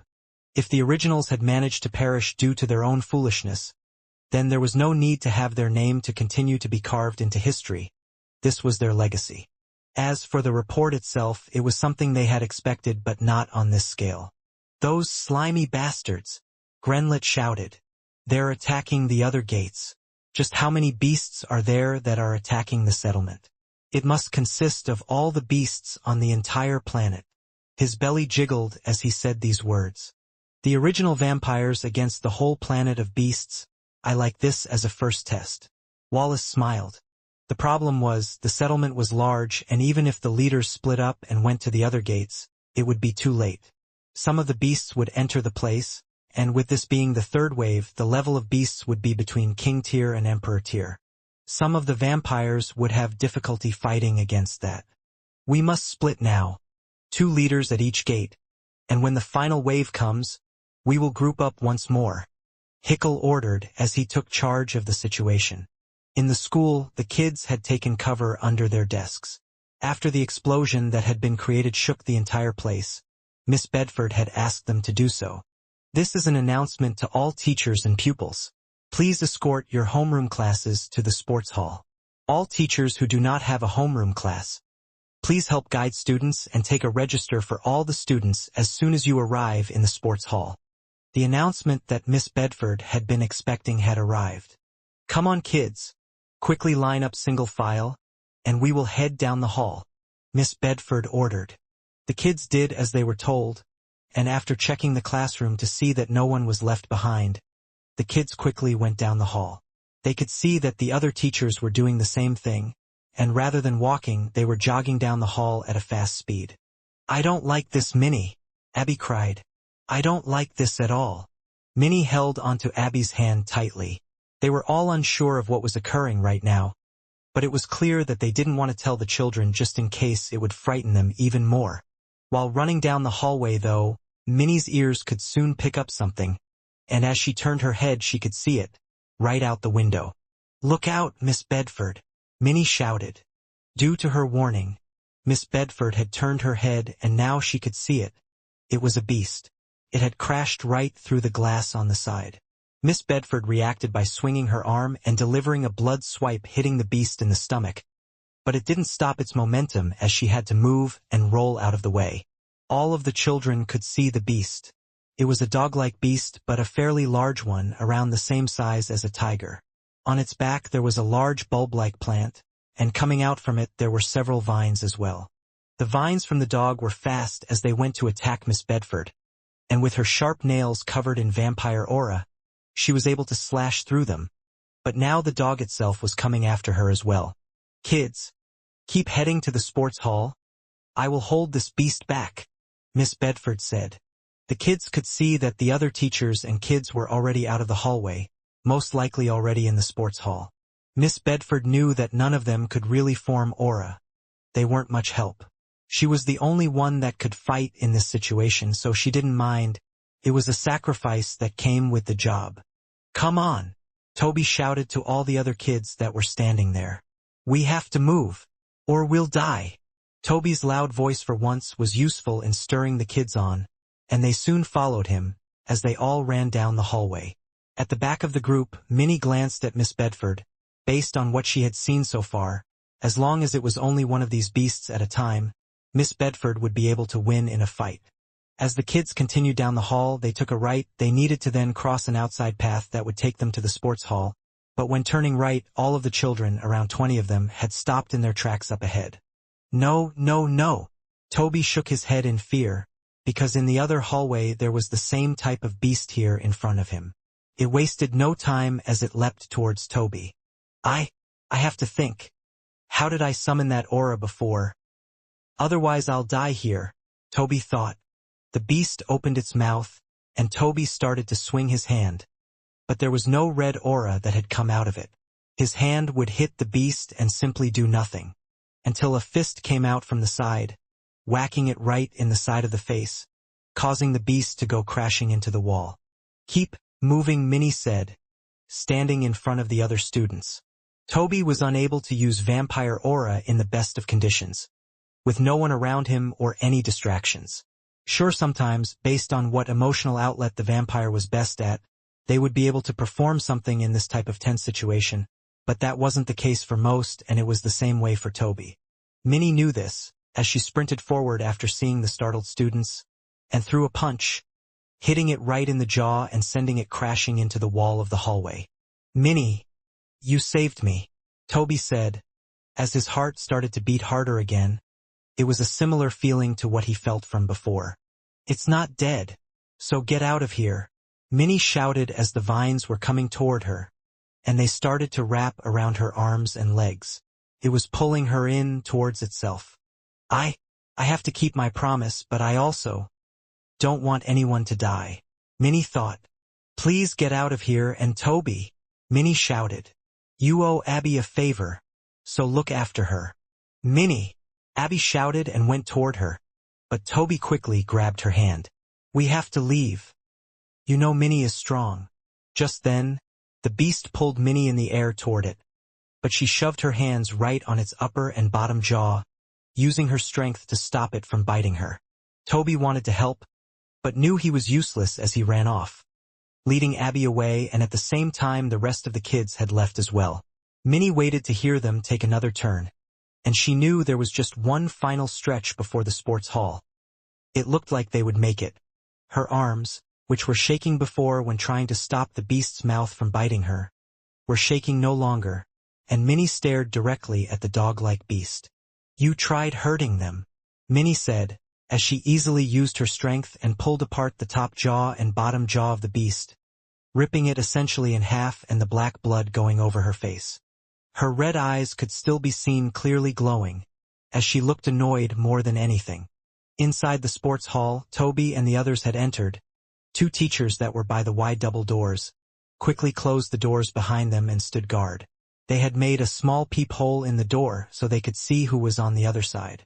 It looked like Toby's class was the last to arrive, as all of the other students were present, including the older children as well, and Mr. Cripe was at the back of the room with a bit of black blood on him. He hadn't just been standing around. In the open area that led to the sports hall, there were quite a few beasts on the outside. He had cleared the area so the students were able to get there safely. What's the news so far? Mr. IHOP, the practical lesson instructor, asked the head teacher. I received an update, Mr. Cripe replied. We are under what is known as a beast horde attack.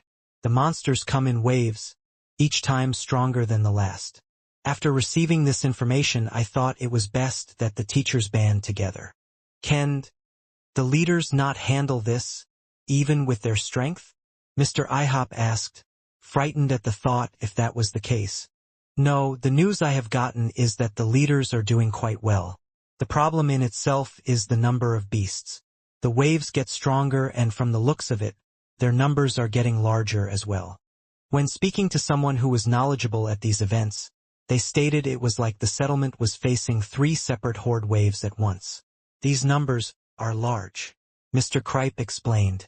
The doors to the sports hall were opened again, and this time entering the room was Miss Bedford. She had a few cuts on her body here and there, but they would heal quickly with a bit of blood. She had managed to deal with the beast, and she was happy to see her students there sitting down on the floor. Quickly, she rushed over, and the first thing she did was a register to see if all the students were there. 22? Miss Bedford had a dreaded thought, and she soon realized who was missing out of all the students. "Where is Minnie? Is she not with the class? Is she somewhere else?" Hearing this, both Abby and Toby stood up. "You didn't see her, miss?" Abby asked. "But, Minnie, she was fighting a beast ahead of you. You should have seen her." "You didn't see her?" Once again Abby was on the verge of tears, and Miss Bedford nearly was as well, but she quickly remembered what she had seen on the way there. "Minnie stayed back to fight a beast. She was protecting us. We have to go help her," Toby shouted. Miss Bedford started to think. There was another dead beast in the hallway. I assumed it was one of the other teachers, but what if it wasn't? Is Minnie really strong enough to take out a beast like that? Even I struggled greatly. And if she did, where is Minnie right now? Miss Bedford had done as she asked and reported the missing children. And Minnie wasn't the only one missing either. What do we do?" Mr. Cripe thought, as he placed his hand on his chin.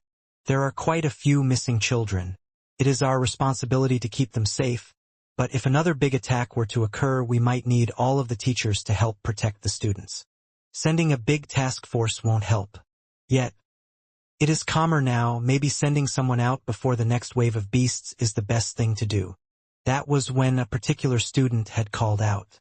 "Mr. Cripe," Jared shouted. "I have a proposal. Me and Hebe will go look for the missing students. You know our strength, we can deal with these beasts.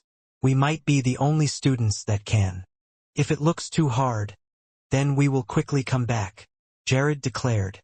Jared was the top student of the school, and the most skillful based on the assessments and information the school had gotten. Mr. Cripe, as well as Mr. IHOP, had seen his skills firsthand. He was a reliable student as well, but sending out a student to do a teacher's duty felt wrong.